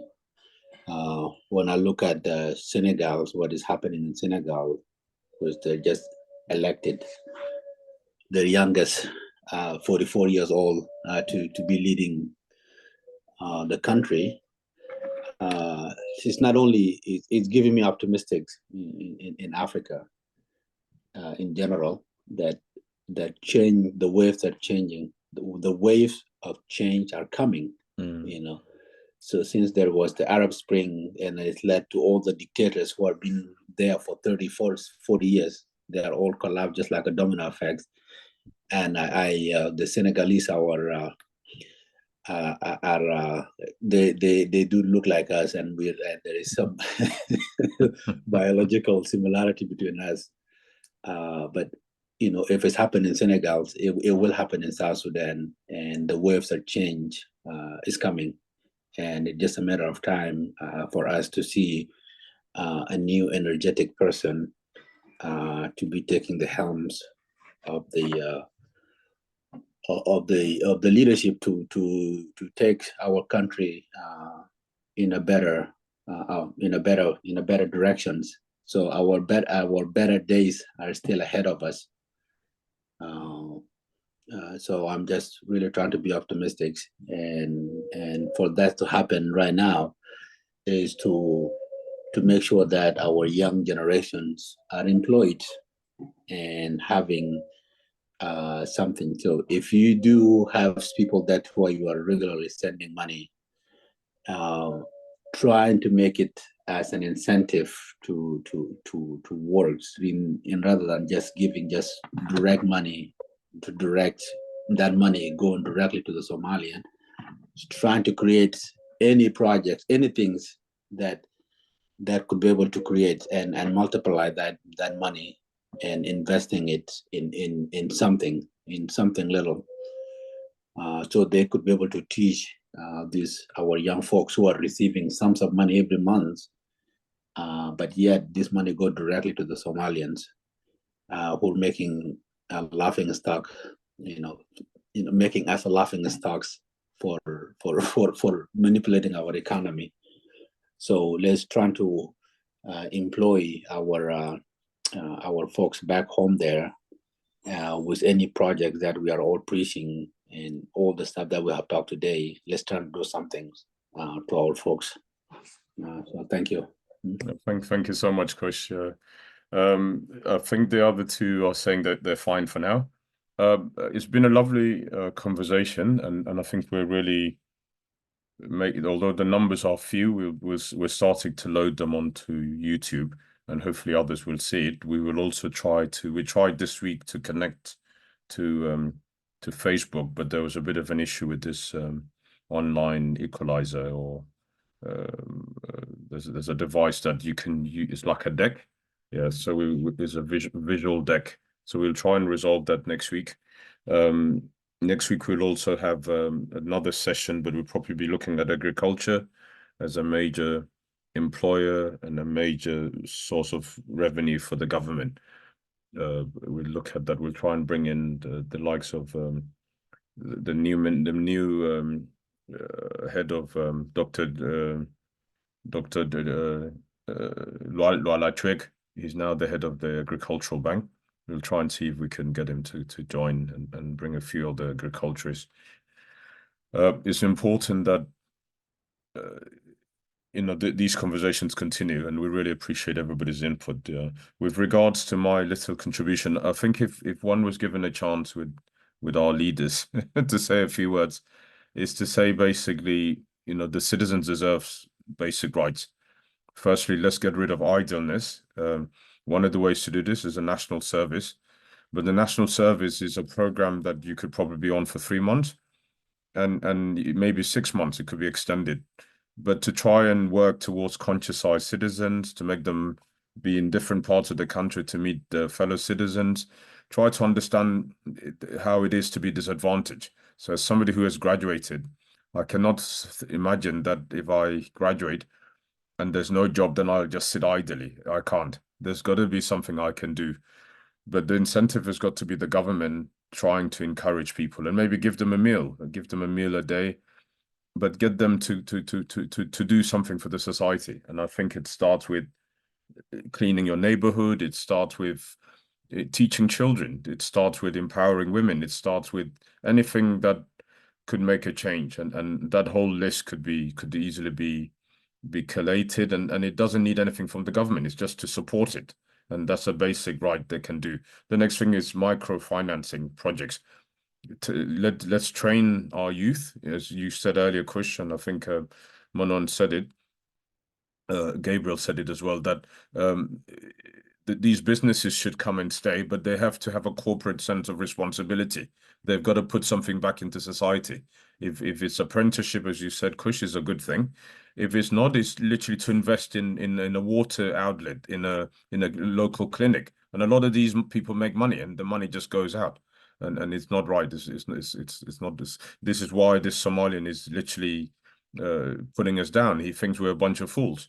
We don't mind them. These are our neighbors. We have linkages with them, but there's got to be a way of obliging these businesses to do something for the citizens. This is something else that the government can easily do: corporate social responsibility. In addition to this, create centers where literally microfinances, we said. There are things the government can do just by organizing people, create awareness. For instance, there's these political movements. Are they really telling us what they're doing? Can they take youth on board and encourage them to be conscious of what needs to be done, if any? So these politicians have to be asked to do the basics. These are basic things that don't warrant much. But the idea of people being idle, I think it's got to be removed. And active citizenry. For instance, we see videos of SPLA when they were fighting, walking very fast with a sense of urgency. That urgency has been lost. It's got to be resurrected.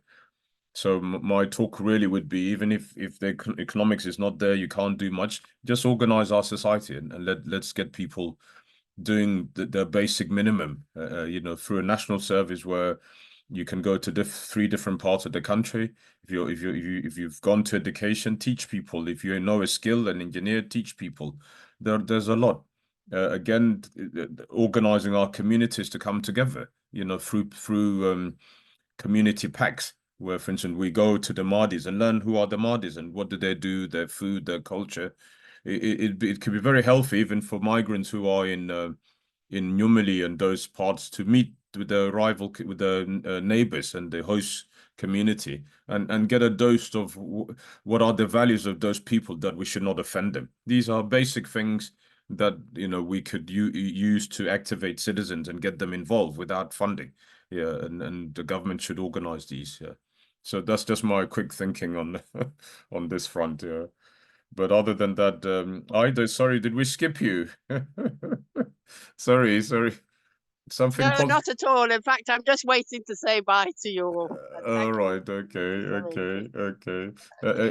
Thank you for joining. So I think it was a lovely session. Do join us next week, and let us have interact.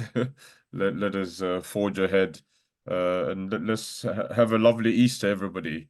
May God bless all your families.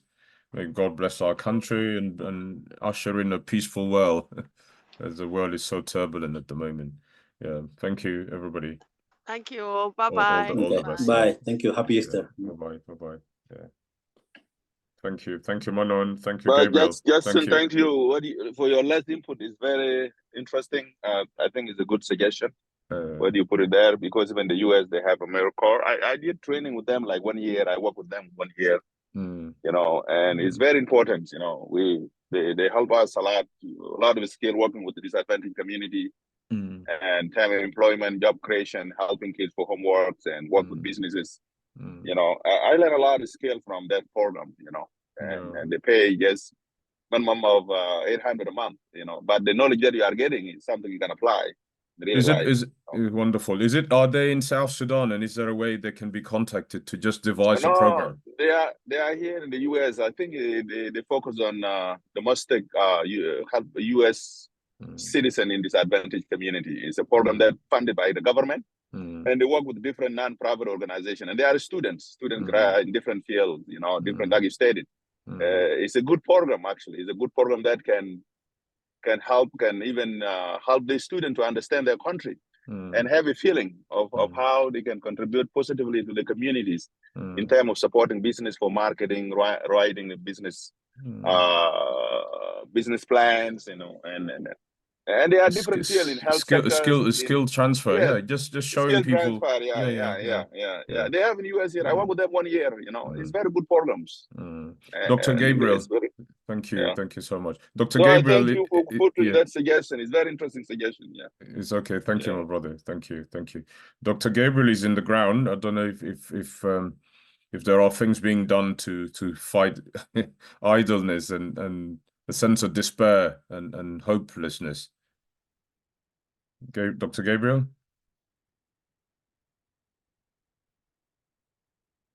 No, I think he's having mic issues. Yeah. Yes, Justin. Yeah, in terms of those linkages, I think it's important. It's important that those linkages be created for the skill transfer and for the building the local capacity is crucial. Yeah, it's crucial. Yeah. How can we go about it? There must be a conducive environment. The environment must be conducive. One of the key challenges here is the conducive environment. Yeah, I think it's important that these are basic things that the government can even give security to and just support engagement of citizens to try and learn from each other. Yeah. But anyway, it's one of those things. All right. Thank you, everybody. Have a lovely Easter. Yeah. Bye. Same to you. Okay, Same to you. Thank you. Bye. Bye. Same to you. Yeah. Thank you. Thank you very much. Thank you. Bye. Bye.